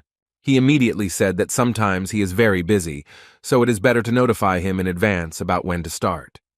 Jimin replied that it would be a little later, and she would inform the date and time in advance, and then they would go to the laboratory together. After that, she finally remembered the reason for her visit. Seo-jun immediately assumed that she was interested in the penultimate conquest of the dungeon. Jimin was ready to listen to a detailed account of what happened that day. Over a cup of coffee, she learned that Nerkura somehow ended up in the dungeon, but the magic cast there could not detect him. It seemed strange to her that the academy student was able to defeat her, but Seo-jun, without looking away, said that he was just lucky. Jimin could not accept this answer because we are talking about a 6-star monster, and even a high-class professional, when fighting him, was raked and carried away quite a few times. Still, any person would have suspected something was wrong, because even a professional could not defeat him. He was unstable only to the magic he used.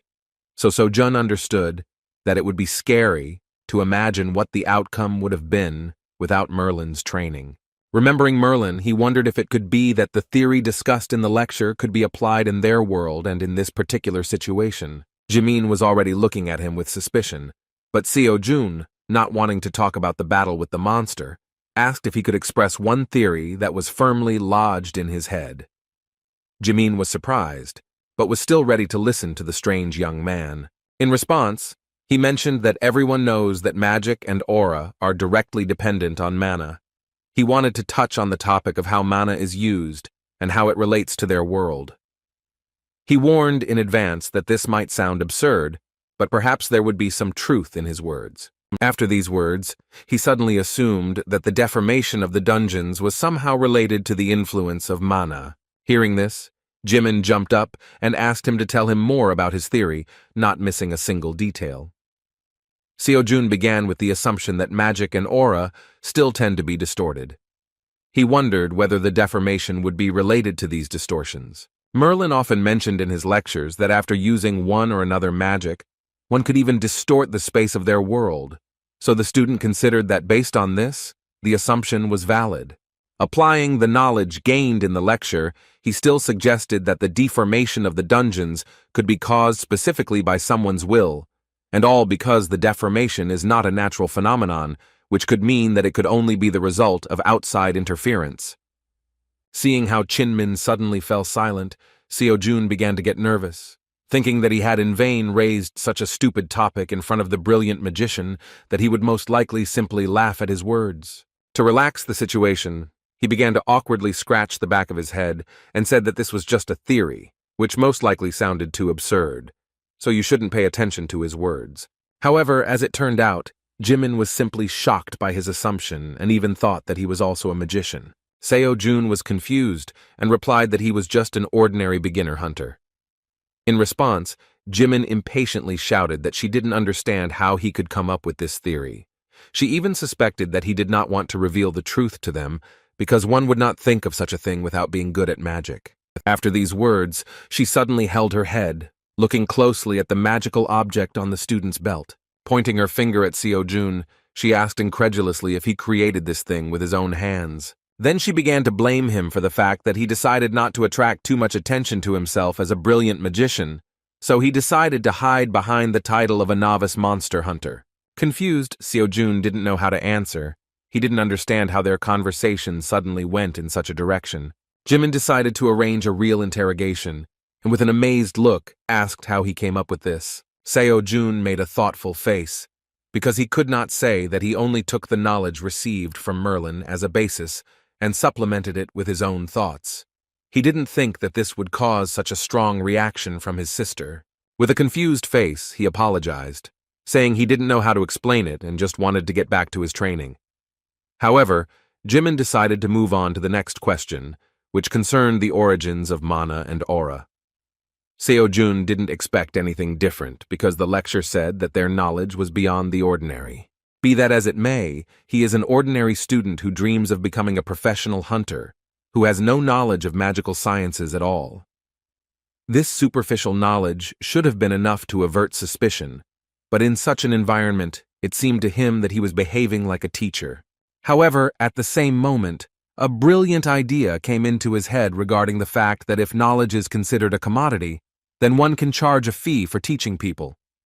Jimin's brainstorming continued, and she glared at him, expecting interesting answers, but Seo-jun remained silent as a fish.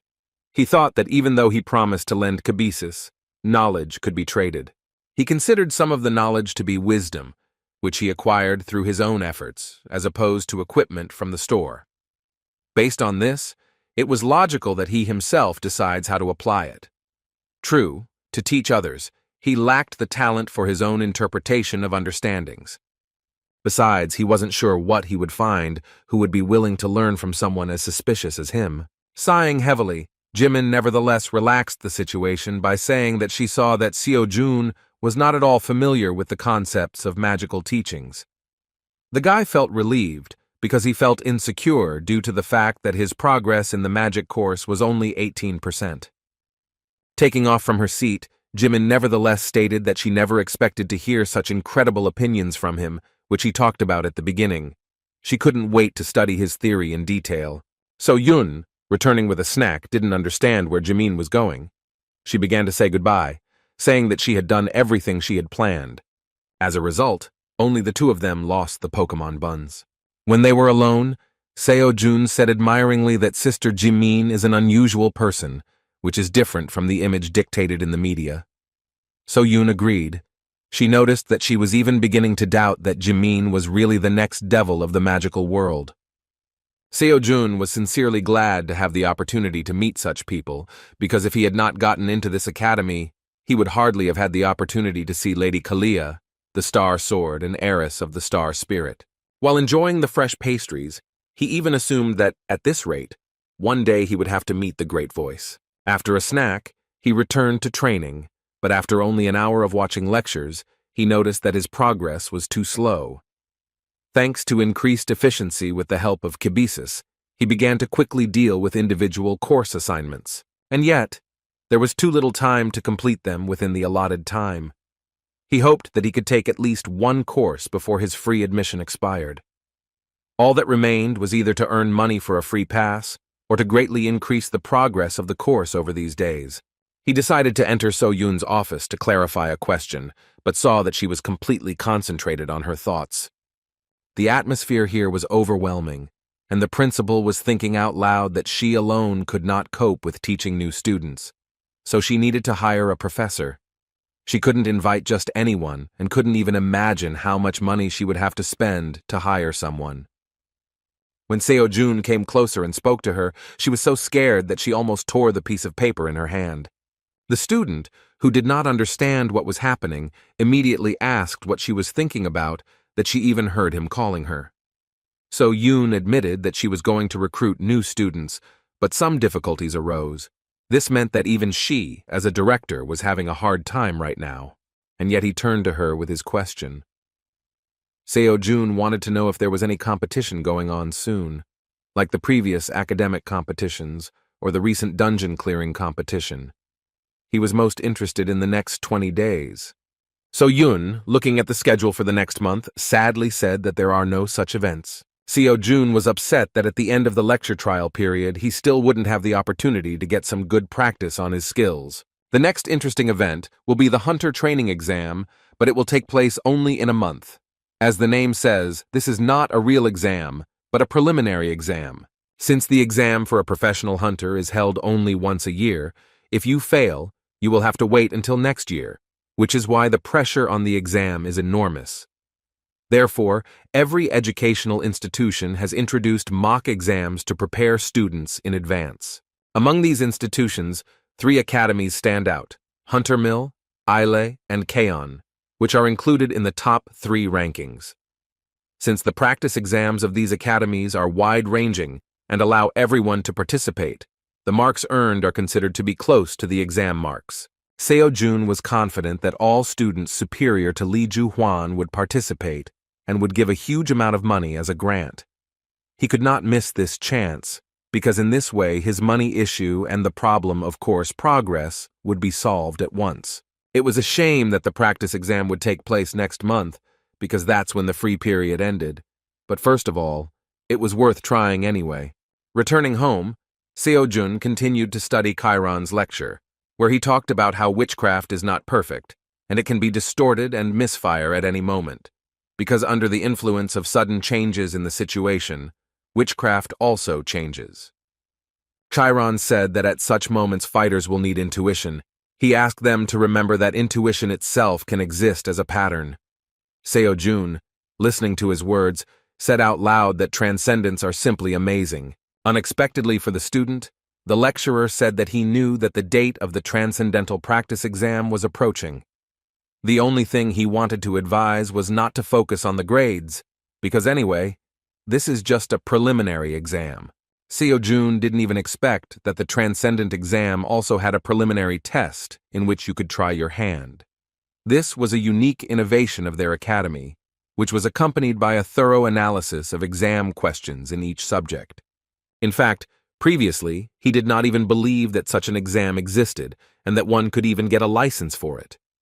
It turned out that, like the Hunter exam, they had their own standards, and someone evaluated the student's work. Then he remembered that the advertisement contained an interview with a rank 5 celestial. There was also a personal interview with a student who became a rank 9 swordmaster.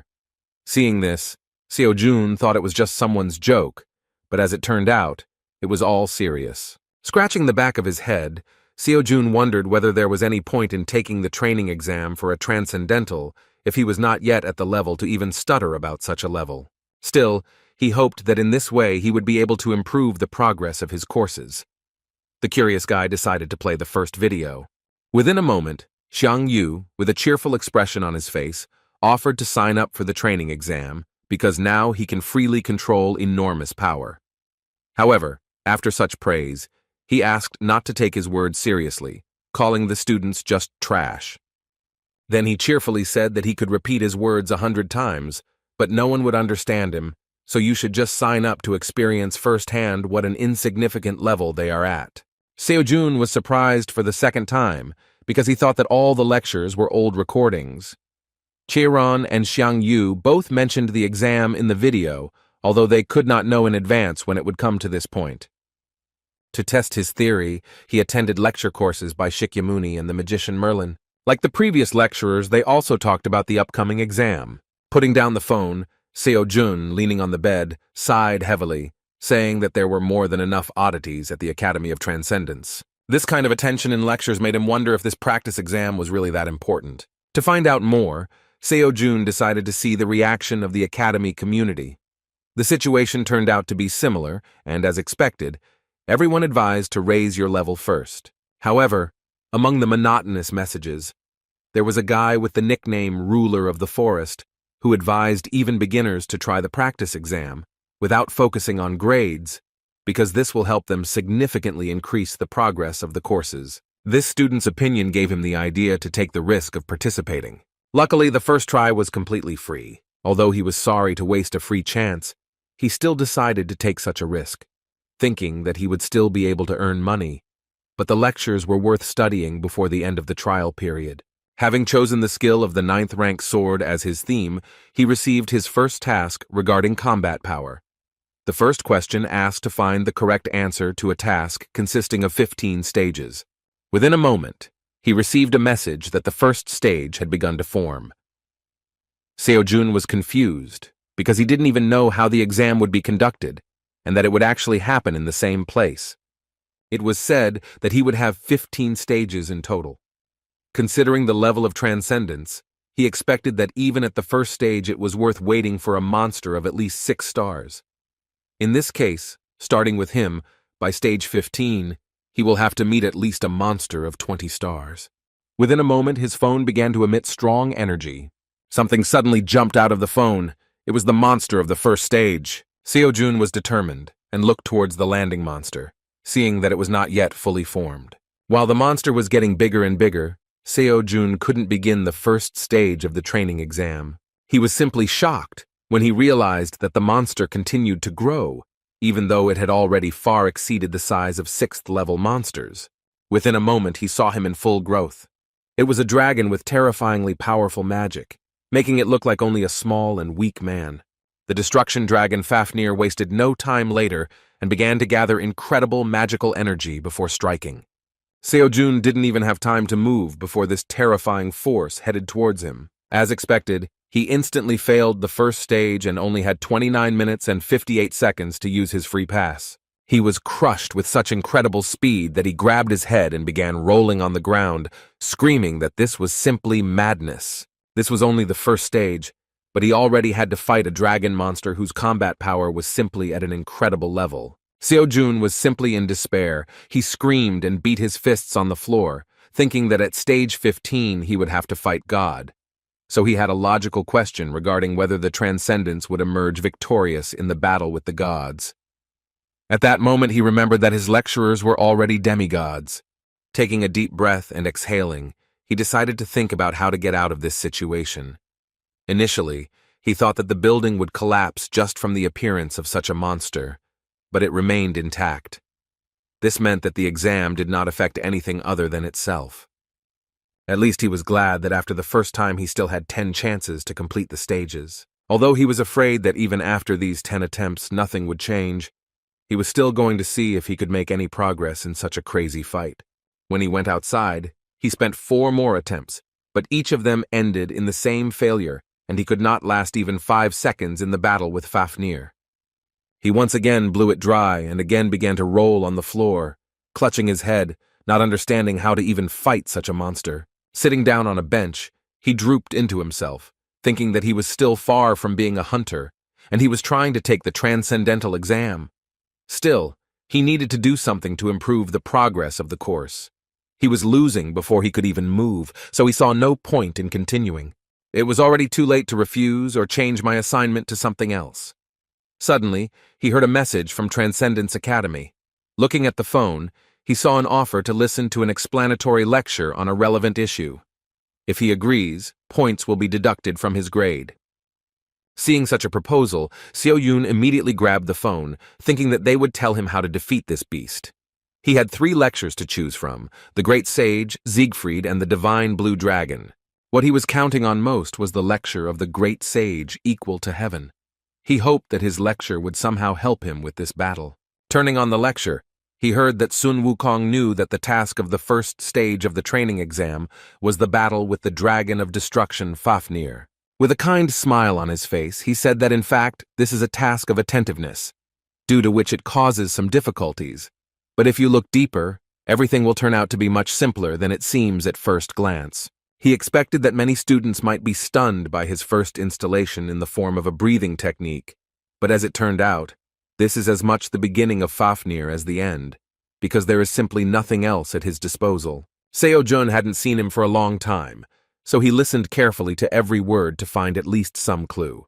In the end, The great master boiled it all down to the fact that you just have to avoid the breath of this monster, and the matter is in your pocket. After that, he suggested looking at how this is done in practice. His first advice was to not try to cut the breath. He did not say that this was impossible, but he believed that this was simply not necessary, so he should just avoid it.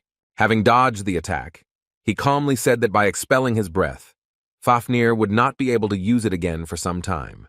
With a sly, bestial smile, he suggested that at this moment Fafnir was no more dangerous than an ordinary lizard.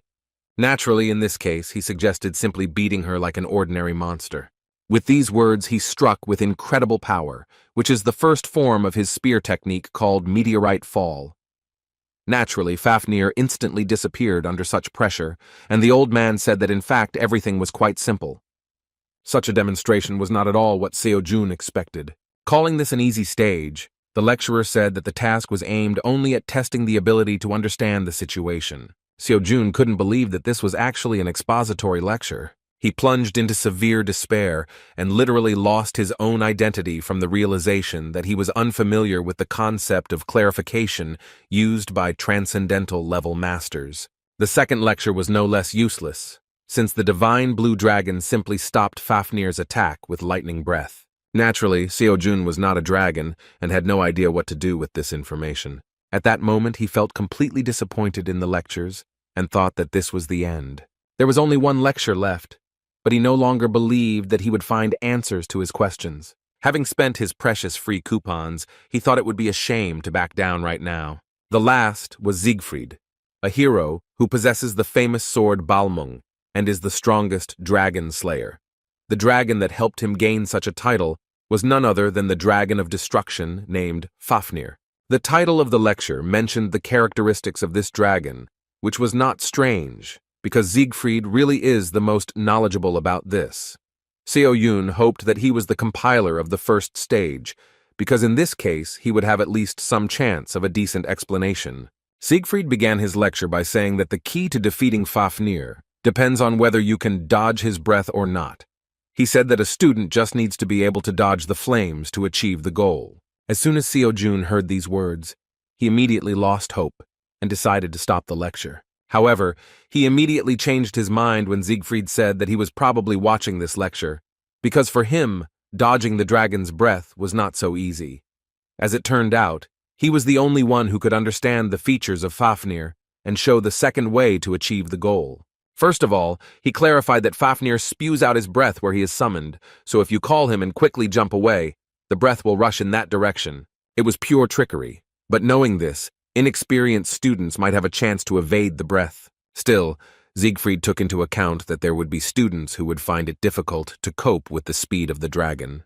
Therefore, he said that for such students, he has an additional method. As it turned out, for this it was necessary to prepare a gold bar. Siegfried admitted that Fafnir became the dragon of destruction precisely because of the gold, which blurred his vision. In fact, it does not have to be a solid gold bar, because something similar could do. After calling Fafnir, he offered to throw gold right under his nose. In this case, the brat will not immediately use his breath because he will be afraid that the gold may melt and mix with dust. When asked whether this was a violation of the rules, he replied that it makes no difference whether the student uses a trick or his own skills, because the main thing is to find the right solution and way out of the situation. That was all he could say about this stage. The information turned out to be quite valuable, and he even said that if anyone is interested in how to defeat other dragons, then it is worth attending his lectures on fencing that defeats dragons. Sighing heavily, Seo-jun resigned himself to the fact that he had to spend money on the bar. Now he had some knowledge of how to fight against this dragon, so with some hope he began the first stage again. As expected, the dragon immediately began to prepare its fiery breath towards the student. At the same moment, Seo-jun threw a gold bar towards the dragon. The dragon was already a moment away from turning everything around into dust. However, as Siegfried said, as soon as he saw the shine of the gold bar, he immediately stopped, for fear of losing it due to the high temperature of the fiery breath. Within a moment, he turned into an obedient pet, whose gaze was aimed at the ingot flying past him. Seo-jun was already extremely happy that he was able to escape the dragon's breath. However, he had to hurry, because as soon as Fafnir received the ingot, he learned that it was not completely gold, but only covered with gilding. Realizing the student's cunning, he rushed towards him with a furious look. He still couldn't use his breath, but his huge claws were enough to tear the confused poor fellow to pieces. Finding himself under a huge wave of destruction, Seo-jun shouted that the great sage was a scoundrel, because he said that after his breath, Fafnir turns into a useless lizard. After making an incredible fuss, Seo-jun was still able to hold out for just over a minute, which was already something incredible. He only had 4 tries left. He still didn't understand how to defeat this monster, but he was already pleased with the message that he was able to get a little progress in Kiran's course. There was little time left, so he decided to use his attempts to the end. The second time, he managed to avoid breathing even without the fire ingot. Despite this, a powerful blow from the dragon's tail caused him to lose his balance. It was extremely difficult to dodge, not to mention the opportunity to strike. The speed of the dragon's tail greatly exceeded the speed at which Seo-jun moved around it. A moment before the collision, he, realizing that it was too late to dodge, decided to avoid the blow in a cunning way. Once again, a gold bar was used, which distracted the attention of the greedy dragon. Thanks to this, Seo-jun gained seconds of peace by dodging the blow. However, this trick did not work for long because within a moment the dragon rushed to attack again, this time even with a furious cry. Seo-jun understood that his rage was because he was angry again because the bar was gold-plated. A moment before Fafnir struck, Seo-jun reached into his pocket again. This time the cunning guy threw up as many as 5 bars. The dragon, seeing this shine in the air, again turned into an obedient pet. While he was trying to catch the same gold-plated bars, Seo-jun was already above. Pouring a large amount of mana into his spear and enhancing his body with aura, he aimed at the dragon's back. With the hope of piercing this monster, Seo-jun charged using the spear skills that Xiang Yu had taught him. With a happy face, he shouted that the attack worked. It did work, but only a little, so the dragon remained practically unharmed.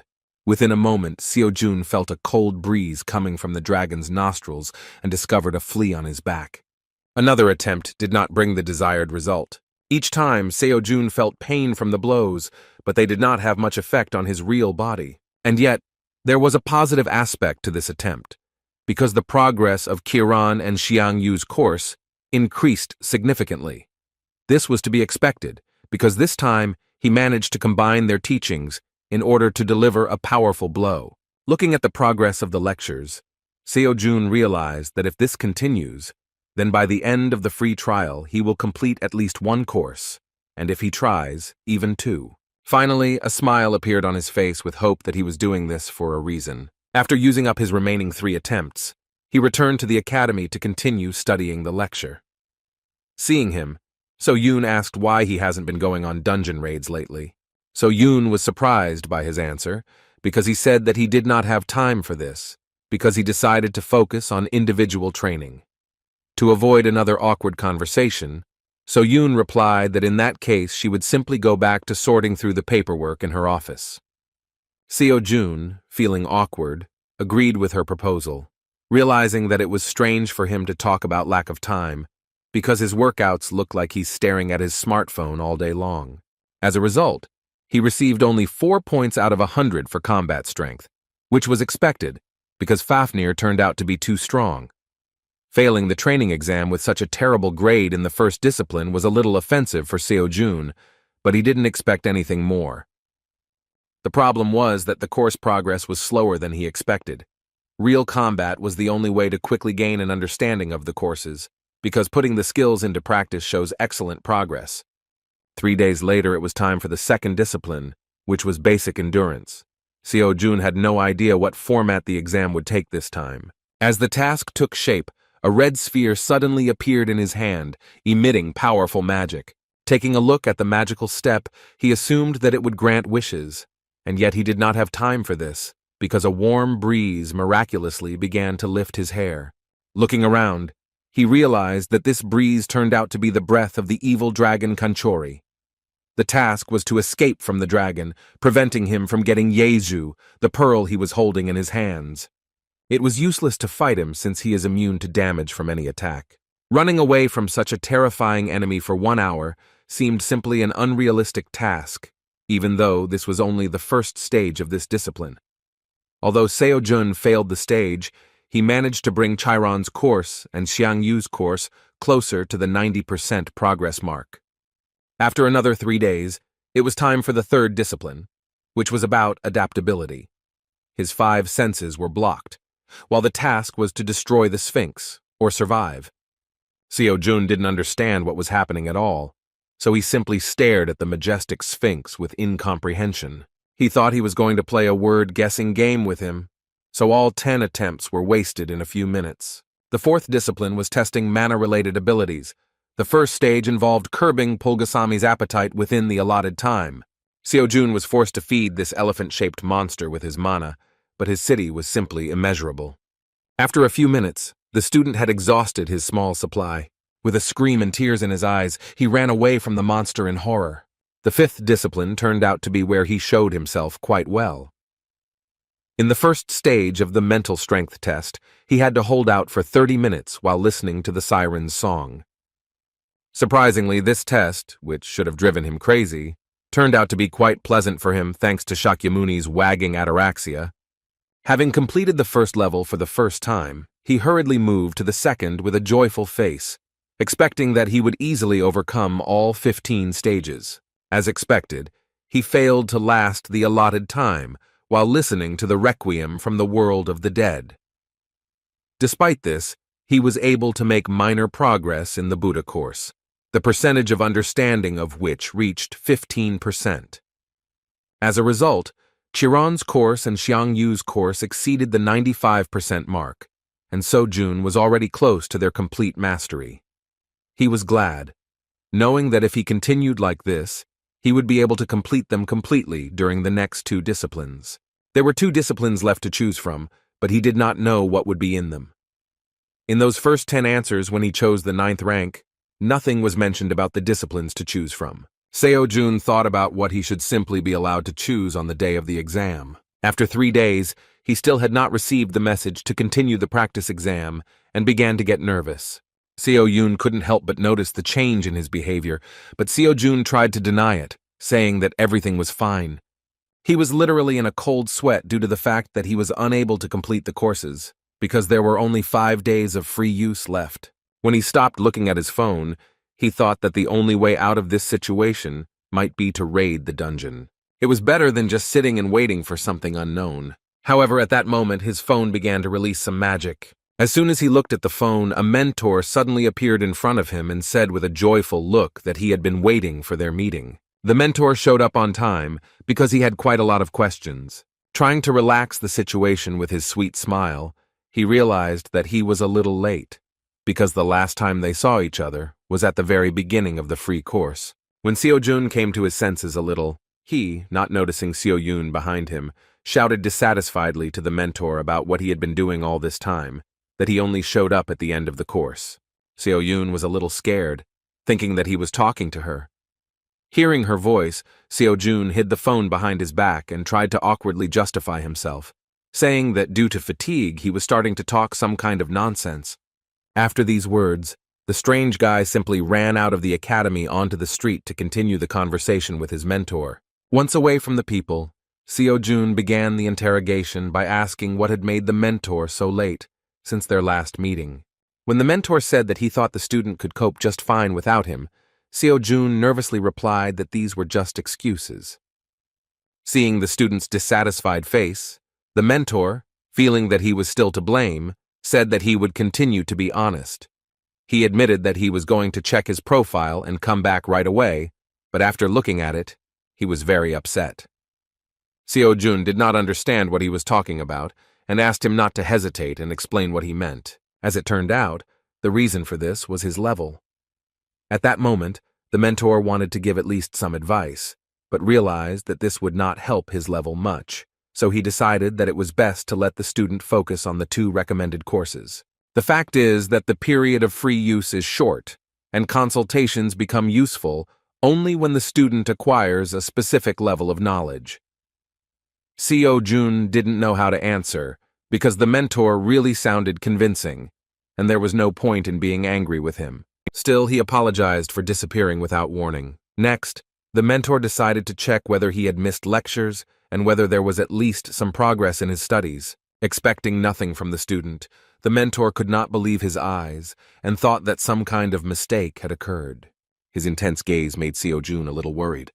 When asked if there were any questions, the excited mentor answered hesitantly that it was nothing special, but he didn't understand why the system showed as many as 4 courses being studied and what generally happened to their progress. Seo-jun only confirmed that this is current information and that he actually teaches all 4 courses. The mentor could not believe his ears and hastily began to verify the information, thinking that perhaps there had been an error in karma. Hearing that the information on the screen was correct, he put on a shocked expression, showing the unexpectedness of this situation. The fact is that Seo-jun's level was previously terribly low, and the mentor could not believe that in just 3 months it was possible to achieve such progress, because even if these are just introductory courses, they usually take 4 times as long. He was no less surprised the moment he heard that Seo-jun had already started studying for the Transcendence Training exam, which greatly helped him in his progress. With a kind smile, the mentor admitted that his presence was indeed not required, although not for the reason he expected. Taking the opportunity, Seo-jun said that since they were talking about increasing the level, he would like to ask a question about the exam. He was interested in the elective disciplines and how they should be chosen. Looking at the screen, the mentor was surprised, because even though the training exam was in full swing, for some reason Seo-jun was displaying that no disciplines had been selected. The student assumed that this was due to the fact that he did not have a Transcendence Academy ID. The mentor could not understand how this was even possible, since it is usually created during registration. In response, Seo-jun said that he simply missed this stage. To confirm his words, the student simply showed a screen on which it was written that he could not create topics for discussion in the Academy community without having his personal ID. Nothing like this had ever happened before, so the mentor didn't even know what to answer. Nothing came to mind, so he decided that he needed to address this question directly to the director of the Academy.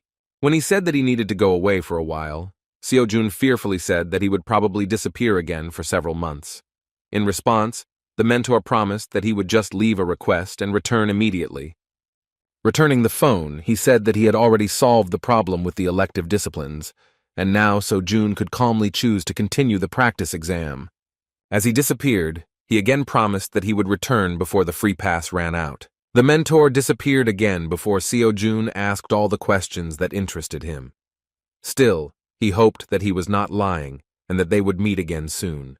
After several attempts at completing additional disciplines, Seo-jun finally completed Xiang Yu's course, achieving 100% of his lecture progress. Now the system reported that he had completely mastered the spear, the power of which would move even mountains. Seo-jun couldn't believe that this was really the case, so he decided to test his skill in practice. Filling the spear with magic, he made a small swing and felt the destructive power emanating from it. At that very moment, he received an offer to listen to the epilogue lecture from lecturer Xiang Yu.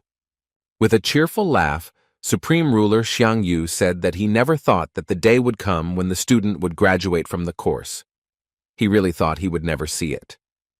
Xiang Yu was sincerely confident that the students who completed the course had undergone strong changes and could now freely use limitless power that would move even mountains. However, he asked that it was stupid to become proud over such a trifle, because this is only the basis for learning, which gives the right to move on. To encourage the students a little, he said that they had now moved from the status of ordinary garbage to the status of recyclables, which still does not change the truth that they are worthless masters, far from transcendence. Despite these words, the congratulations actually brought a smile to the student's face. Finally, he warned that this path would be extremely thorny, and students would probably still want to give up and doubt whether this was the right choice. He asked to remember that in transcendence, there is no one right answer, as in everything in this world. Therefore, he advised them to trust that they had made the right decision in order to confidently follow this path to the end, regardless of the speed of progress. Xiang Yu's course was completed, and Seo-jun fully mastered the power that moved mountains. When he returned to the academy, So-yun was already waiting for him with an interesting offer. She had previously mentioned the hunter training exam, and this time she said that applications were just beginning to be accepted and would last a week. Seo-jun was just about to ask about this, so he agreed that he wanted to participate.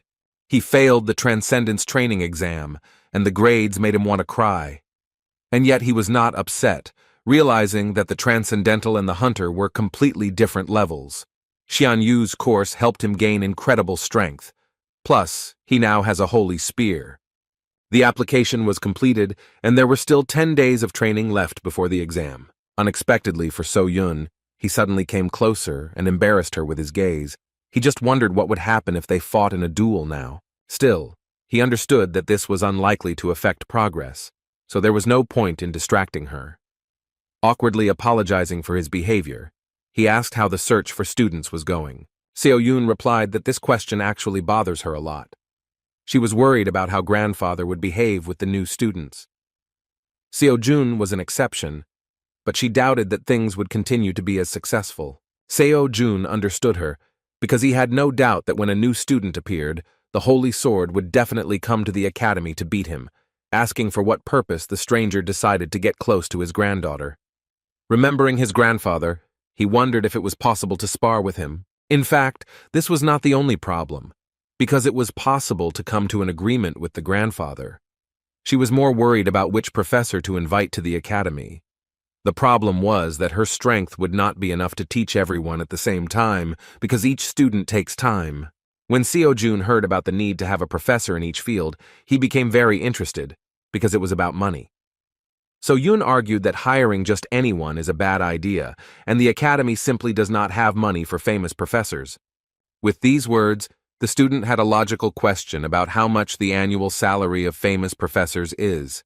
So-Yun replied that it directly depends on the professor himself, but famous ones have salaries of hundreds of millions of won per month. So-Jun was shocked when he heard that, in the case of those who occupies the top, it can be on the order of several billions. Now he understood that professional hunters don't just go to academies, because in fact there is no less money there than in dungeons. 3 days later, the Transcendence practice exam was completed, and So-Jun scored a total of 29 points out of a possible 700. However, he did not expect more, and was actually glad that he had at least completed one of the 4 courses. It was a shame for the Chiron course, which lacked 5%. Within a moment, the mentor suddenly jumped out of his phone and again amazed him with his appearance. However, this time So-Jun did not show that he was surprised, but rather showed displeasure. He recalled that the mentor himself said that he would return before the end of the free pass, so he assumed that he would appear when he completed at least one course. Hearing that So-Jun had completed the course, Mentor screamed in surprise and opened his mouth wide. He was so happy for the student that he admitted that he couldn't even find the appropriate words to congratulate him. Still, So-Jun would like to hear more about what the principal said about his situation with the academy's student ID. From Mentor's reaction, it immediately became clear that everything was not as simple as we would like. In response, he shouted that it looked like they were in big trouble. So-Jun didn't understand what could have gone wrong. He was surprised to learn that as soon as the mentor decided to check his personal information, he saw that it was simply not there. Transcendence Academy had no information at all regarding student Kim So-Jun. He was not even listed on the list of applicants to the academy. So-Jun, clutching his head, said that this means that he is not a student at the academy. On the other hand, he could not accept this as the truth, because all this time he had been studying their lectures and even completed one of them. The mentor actually shared his feelings, because in his entire career, he had seen something like this for the first time. The Transcendental Academy strictly controls membership, and if one is not a student, then one will not be able to listen to lectures and will not be able to contact a mentor. When asked how the director of the academy reacted to this, the mentor said that he also did not understand how it happened. Although So-Jun did not know the director of the academy, it was easy to assume that he was someone very impressive. Even if the director doesn't understand what's going on, then it's hard to imagine who will explain the situation to them. So-Jun suggested that perhaps this was a system error, but the mentor replied that this does not happen unless karma is changed. However, karma remains the same no matter what happens. Still, the director noticed that there were some traces of someone else's intervention, but they could not even guess who did it. The only question that worried the student was what would happen to him next. He was afraid that because of this news, he would be forced to leave the academy altogether. Noticing his excitement, Mentor quickly asked him not to worry, because one way or another it was just a misunderstanding. The problem arose from their side, and the student had nothing to do with it. Ironically, he really had nothing to do with this, therefore, when he spoke about problems, they concerned only the academy itself, because, as mentioned earlier, the one who became a member of the academy will always remain one. And yet, the words that the lack of ID was not a simple system error made him think. Signs of someone's interference meant that his membership in the academy was completely intentional and even had its own purposes. But Seo-jun had no idea why his life was affected specifically. Still, he believed that there was nothing special about him, because he was a simple, hard worker who dreamed of becoming a professional hunter. The mentor assured him that this situation would not affect his further studies in any way, so he could safely do what he had done before. Returning to equally exciting questions, Seo-jun asked what he should do next, since the free pass was almost over. The mentor decided to explain a certain feature of their curriculum, namely that it can be divided into 4 stages. Seo-jun had just completed the entrance exam. As it turned out, even having overcome the last stage, he will not become transcendental. Having completed the advanced stage, he will simply stop needing their advice and will continue to train independently, in accordance with his characteristics. The true beginning will be the advanced stage.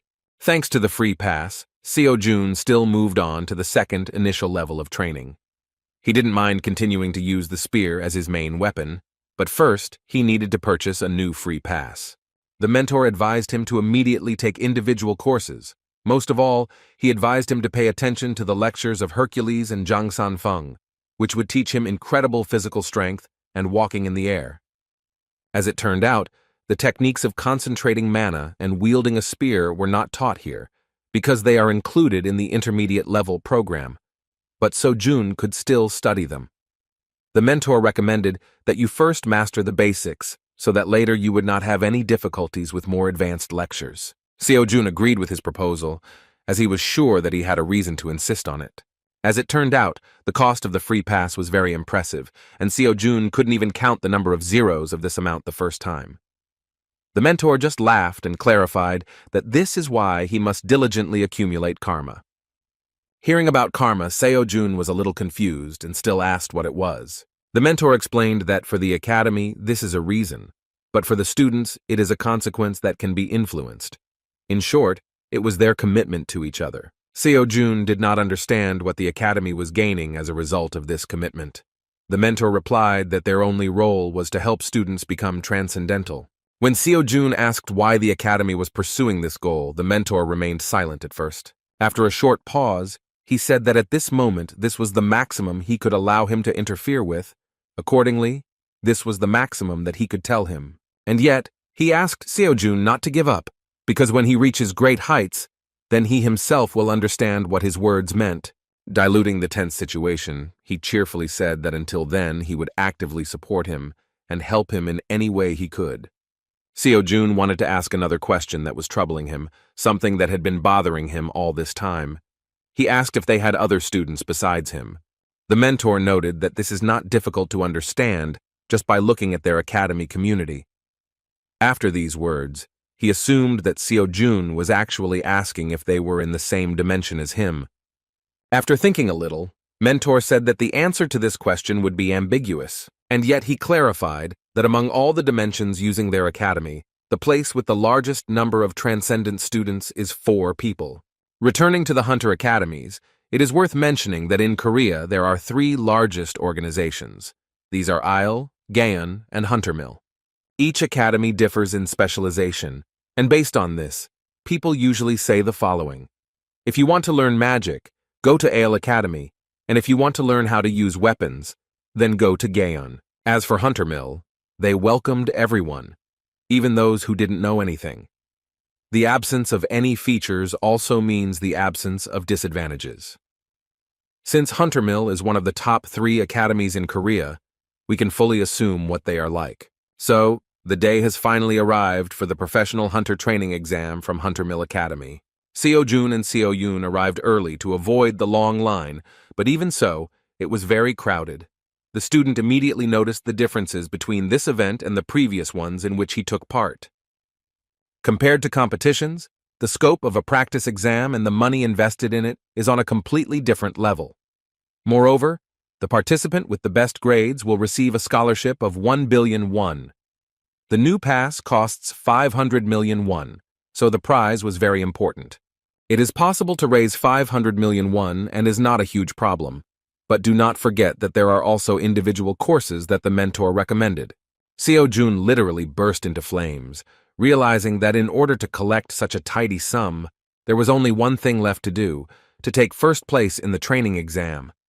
Meanwhile, a large number of people wishing to take part made themselves felt, and there was a lot of noise in the hall. Such turmoil surprised the guys, because indeed no competition could be compared with the activity of the participants in this event. Seo-yun completed her assignment and decided to leave, wishing her student good luck in the exam. As Seo-jun walked further towards the waiting rooms, he suddenly stopped when he heard the sounds of a verbal altercation. Things were heading towards a fight, and all because of the blonde guy who passed by the line. As it turned out, that impudent guy was Kim Gang-chol, a student from Hunter Mill Academy. The exam inspectors asked the disgruntled guy to be calm, because in any case, everyone would have time to take part. Suddenly, the students began to whisper among themselves, recognizing the young man who had jumped the queue. In fact, no one knew who the academy sent from itself. As it turned out, this guy was a worthy opponent for those sent by the other two top academies. Lee Doon participated from Isle, and Jin Dongmin from Gaon. They said it would be the best practice exam in history. The crowd also discussed the fact that even in Hunter Mill, Gang Chol is among the top 3 best specialists among students.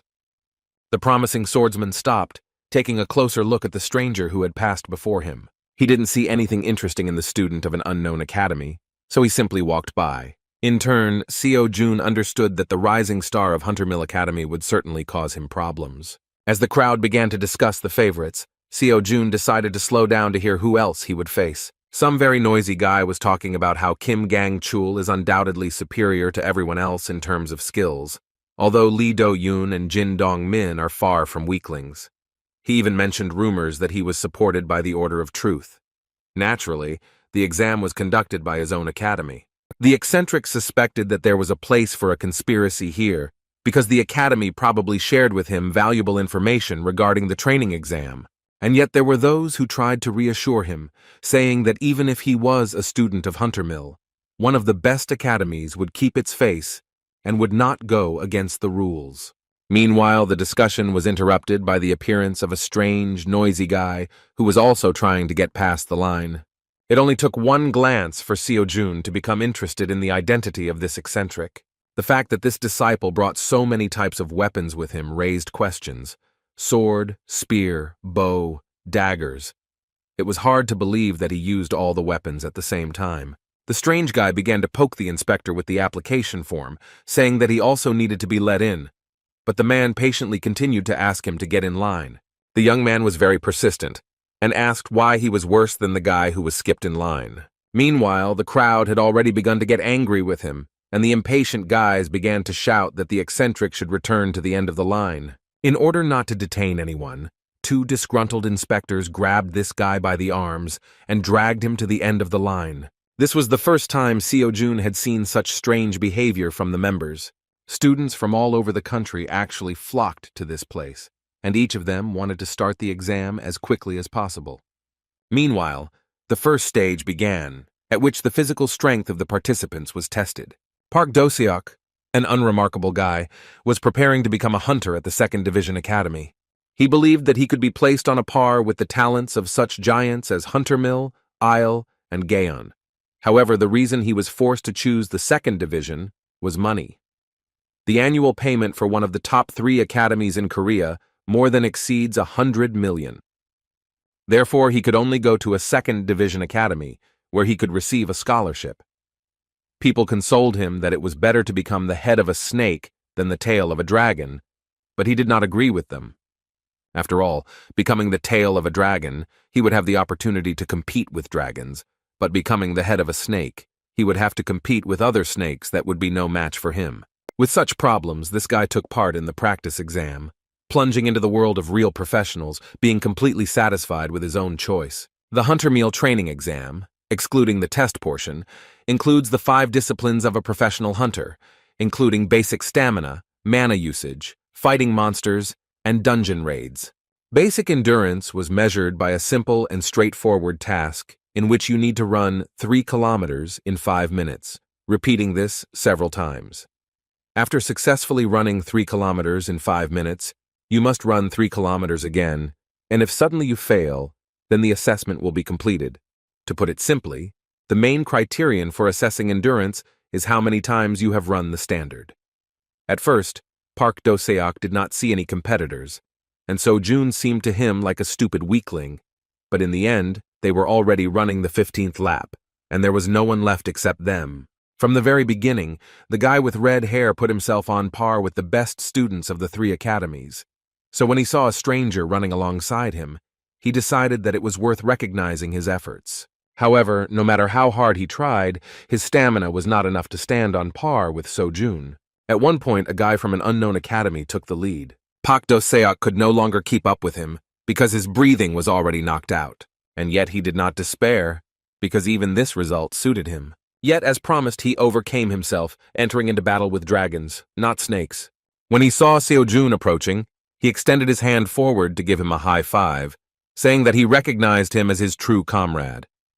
However, to his disappointment, Seojun did not feel that he was finished at all and ran past him altogether. He didn't even have time to notice Park Do-seok's sincerity, because the stage of testing his endurance was surprisingly easy for him. As expected, the rest of the tasks aimed at testing physical indicators were given to him just as easily. All the students present were shocked that an inconspicuous guy could perform exercises with a huge amount of weight with such ease. It was hard to believe that he was a person like them, because from the enormous amount of weight his barbell began to bend right on his back. While everyone was surprised, Seojun continued to practice, thinking that the tasks of the practice exam were very easy. Although the daily tasks had strengthened his stamina, he was more confident that Xiang Yu's course had given him the ability to instinctively use enormous strength. When he came to this conclusion, he began to dream about what would happen when he completed the Hercules course, which promised an S-rank skill of divine power. Seojun was literally fired up with the idea of earning even more money to afford the Hercules course, while the academy worker behind him asked him in a confused voice to take a break and move on to the next task. Meanwhile, Kim Gang-chul also finished his strength testing exercises and was asked to rest before starting the next task. He was in another room, but none of those present could compare with him. He believed that, in fact, for above-average specialists, the training exam does not play a big role. Kim Gang-chul, Lee Do-yoon, and Jin Dong-min, as the strongest participants in the training exam, were supposed to put on nothing more than a demonstration performance to confirm the prestige and greatness of the top 3 academies in Korea. Kim Gang-chul himself understood perfectly well that this entire exam could be called a battle to defend the honor of the 3 academies. However, his case was a little special because he received some assignment from the Order of Truth. They asked him to take a closer look at the actions of a member named Kim Seojun. They didn't demand anything more from him, just watch what that guy was doing. That representative of the Order of Truth always supported him in all past competitions, without putting forward any special conditions, spoke only when necessary, and the rest of the time silently patronized him. It was strange that such a condition would appear so suddenly. A month ago, Student Huntermill had already heard the name of the student the Order was interested in during the dungeon distortion incident. But when they collided in the passage, he did not notice anything outstanding about Kim Seojun. When Gang-chul walked inside the waiting room, he saw that all the students couldn't believe the results. The scores were posted, and he himself wanted to look at the scoreboard, although he didn't think that there would be anything unexpected there. As it turned out, he not only did not take first place, but even ended up third. He couldn't believe how it happened that there were 2 whole people in front of him. Kim Sojun and Lee Min-yul were ahead by as much as 11 points. Gang-chul could not understand how this happened, because he did not know by name a single specialist who could defeat him. Sighing heavily, he calmed himself with the thought that there are simply students who succeed in only one thing. He was sure that this would not happen again in the next competition. However, when the battle strength testing stage against the monsters ended, he was shocked to find himself in third place again. Seeing this, he remembered the words of the observer from the Order of Truth, who said that he only had to watch what Kim Seo-jun was doing. The third discipline was testing the use of mana. Students had to hit the shield to count and evaluate the impulse of their power. Academy representatives assured that students should not hold back, using mana to the limit of their capabilities to break the shield. Mana was actually something Seo-jun wasn't sure about. Although, thanks to Merlin's course, he generally understood the principle of its operation, he could not say that he knew how to operate it, so he doubted that he would be able to get first place again. Meanwhile, the turn came to the student, from whom the best result of this stage was expected. Lee Dun, a student at Isle Academy, has long gained an incredible number of fans due to her unique magic skills. No one even doubted that she would take first place in the mana test. The level of her magical abilities was so great that at such a young age she could use energy transformation without any problems. Among her range of attacks, fire magic had the most destructive power. Using a fire arrow attack, she easily destroyed the magic shield, which no one had ever been able to do before. Taking first place and overtaking her main competitor from Huntermill Academy, she proved that in terms of mana, no one can keep up with Isle. At this moment, Seo-jun saw for the first time what mana conversion looked like. Although Lee Do-yoon had one more try, she had no doubt that no one could even come close to her result. The next participant in line was Kim Seo-jun, who interested all the students because he took first place in the previous two disciplines. As he passed by, he met Lee Dun's gaze, sensing her arrogance. Sighing and looking away, she had no doubt that he had no chance to even come close to her first place. Seo-jun, getting up on stage, thought about what her look even meant. Then he was allowed to begin. Although he was a little unsure of his own abilities, he did not refuse to try using magic. He had no doubt that the power that moved mountains would show itself remarkably well, so he decided to focus only on Merlin's mana, which he had not yet fully mastered. Within a moment he rushed to the attack, performing the third movement of the spear, striking. He was simply shocked, because when he came into contact with the shield, he easily cut it into two parts, like tofu. Moreover, although he did not make any special efforts, in addition to the shield, he also destroyed the force measuring apparatus, and also left a huge crack on the surface of the arena.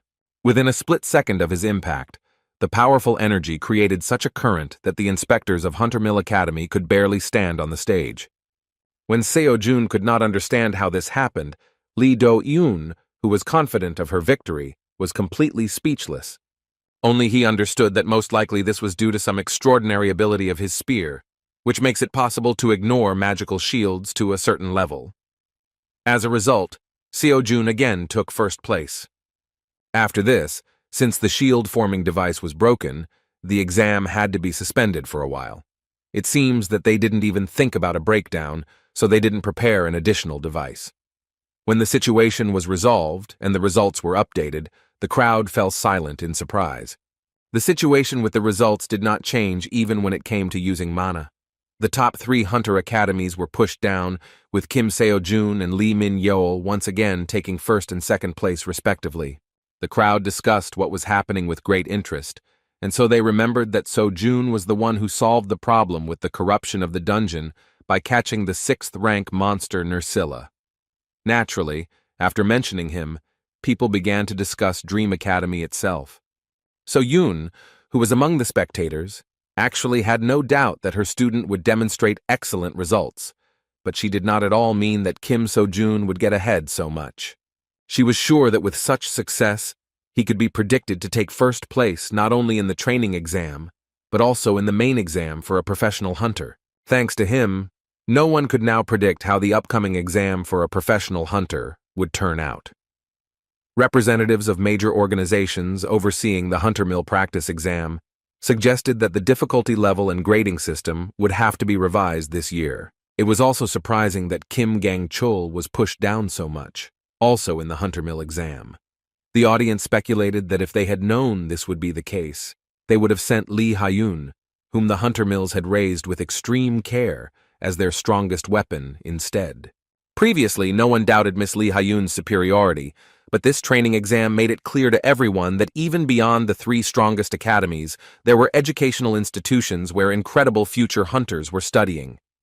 Even in the waiting room, Everyone was talking about how incredibly cool Kim Seo-jun is. Naturally, he himself could not even think that the last stage would happen in this way.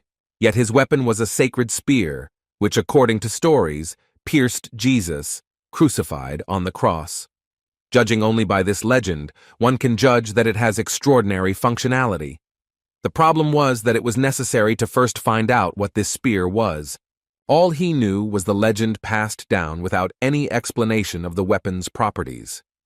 After this stage, it could be assumed that the holy spear has the power to ignore a mana shield, or it is able to overcome a specific defense value without being enhanced by mana. Even after the tests, it was impossible to find peace, because some idiot began loudly singing ridiculous songs, not giving anyone peace. As it turned out, the noise was made by a guy with an entire arsenal behind his back, who had previously caused a conflict with the administration of the exam at the entrance. As soon as Seo-jun and this guy made eye contact, he stopped the song and froze. After that, he joyfully rushed towards Seo-jun, and he regretted that he was looking at him.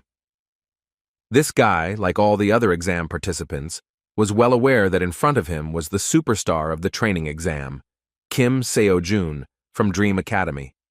As it turned out, he himself was not just an absurd young man with an arsenal behind him, but the one who took second place in all previous stages. It was Lee Min-yul, an incredible guy who also managed to easily show more outstanding results than the students of the 3 strongest academies in Korea. His results and his behavior could hardly form a harmonious picture, because he himself was not serious, and the large number of weapons in his arsenal gave no rest, because it was hard to believe that someone could cope with so many martial arts. Lee Min-yul was very restless, because Seo-jun began to remain silent. He thought that he had done something wrong, and began to apologize for his intrusiveness, and for starting the dialogue in such an informal tone. In response, a kind smile appeared on Seo-jun's face, because in fact he was not against his company, because he did not come to swear or make any claims against him. A few minutes after they met, the raid on the dungeon began. The surprising thing was that it was almost no different from the real thing, even though it was created by augmented reality. The main criterion for assessing the 4th discipline of the Huntermill training exam was the time spent in the raid. The monsters that had to be destroyed were the 10 Nursils. Seo-jun was surprised by this coincidence, but still overcame the test with ease. What was unusual was that even though the augmented reality monsters were 2 stars weaker than the real ones, it was still a pretty tough difficulty level.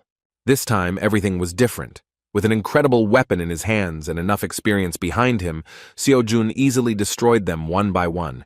He felt great that he was now on a different level, both in terms of intuition and awareness of what was happening on the battlefield, and in terms of strength and endurance. Just 3 months ago, he was nothing of himself.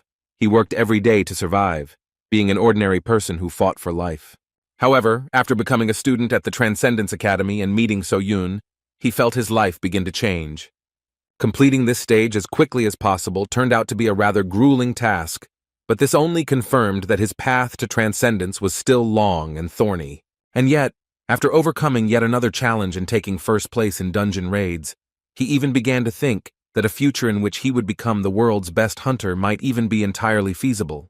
Having once again taken first place, Seo-jun, while in the waiting room, again became the victim of many envious glances. Representatives of the 3 strongest academies in Korea looked at him with incredible anger because he became the one who took all their glory for himself. Jin Dongmin and Lee Do-yoon took 5th and 4th place respectively, although they should have been in the top 3 if not for the appearance of Seo-jun and Lee Min-yul. Academy student Dream couldn't help but notice the hostility on their part. This was not strange for him, because now he was guaranteed first place unless he was disqualified or personally refused to vote. Naturally, all the contenders for victory lost their desire to participate in the competition because Seo-jun was significantly ahead. The only unexpected reaction was the behavior of Lee Min-yul, the strange guy who came in 2nd place. He spoke with cheerful emotions about how he could win this time. Unlike the others, Kim Gang-chul was strangely quiet, although at first he seemed quite confident.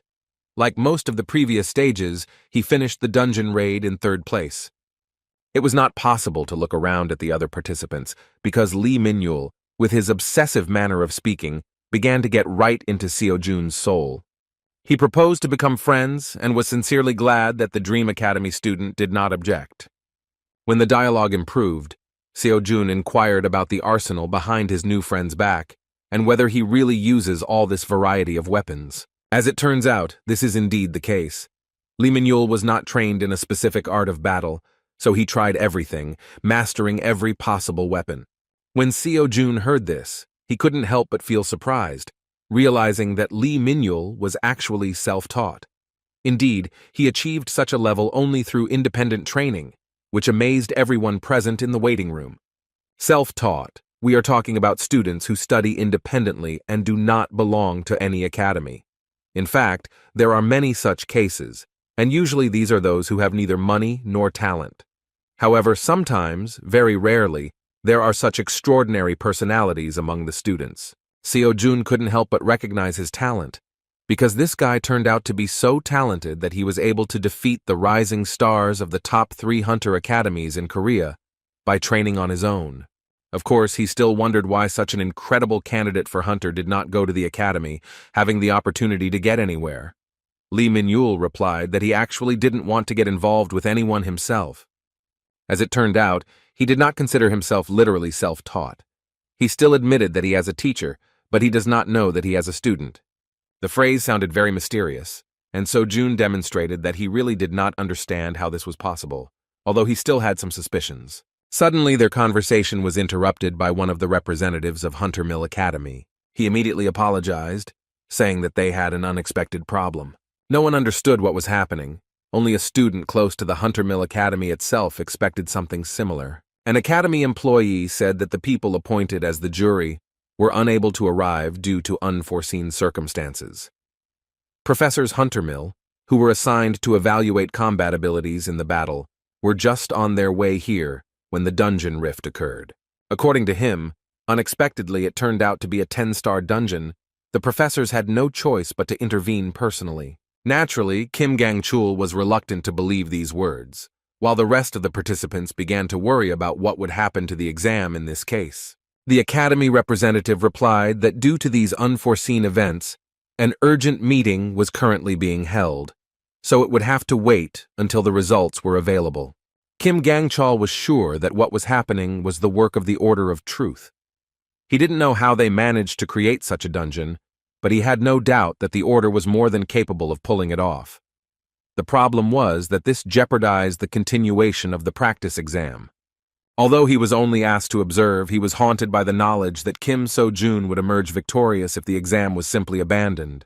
Therefore, he decided to come up with a proposal to change the method of conducting the last stage of the exam. The remaining discipline was testing combat strength in battle, so he proposed keeping the goal and holding this stage in the format of a tournament between students. After these words, the students began to whisper, and it was clear that they were not against improving their results in this way. The academy representative admitted that his words made sense, but he warned that it would be difficult to implement, since there are many people participating in the training exam, and it would take a long time to hold such a tournament. He was even more worried that they would definitely have a problem with the assessment method, since they had not practiced this format before. Understanding what was going on, Kim Gang-chul quickly found a solution and, saying that A-rank hunters were needed for the evaluation, said that Hunter Mill would not have any difficulty in finding a worthy replacement for the jury. No one wanted to just sit and wait, but the academy employee was insistent on stopping without the final step. Kim Gang-chul still did not give up and came up with another proposal. He proposed holding this tournament in an event format so that not everyone would participate, but only those who wanted to apply. This significantly reduced the time it took to complete it, because those who have already tested their strength enough will most likely not bother themselves with the final. In addition, the student mentioned that at this time the exam is broadcast throughout the country, and among the waiting spectators there are people from the association and government officials. He believed that it would make the organizers look bad if they interrupted the exam over such a small matter. The academy employee could not but agree with his words and thought about the question, realizing that if everything ends without a finale, then a crack will appear in the reputation of Hunter Mill, which is among the top 3 academies.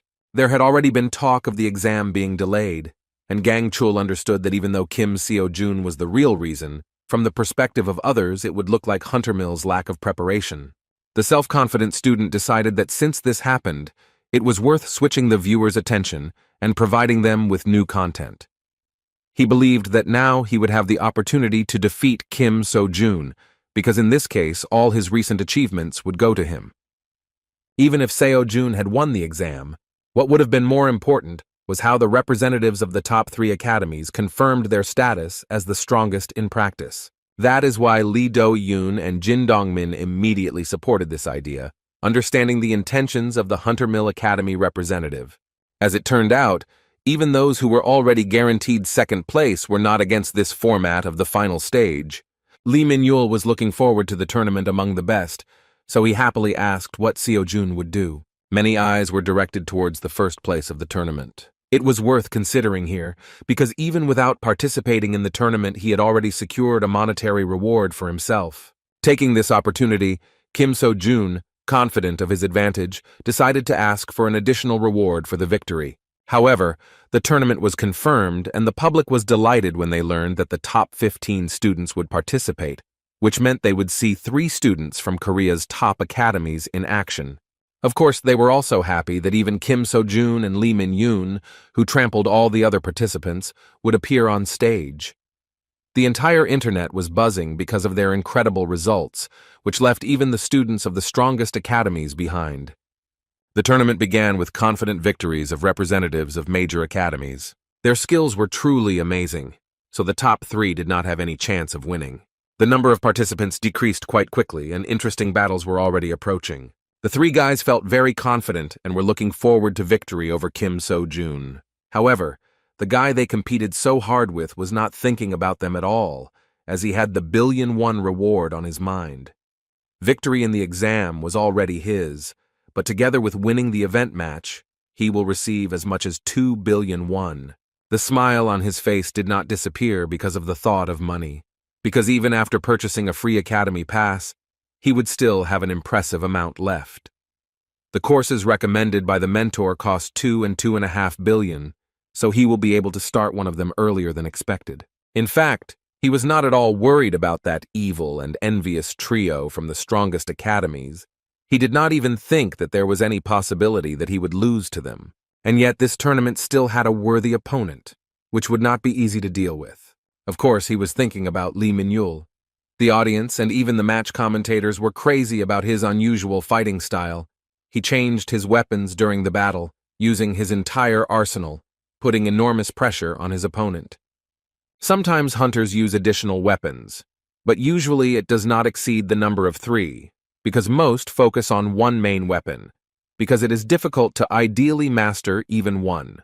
But Lee Min-yul had at least 8 guns on his back, and it was hard to believe that he could use all of them. His unusual fighting style embarrassed everyone who encountered him. The sudden use of a bow during a battle caused enemies to go on the defensive, doubting what this guy's main weapon was. A fairly good swordsman, whom Lee Min-yul encountered in the first battle, was not going to give in, and having repelled the next arrows, he shortened the distance in order to fight the battle himself. However, he was greatly mistaken when he thought that this strange guy with an arsenal on his back was a bow user. He wielded 2 swords no less skillfully, with which he easily stopped his opponent's attack. Moreover, he threw the poor guy aside without much difficulty, even though he was initially on defense. Watching the battle, Seo-jun only confirmed his suspicions that the battle with him would not be easy. This is not Kim Gang-chul or the rest of the 3, from whom you know what to expect. This guy is not limited by form and template. This is free space in which there is room to roam. Due to the fact that he is self-taught, the battle with him turns from sparring into a real fight, because this is the style that is formed in those who have not received a standard hunter education. Seo-jun, although not so free from patterns, could see that their styles were definitely somewhat similar. Because of this, he might wonder if Lee Min-yul, like him, was a disciple of the Transcendence Academy. When the mentor said that among the dimensions using their academy, there were 4 people in the place with the largest number of Transcendence disciples, he did not claim that it was Earth, but he did not deny it either. This means that those 4 people may well be the inhabitants of the Earth. Lee Min-yul's words that he has a teacher who doesn't know that he is his student could well be regarded as learning from video lectures, because professors don't know who is watching their videos. Meanwhile, this incredible guy with an arsenal behind him and a smile on his face took his first victory of the tournament. He treated the battle as if it were some kind of game, demonstrating superiority over the intense efforts of the enemy. Seo-jun had enough reasons to doubt, but since there was a possibility that this guy was also a Transcendence disciple, it was worth checking. Meanwhile, the host of the additional event summed up the recent battle as an invigorating and crushing fight, after which he moved on to announce the next fight. Looking at the list, he paused for a moment, saying that everyone had been waiting for this moment for a long time. The next participant was a talent recognized by the Devil's disciple herself.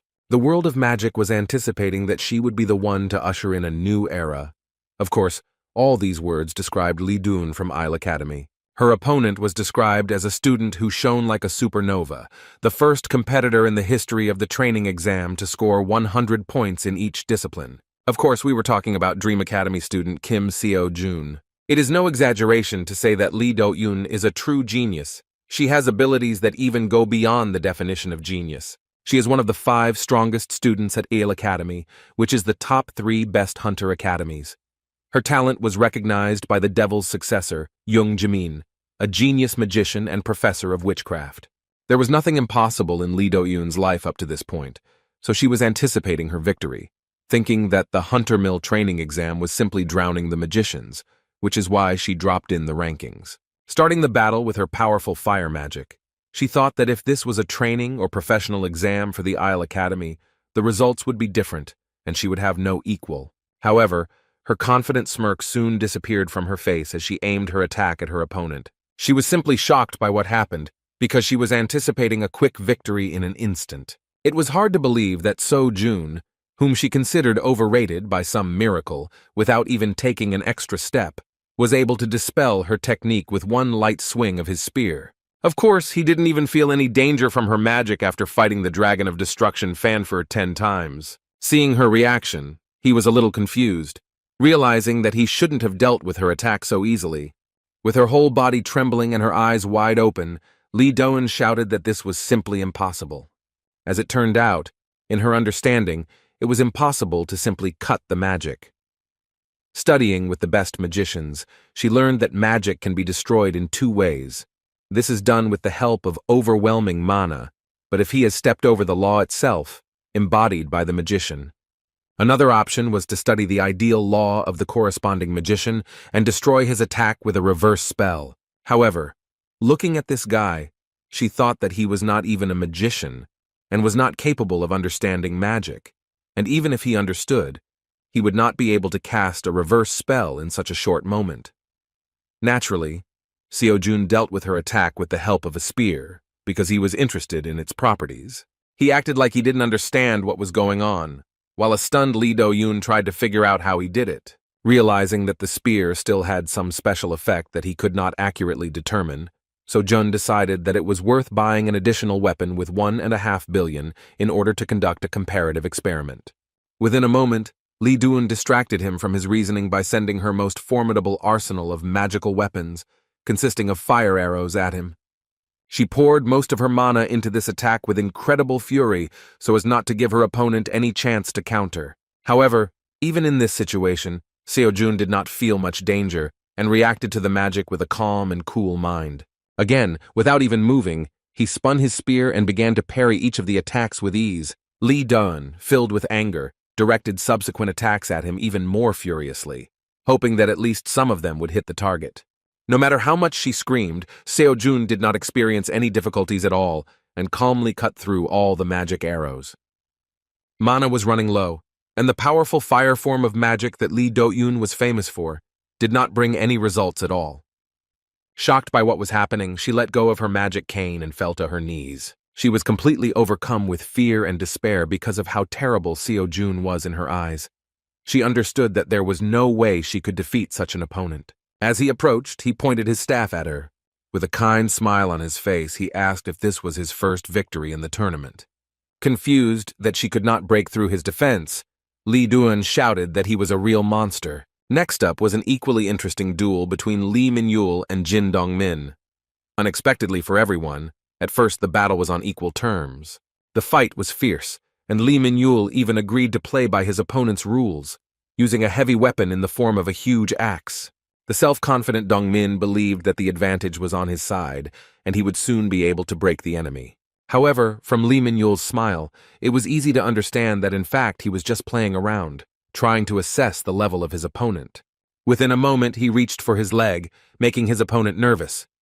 As it turned out, he wanted to change the distance of their battle, and by throwing his dagger, he was able to throw the enemy further away. Dong Min was seriously angry, because he barely had time to react to this unexpected attack. However, at the moment when he thought about when his opponent managed to take out the dagger, Lee Min-yul had already managed to close the distance and was right above him. With a cheerful laugh, he struck with his sharp claws. His opponent barely had time to cope with such incredible speed, and in defense shouted that Lee Min-yul was using dirty tricks. He could not predict his actions and felt uncomfortable, because all this time he had to be on defense.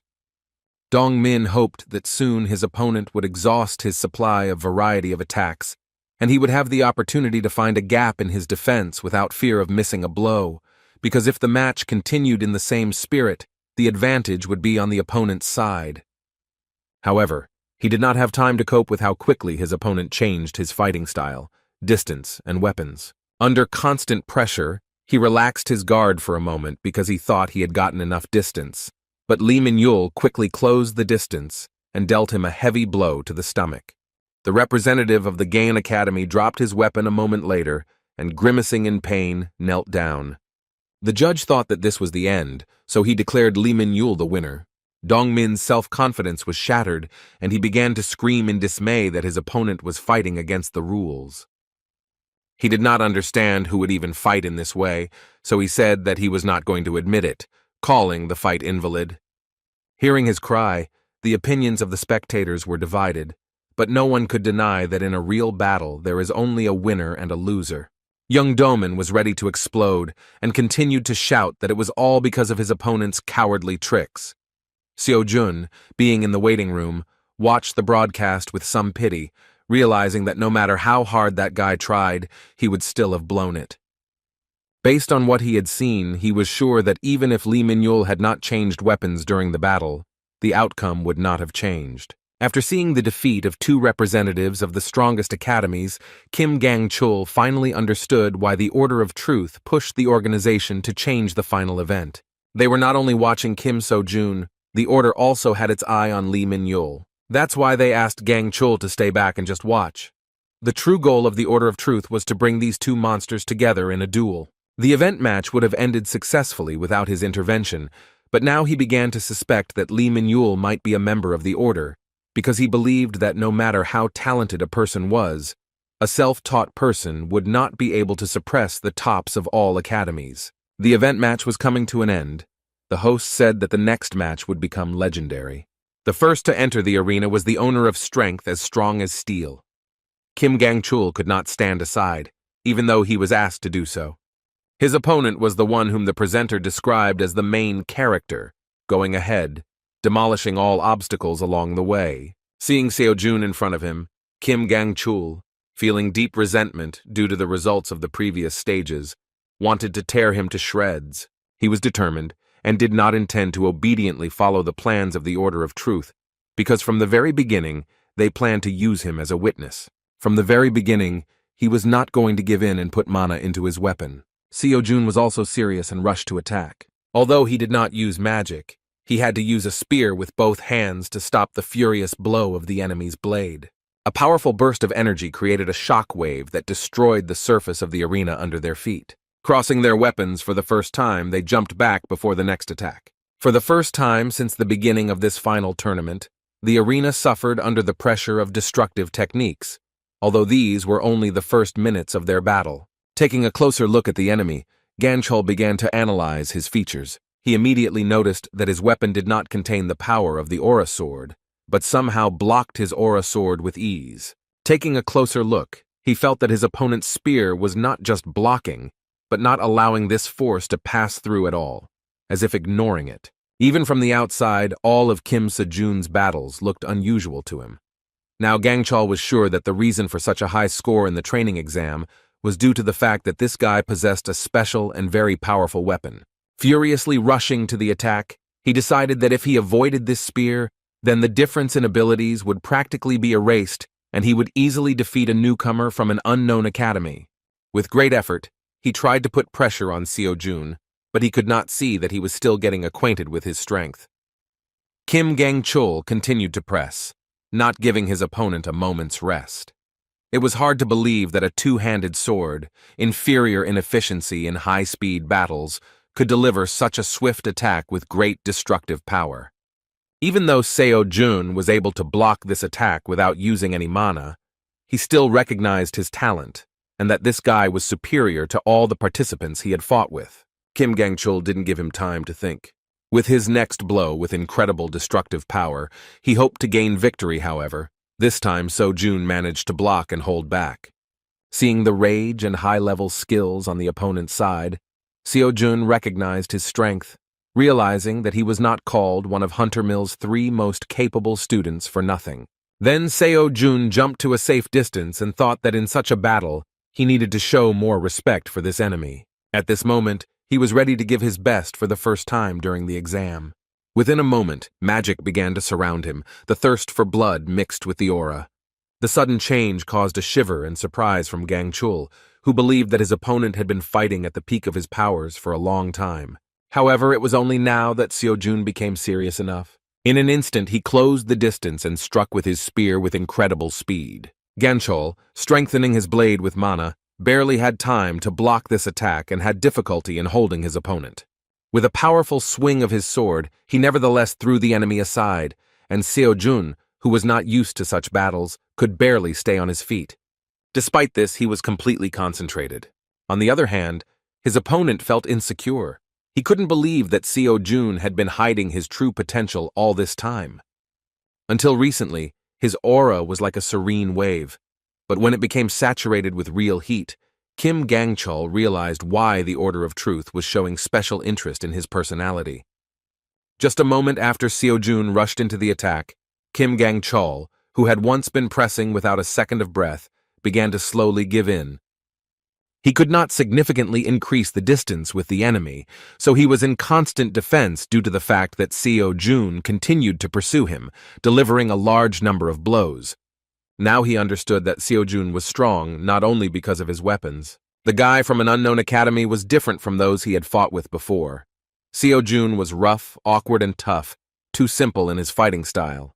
Compared to Hunter Mill's high-level swordsmanship and mana accumulation technique, his movement seemed to him to be nothing more than ordinary swinging of a weapon. However, if everything was as simple as it seemed at first glance, he would have already defeated him long ago. Kim Gang-chul could not understand where the enemy had such enormous strength. The blow, which he managed to block at the very last moment, could easily have ended this fight, raising a huge cloud of dust. When the ardor subsided, Gang-chul stood on one knee leaning on his sword, barely able to stay in the arena. He did not understand why it was so difficult to cope with simple swings, movements in which not a trace of high-level fencing techniques could be traced. The issue was not just the weapon, because Kim Seo-jun initially did not even use the power of the aura sword, while Gang-chul put mana into his weapon at the very beginning of the fight. Just the thought of what level his opponent would be at using an aura sword filled him with horror. He felt a terrifying resemblance between his opponent and the one who had first made him feel fear. The arrogant girl changed his life once and for all with just one battle. She overpowered him in a matter of seconds, destroying his sword and saying that his rants about power were nothing more than the ravings of a non-entity. She wondered out loud how he could even be considered one of the 3 strongest in their academy. He could not forget his first meeting with Lee Ha-yun, who haunts his nightmares. Remembering that terrible despair, Gang-chul felt incredible rage. Being arrogant due to his previous successes, he could not accept the way Lee Ha-yun and the representatives of the Order of Truth looked at him. What made him even more angry was that Seo-jun, with his brute strength, reminded him of those past failures. He could not afford to lose, so with incredible bloodlust releasing his mana, he rushed to the attack again. With a loud shout, he jumped high and swung with all his might to deliver a heavy blow with his two-handed sword. Even though the Hunter Mill student put all his strength into this blow, Seo-jun did not feel much danger and only released a small amount of his magic. Just a moment later, In front of everyone in the audience, the fight ended unexpectedly. One of the 3 strongest students at Hunter Mill Academy lost in a duel with Kim So-jun. He fell to his knees and his sword was destroyed, just like in the battle with the terrifying Lee Hyun. As a result, Kim So-jun made it to the finals. Lee Min-yul was simply delighted because this was what he wanted. The spectators were impatient for the final battle. They could not even guess who would be able to take first place. As expected, Seo-jun and Min-yul ended up in the highly anticipated finale. These two took the lead, leaving Hunter Mill, Gaon, and Isle behind. Having met in the arena, Lee Min-yul said with a sincere smile that he wanted to fight with him at all costs. Seeing his opponent's gaze, he assumed that Seo-jun had a lot of questions for him. Indeed, they met for the first time since the beginning of the tournament, so after seeing his fights, Seo-jun wanted to make sure that no one really trained him on purpose. Min-yul again repeated his words that he has a teacher, but he does not know that he has a student.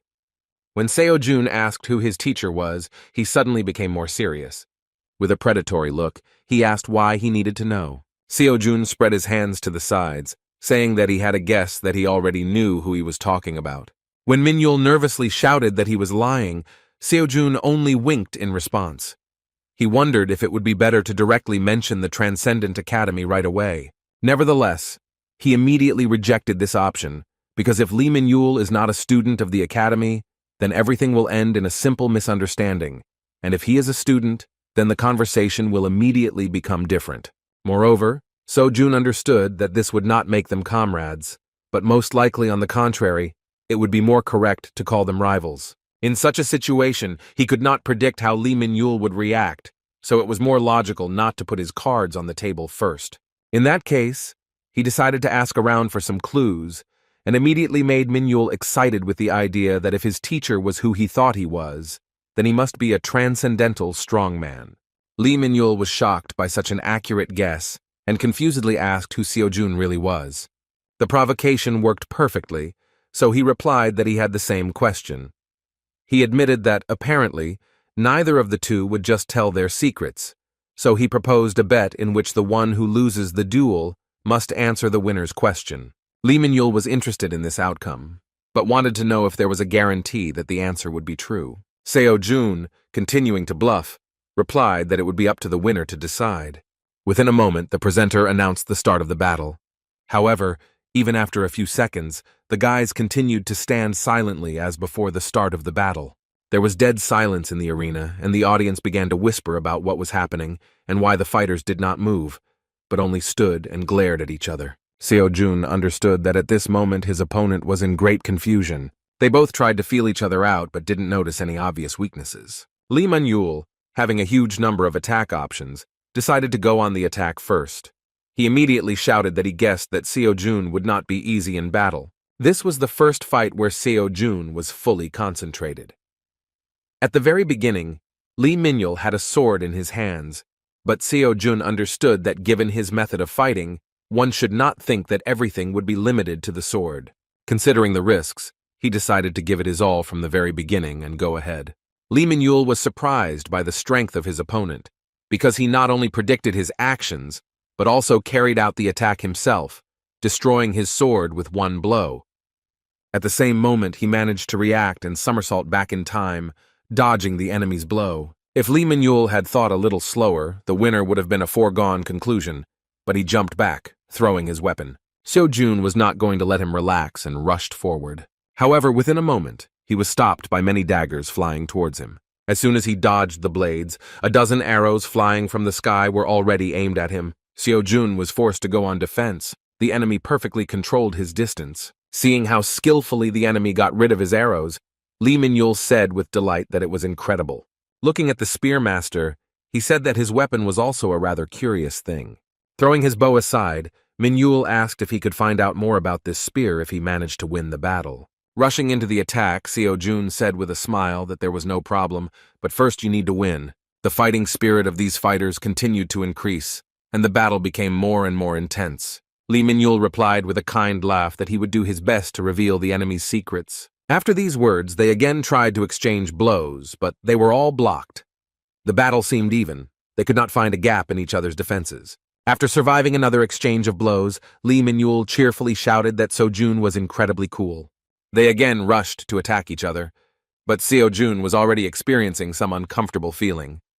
Although he was in control of the fight, he still could not fully understand his opponent. Not only did Lee Min-yul without hesitation use techniques that could be considered a violation of the rules, but he also acted as if he was not trying to win at all. In addition, he was not at all bothered by the chuckles that sometimes floated from the stands, nor by the fact that all his tricks were easily reflected. After another unsuccessful series of attacks from both sides, the guys stopped. Seo-jun asked an unexpected question. It seemed to him that his opponent did not want to defeat him, but upon hearing this, Min-yul was surprised, saying that he really did want to. He was caught off guard by Seo-jun's question about why he didn't feel the urge to win. Waving his hands in confusion, Lee Min-yul said that he did not understand what he was talking about, because he, like no one else, wanted to defeat such an opponent. Everything fell into place when he said that he fights this way because he won't be upset if he loses. Seo-jun did not understand his motives, so he nervously asked why, in this case, he was using all means and methods to win. Lee Min-yul simply did the best he could to win. He really gave it his all, and when asked how others would react to his methods, he curtly replied that he didn't care. Pointing his finger at himself, he said with a sincere smile that his importance would not decrease because others scold him. These words clarified the situation, and Seo-jun rethought everything that happened earlier. The amazing attitude towards the situation on the part of the enemy amazed him so much that it made him smile. After that, he suddenly pulled his hand towards his pocket, and Min-yul wondered what kind of cunning trick his opponent was going to use. However, Seo-jun decided to take out his old spear, hiding the sacred weapon, and then said that he hoped that Min-yul would not view his actions as if he was looking down on him. This fight gave him the opportunity to rethink some of the Buddha's teachings. Then he mentioned the struggle for existence, how the strong devour the weak. Even the laws of nature force you to drop out if you do not have the necessary strength. Because of such a life, we are all forced to constantly adjust ourselves to a competing level in order to keep up with others. Lee Min-yul's words made him remember this lecture by Shakyamuni. Now the words about freeing the mind from these thoughts sounded different. The Buddha wondered if the student had ever left his thoughts behind, looking at the world from a different angle. Then he told a story that happened during his difficult service in a dimension called Earth. The story happened at a time when Shakyamuni still bore the human name Siddhartha Gautama, when he had not yet received the title of Buddha and served as a simple monk. One day Shakyamuni saw children having a running race. Like all children, they looked extremely carefree and were enjoying what they were doing. For some unknown reason, they started the competition over and over again. And all the time the same child took last place. But for some reason, the smile never left the child's face. Shakyamuni was interested in this. He approached the boy with a question. He asked why he was running, to which the child sincerely and joyfully replied that he liked it. It was still difficult for him to run, but he was not upset, because it would not take long for me to go to a walk. However, what was surprising was the way he answered the question of what would happen if others overtook him during his rest. Hearing this, the child said displeasedly that his finish was different from the finish of others, so no one could overtake him. At first, Buddha thought that he had misunderstood him, so he decided to ask what about the finish line, which was visible ahead, where all the children were running. In response, the child said that he was not sure, but for others this was really the end. For him, it was just a passing point. After these words, the guy ran away again with the same kind smile on his face. According to Shakyamuni, this boy continued to run last.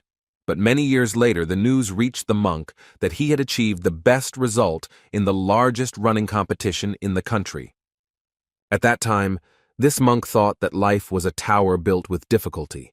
I thought that by accumulating efforts, grain by grain, you build your own life for yourself. Therefore, this monk went through hard service again and again, trying with all his might to build an ideal life.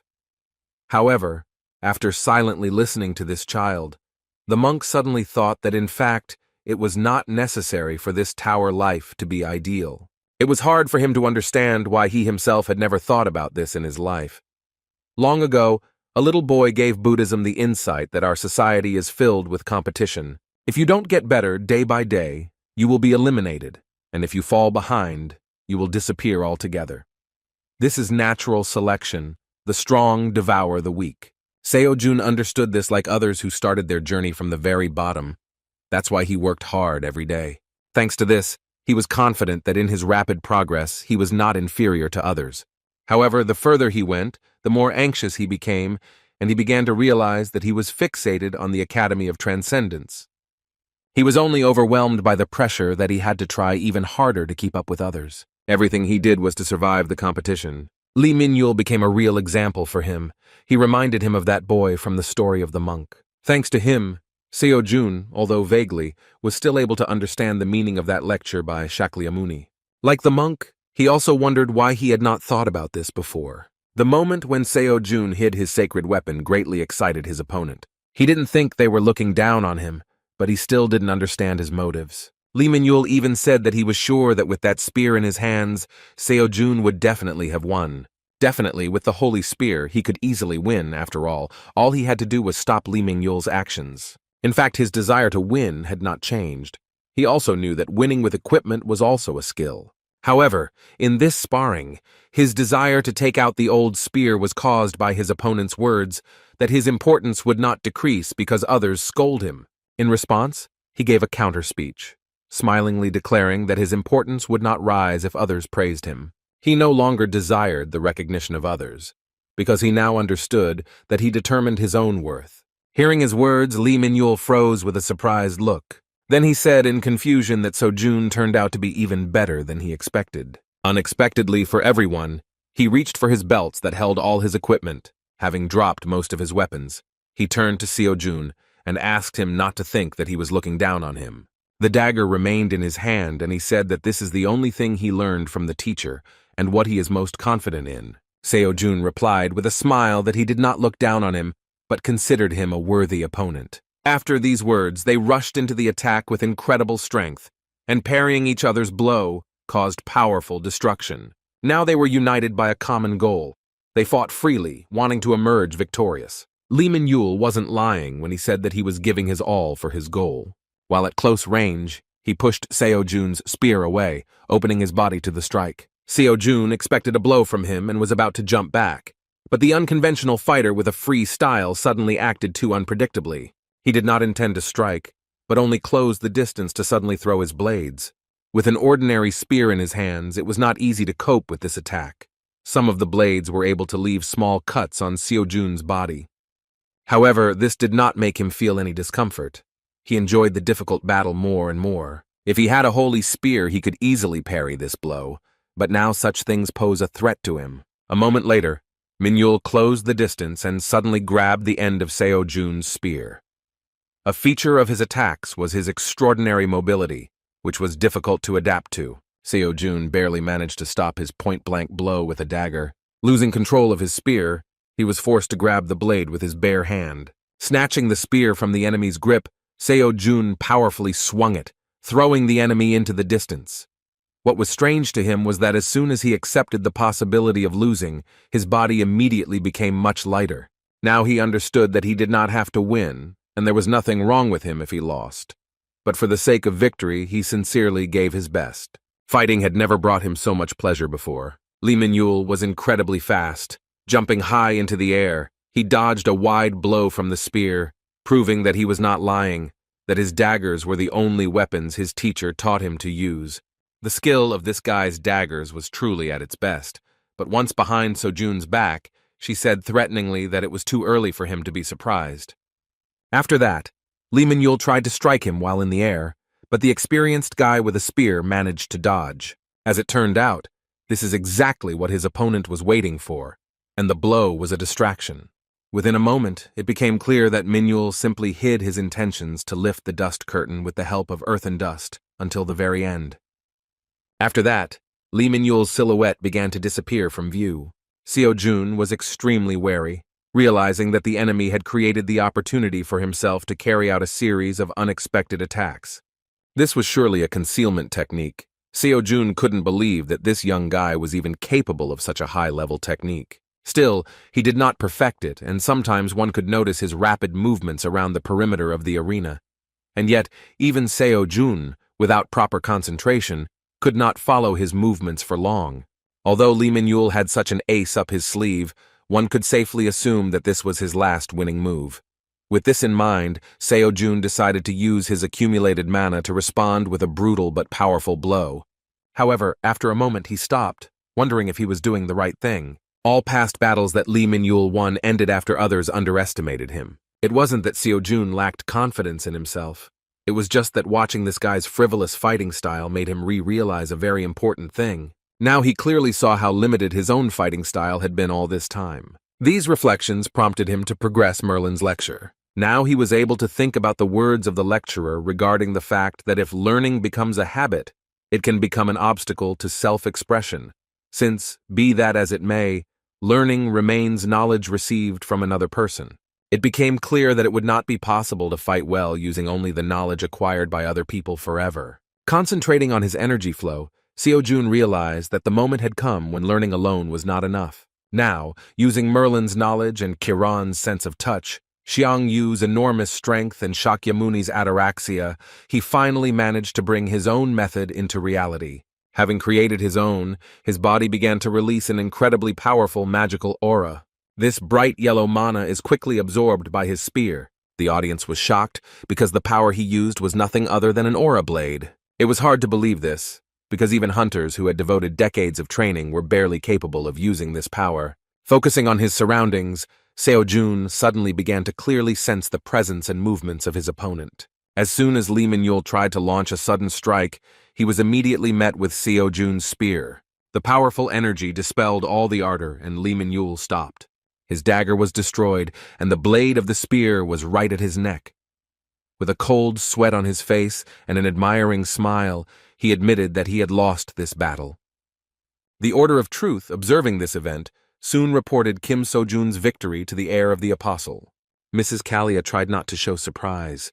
In response, she asked the follower whether they were able to detect the distortion. The man replied that he saw the distortion, but did not believe that it could be called such. It was about something they couldn't even imagine. Kalia was seriously wary when she heard that Kim Seo-jun suddenly changed his weapon and used an aura blade during the battle, enhancing an ordinary spear.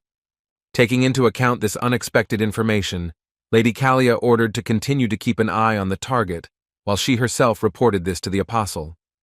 In response, Calchas asked her why they should resort to such measures. Miss Kalia did not understand what they were talking about, so the confused follower explained his words by saying that although he understands that Kim So-jun is worth taking a closer look at, this has now become an obstacle to the plan they had devoted all this time to preparing. When he said that he did not understand why Mrs. Kalia was doing this for the sake of one particular student and asked what the apostle of abstinence had said, the heiress of the apostle could not stand it and nervously shouted his name. Seeing her stern look, Calchas suddenly fell silent, realizing that he had allowed himself too much. After that, he apologized and left the mistress's chambers. What was happening haunted her, and the situation became even more tense after the last meeting with the apostle. During that visit, she confirmed information that a very large distortion had been detected in Korea. The apostle of temperance also heard that the distortion was quickly dealt with. In response, Kalia confirmed this information and reported that the person who dealt with the distortion was a student named Kim Seo-jun. It seemed very strange to her that even though the apostle knew the news about the elimination of the distortion, he still called her to find out what had happened. It was also strange why he asked who exactly solved this problem. Suddenly, the apostle ordered her to keep an eye on what Kim Seo-jun, who had dealt with the incident, was doing. Not understanding the reason, she politely asked why to do this. The apostle reacted very nervously to her words and unleashed his terrifying power of bloodlust on her. After that, he said in a threatening tone that he knew very well that the young mistress had the strongest position of all the successors of the apostle of chastity. Using incredible pressure, he forced her to apologize after saying that she sometimes forgot that her position as heir did not make her the next apostle. His actions indicated that he was warning her that she was not in a position to ask unnecessary questions. However, after releasing the pressure, he still said that this order was not his own will. Turning around, Mrs. Kalia panicked and asked how this was possible. The apostle of temperance not only occupies the most important place in the order of truth, for the whole world he is one of the 7 apostles, whom no one dares to contradict. In response, he said that he knew that Kalia had been forced to solve matters alone all this time without the support of the elders. He asked that it be considered a kind of favor, given her title as successor. All he asked now was to report on everything related to Kim Seo-jun. Kalia thought for a long time about how it was possible that the Apostle of Temperance, one of the most influential people in the world, was used as a messenger to convey the order. In the whole world, there are only a few people capable of this. However, there was obviously a man standing at the head of the entire order of truth, whom few people saw alive. Of course, we are talking about the Great Voice. The training exam was over, and people began to return home. They were all amazed by the results and how good Kim Seo-jun turned out to be. Seeing the incredible strength of the students, the public became increasingly interested in purchasing spectator seats for the professional hunter exam in advance. Seo-jun had not yet left the building, because he had to resolve some organizational issues, including receiving the reward. When So-yun saw him, she nervously asked how it happened that her student was turning more and more into some kind of monster. When Seo-jun replied that it was a bit harsh, Seo-yun impatiently replied that her words were absolutely consistent with his progress, because anyone who looked at his results would think the same thing. What was especially amazing was his sudden ability to use the aura blade. When she asked the student where he even learned this complex technique, he absurdly replied that he was just lucky. These words caused a nervous outburst on the part of So-yun. She began to boil, saying that the student was again trying to make an excuse. Sighing heavily, she decided to again miss another strange moment, and simply asked if the student was going to go home. Seo-jun replied that he would indeed go straight home this evening, but he had one thing to finish before doing so. He said that he needed to meet someone. Immediately after these words, a noise arose behind So-yun because of the awkward situation surrounding Seo-jun's new comrade. Many representatives of academies aggressively attacked the promising guy who took second place in the tournament. Lee Min-yul was self-taught, and this attracted organizations because in this case, they had a chance to get him, but he ran away from them saying that he did not care about them. Still, it was to be expected that he would be glued to him immediately after the end of the training exam. Even though he lost in the finals, he attracted enough attention.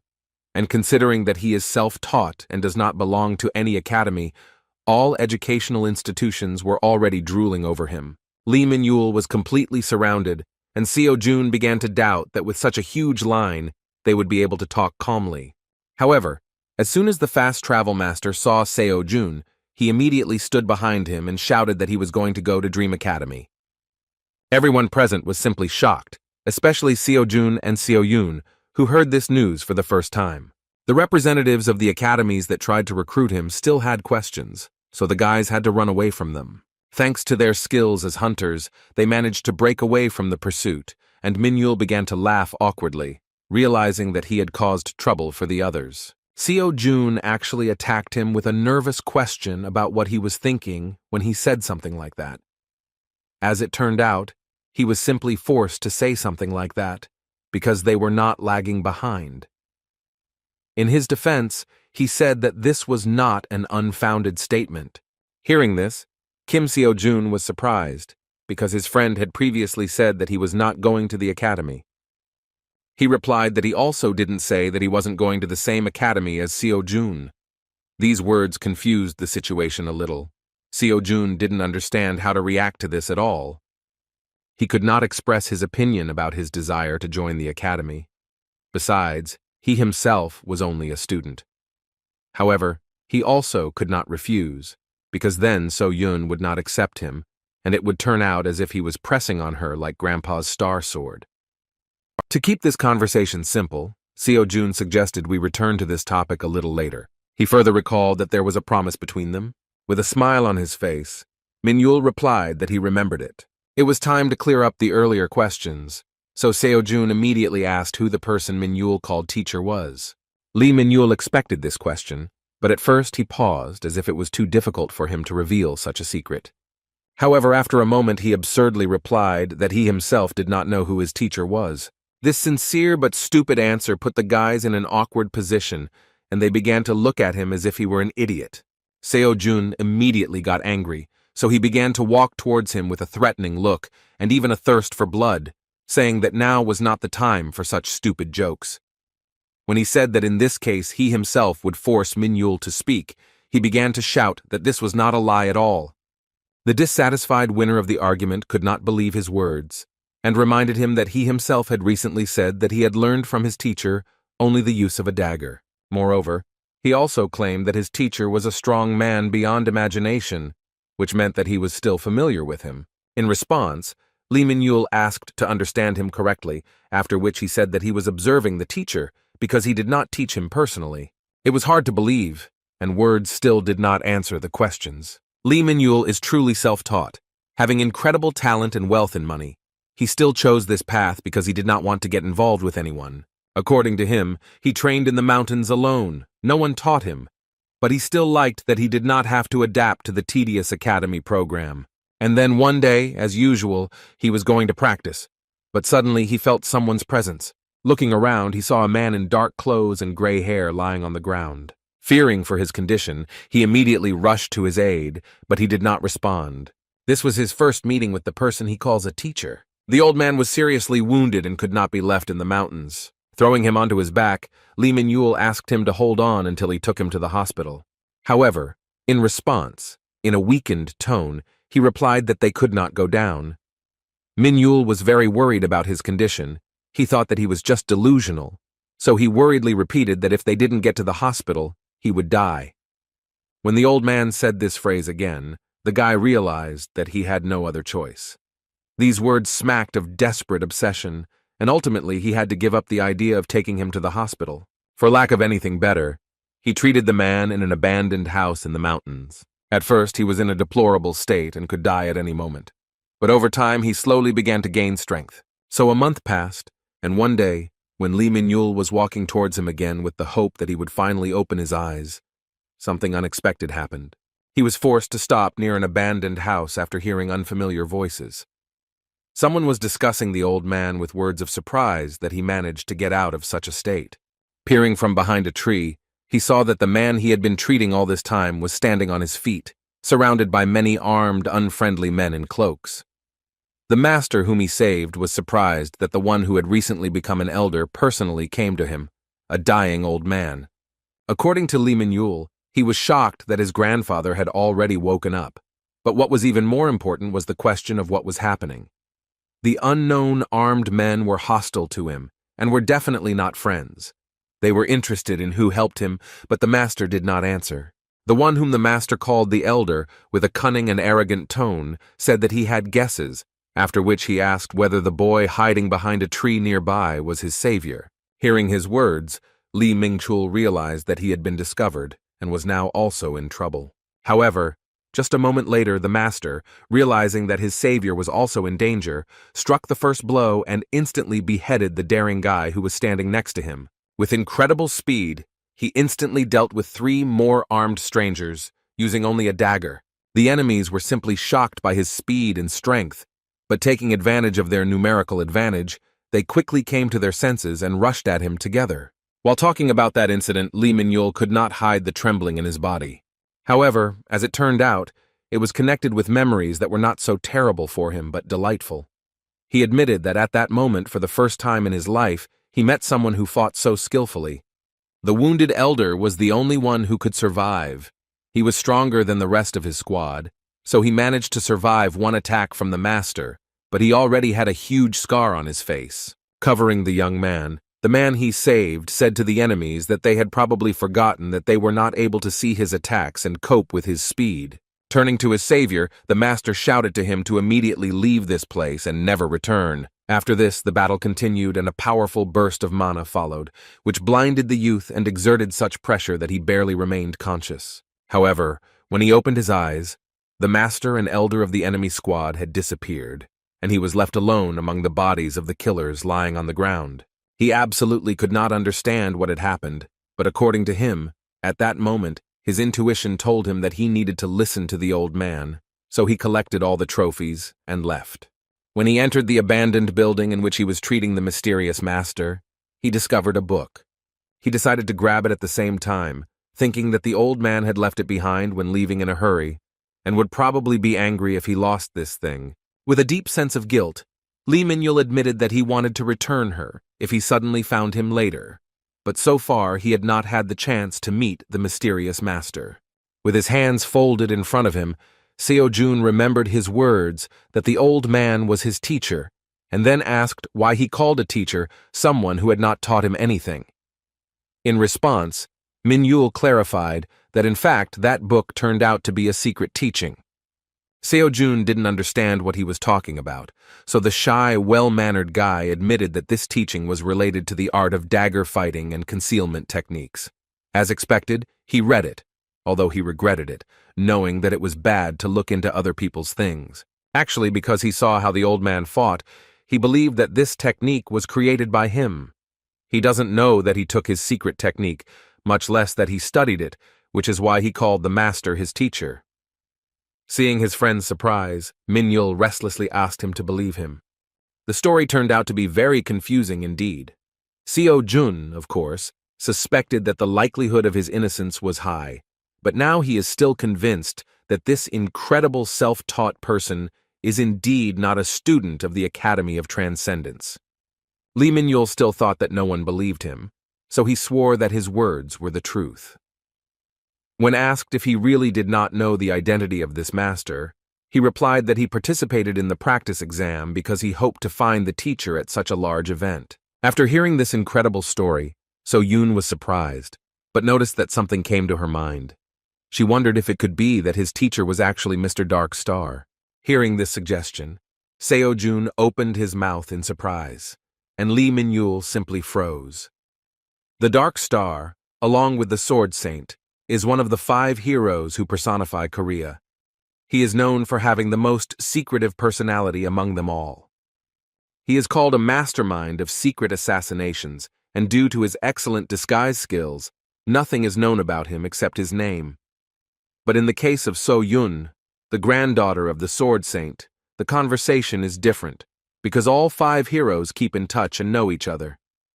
When So-jun asked if she had ever met this gentleman, So-yoon replied that she had seen him a couple of times, because when she was little, Mr. Dark Star sometimes visited his grandfather. However, in those days, they began to fight every time they met. Based on this, Seo-jun asked if she could ask her grandfather about the secret teaching that Min-yul had obtained. He was confident that Mr. Park would understand whether this was truly a Dark Star technique. So-yoon replied that it was a really good idea and that we could meet him. Lee Min-yul, who had not understood what they were talking about for several minutes, was simply shocked by these assumptions, and no less shocked when he heard that the director of the academy where Seo-jun studies calls the great sword hero the grandfather. The next day, Seo-jun went to the academy as usual. His day started with a very displeased expression on his face, because when he thought about picking up another weapon to compare with the Holy Spear, he saw that the item he was interested in was worth 500 million won. The price for just one piece of equipment was enormous, so the student was outraged at how much money this academy was taking from him. He worked non-stop and earned money, but the spending still did not end. Sighing heavily, he decided to take his time, thinking that it was not urgent. The billion received for winning the training exam was credited to the account without any problems during the day, although the reward for participating in event competitions takes time. Meanwhile, Lee Min-yul learned that sweet sister So-yoon is the granddaughter of the Sword Saint. He was shocked by the news, but immediately respectfully asked her to help meet his teacher, whom they named one of the 5 heroes. So-yoon didn't mind. She excitedly asked him to skip the formalities and promised that she would turn to her grandfather for help. At first, Lee Min-yul was hesitant to show someone else's secret teaching to another person, but he agreed to personally demonstrate his technique to the Sword Saint, so he was going to come to the academy. At that moment, Seo-jun didn't understand why Min-yul addressed So-yoon as you. Returning to his interaction with the Transcendence Academy portal, Seo-jun decided to buy a free pass, but at that moment he was surprised by the message that several of his lectures had received progress, and Chiron's course was completely completed. Now it became clear to him that the percentage of course completion accumulates even in the absence of a free pass. Within a moment, as a reward for completing the course, he acquired a rank A bone reconstruction skill. Upon learning of this, he joyfully shouted in delight at his new ability and began to test his body's strength, trying to bend bones and make unnatural movements of his limbs. To his surprise, he felt no difference. When he completed Xiang Yu's course, he could feel the power that could move mountains circulating through his body, but this time there was nothing like that. He remembered that the battle stories said that rebuilding bones corrects skeletal flaws and removes toxins from the body, forcing him to be reborn. Within a moment, he completely forgot about completing the course because he felt the sudden appearance of terrifying energy and an equally terrifying thirst for blood. Looking around, he saw nothing, but was sure that he was not alone here. The guy thought in horror about what was happening, because he clearly felt a chill suddenly run down his back. He felt as if someone had put a sword blade to his throat. Within a moment, he heard the mysterious voice of a stranger, which surprised him at how the guy reacted to his appearance. He wondered how the student managed to sense his presence. He understood that the guy with the spear did not see him, but most likely just felt him. Seeing the tension on Seo Jun's part, the mysterious stranger said that there was no need to take him hostilely, because he was not here to kill him. When Seo Jun asked who he was, the stranger said that the disciple of the granddaughter of the Sword Saint was surprisingly too strong an opponent for the boy. Seo Jun realized which boy he was talking about, and then wondered if the stranger was Mr. Nightstar. After these words, an old man appeared in front of him, who was one of the 5 great heroes, as well as Li Mingyul's teacher. Before him was indeed someone he knew to be a genius in secret murder and a master of concealment techniques. The old man with a scar on his left eye and a snake-like gaze admitted that Seo Jun was quite smart, after which he admitted that no matter how much he thought, he could not be amazed at how he even recognized his presence. Seo Jun once again surprised a professional hunter, being just a student. As usual, he didn't know how to justify himself, although this time he himself had no idea how it happened. He only guessed that this might be related to the skill of rebuilding bones that he received from Chiron's course. Based on this assumption, he could also think about whether this is an additional characteristic of this skill and extrasensory perception, and perhaps even something else that he does not yet know about. Returning to the conversation, he suggested that the visit of the great master was connected with his student. In part, this was true, and Seo Jun said thoughtfully that he knew that the master had left him his teachings on purpose. Sighing heavily, the Dark Star said that it would be better if his ridiculous student talked less, but after that he found out that he didn't know Minhyul at all. Seo Jun said that he had no idea about his identity or that he left the book on purpose. Coming back to the matter, Seo Jun mentioned that Minhyul is already on his way to the academy. However, the old man did not intend to meet him and was not very happy that he did not have much time. When Seo Jun asked what he was talking about when he said he had little time, the old man replied that if he wanted to meet the student, he would have done it a long time ago. Now they cannot intersect, and that is why the master initially came to Seo Jun for this reason. He said that there was no time, so it was worth getting straight to the point. Then he asked an unexpected question regarding how Seo Jun is connected with the Order of Truth. The student was surprised by the question, but without hesitation said that he denied any connection with them, even though he had to meet with Kalia once. Hearing about the successor of the Apostle of Chastity, the old man said thoughtfully that he now understood what was going on. He explained that in fact all this time he has been acting especially secretly, since he is monitoring what the Order of Truth is doing. When Seo Jun asked why he was doing this, the old man said with a serious look that he did not trust them. Most people in the world know the Order of Truth as the heroes of humanity, and the organization that stopped the great disaster, but the master knew that this was not all.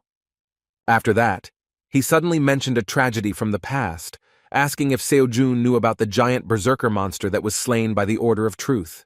Then he shared a shocking statement that only a few people know about.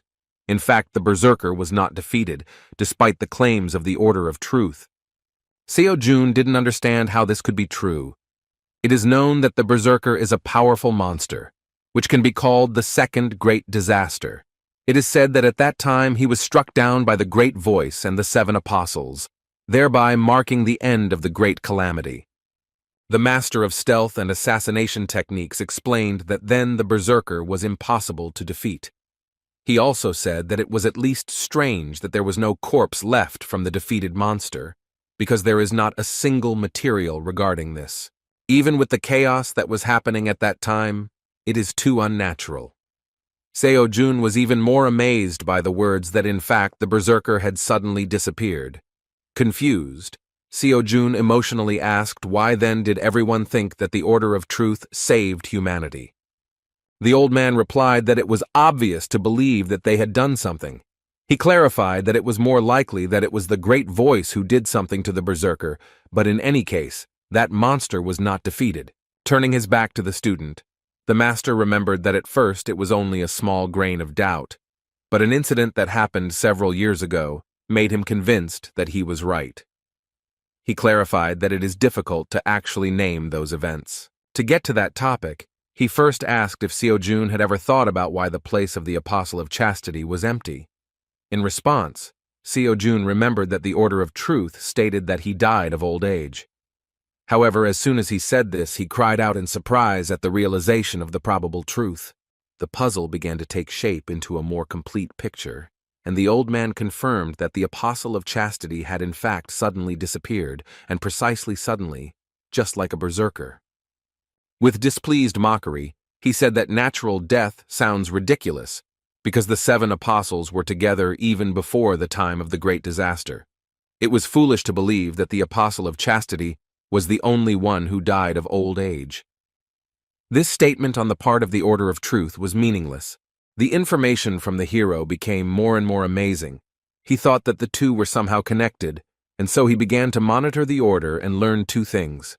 Firstly, the Order of Truth planned to kill him for this, and secondly, the rift of the 10-star dungeon is a trick of the Order, and the reason for it is Seo-jun himself. Naturally, the guy did not understand what he had to do with them. The old man himself did not know the exact reason, but he was sure that the Order was closely monitoring the personality of the young man. When Seo-jun asked why Mr. Darkstar was telling him such secrets, he said with a serious look that he had come to him with a personal request. He wanted Seo-jun, whom he had only known for a few minutes, to take care of the boy for him. It was about Li Ming-yul, and the assassin admitted that if he could, he would look after him himself. But this is impossible while he is being persecuted by the Order of Truth.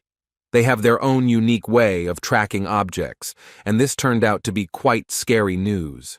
The old man wasn't sure, but it seemed like the Order could see the consequences of their target's actions, so they called it visioning.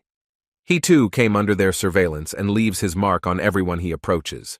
Seo-jun didn't understand why he had to act as a mediator, since information about the vision of the Order of Truth probably also meant that he himself was subject to this ability. Unexpectedly for him, the master replied that he was an exception. The apprentice is already the object of observation of the Order, however. Like the master, they cannot see him.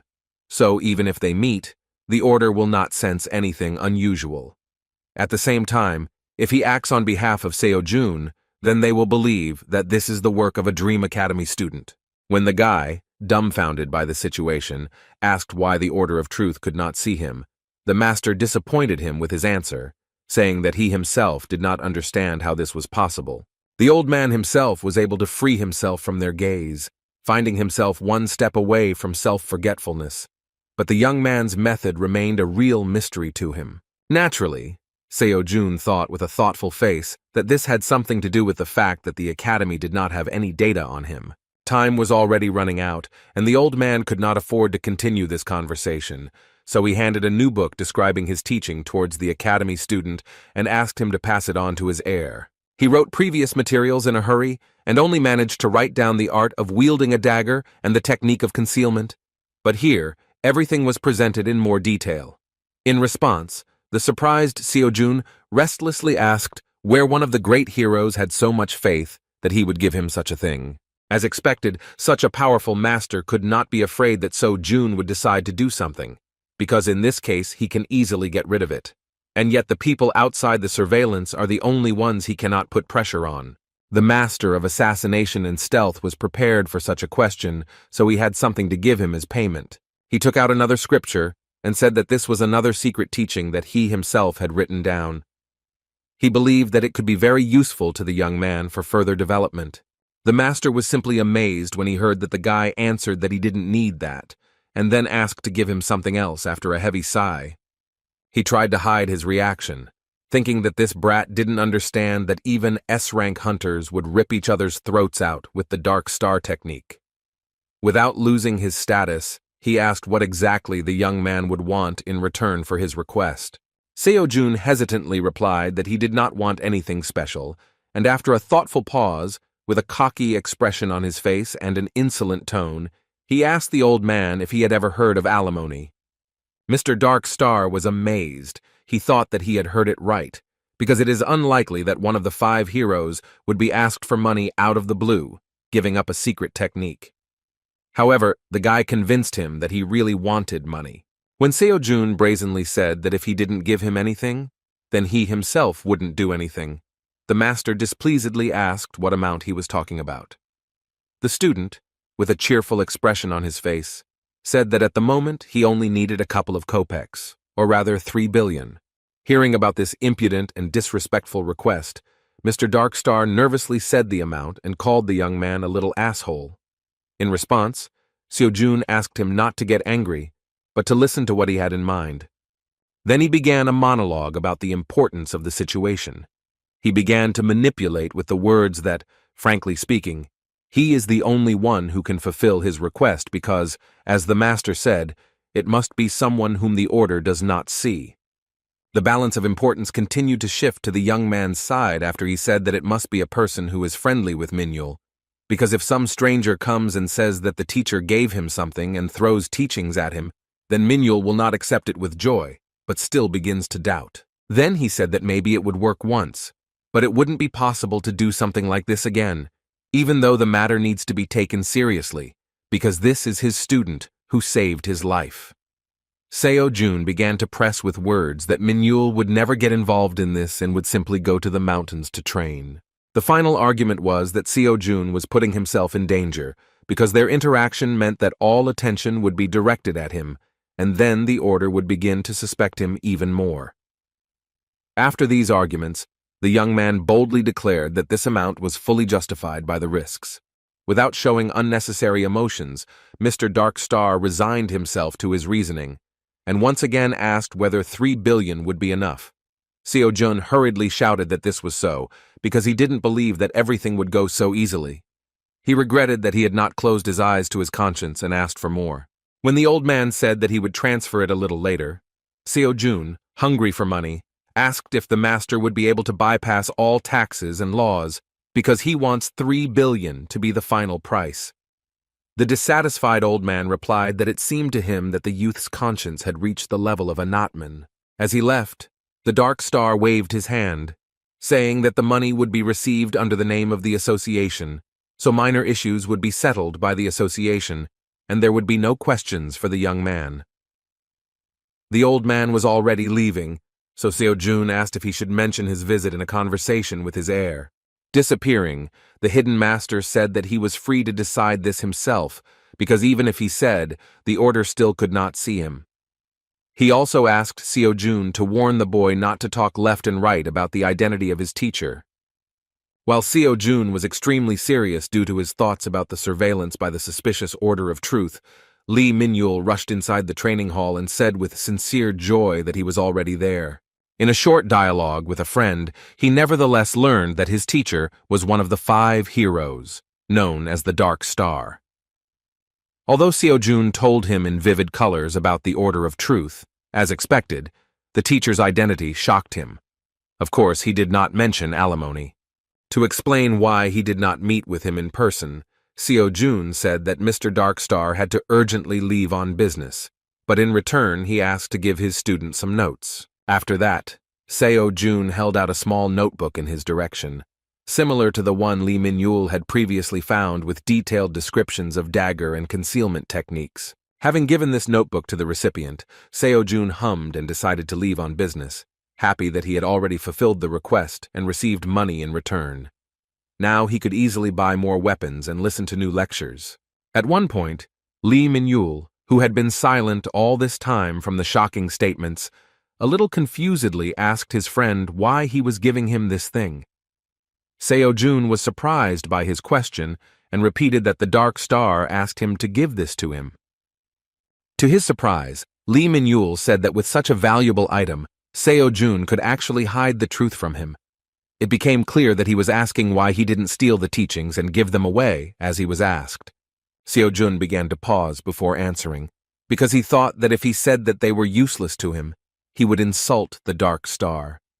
Still, he could not reveal the truth that he was a disciple of Transcendence Academy. Putting on an important face, he demonstrated feigned sincerity and said that this would be wrong. Lee Min-yul was shocked by these words, and after a short silence, he firmly said that he had made a decision. Seo-jun didn't understand what he was talking about, so he asked to clarify what he meant by this. In response, Min-yul, with a sparkle in his eyes and admiration in his tone, shouted that he had now firmly decided that he would attend Dream Academy with his best friend. He stated that he would start that day because he was touched by how nice a guy Seo-jun was. The glow of boundless trust began to blind the academy student, and he himself began to think anxiously that there was some misunderstanding that he could not explain. When they met with So-yun, Lee Min-yul leaned on his friend's shoulder and said that from that day on he would study at the Dream Academy. In fact, Madam Director was not against the fact that she was simply presented with a fact. She didn't mind, and even admitted that she would be happy about it. So-jun, trying to free himself from the embrace of his obsessive friend, only confirmed his guesses that So-yun would also not resist his action. In fact, at first it seemed stupid to him that he would actually be able to extract any benefit from this whole situation. However, it has now become clear that Min-yul will train himself according to the secret teachings that the Dark Star will provide him with. So Seo-jun will not frantically search for this troublesome guy every time the Dark Star gives him an assignment. He was very much cheered up by the mere realization that, on the contrary, if he carried him everywhere with him, then the Dark Star would have more reasons to give him a large sum. Looking at this troubled boy from the other side, he himself began to joyfully hug him and support the idea of him joining the academy, realizing that this was a real goose laying golden eggs. While Seo-jun rejoiced at his genius and the prospect of taking all the money of one of the 5 heroes for himself, So-yun thoughtfully said that now that they had a second student, they would be able to participate in team competitions.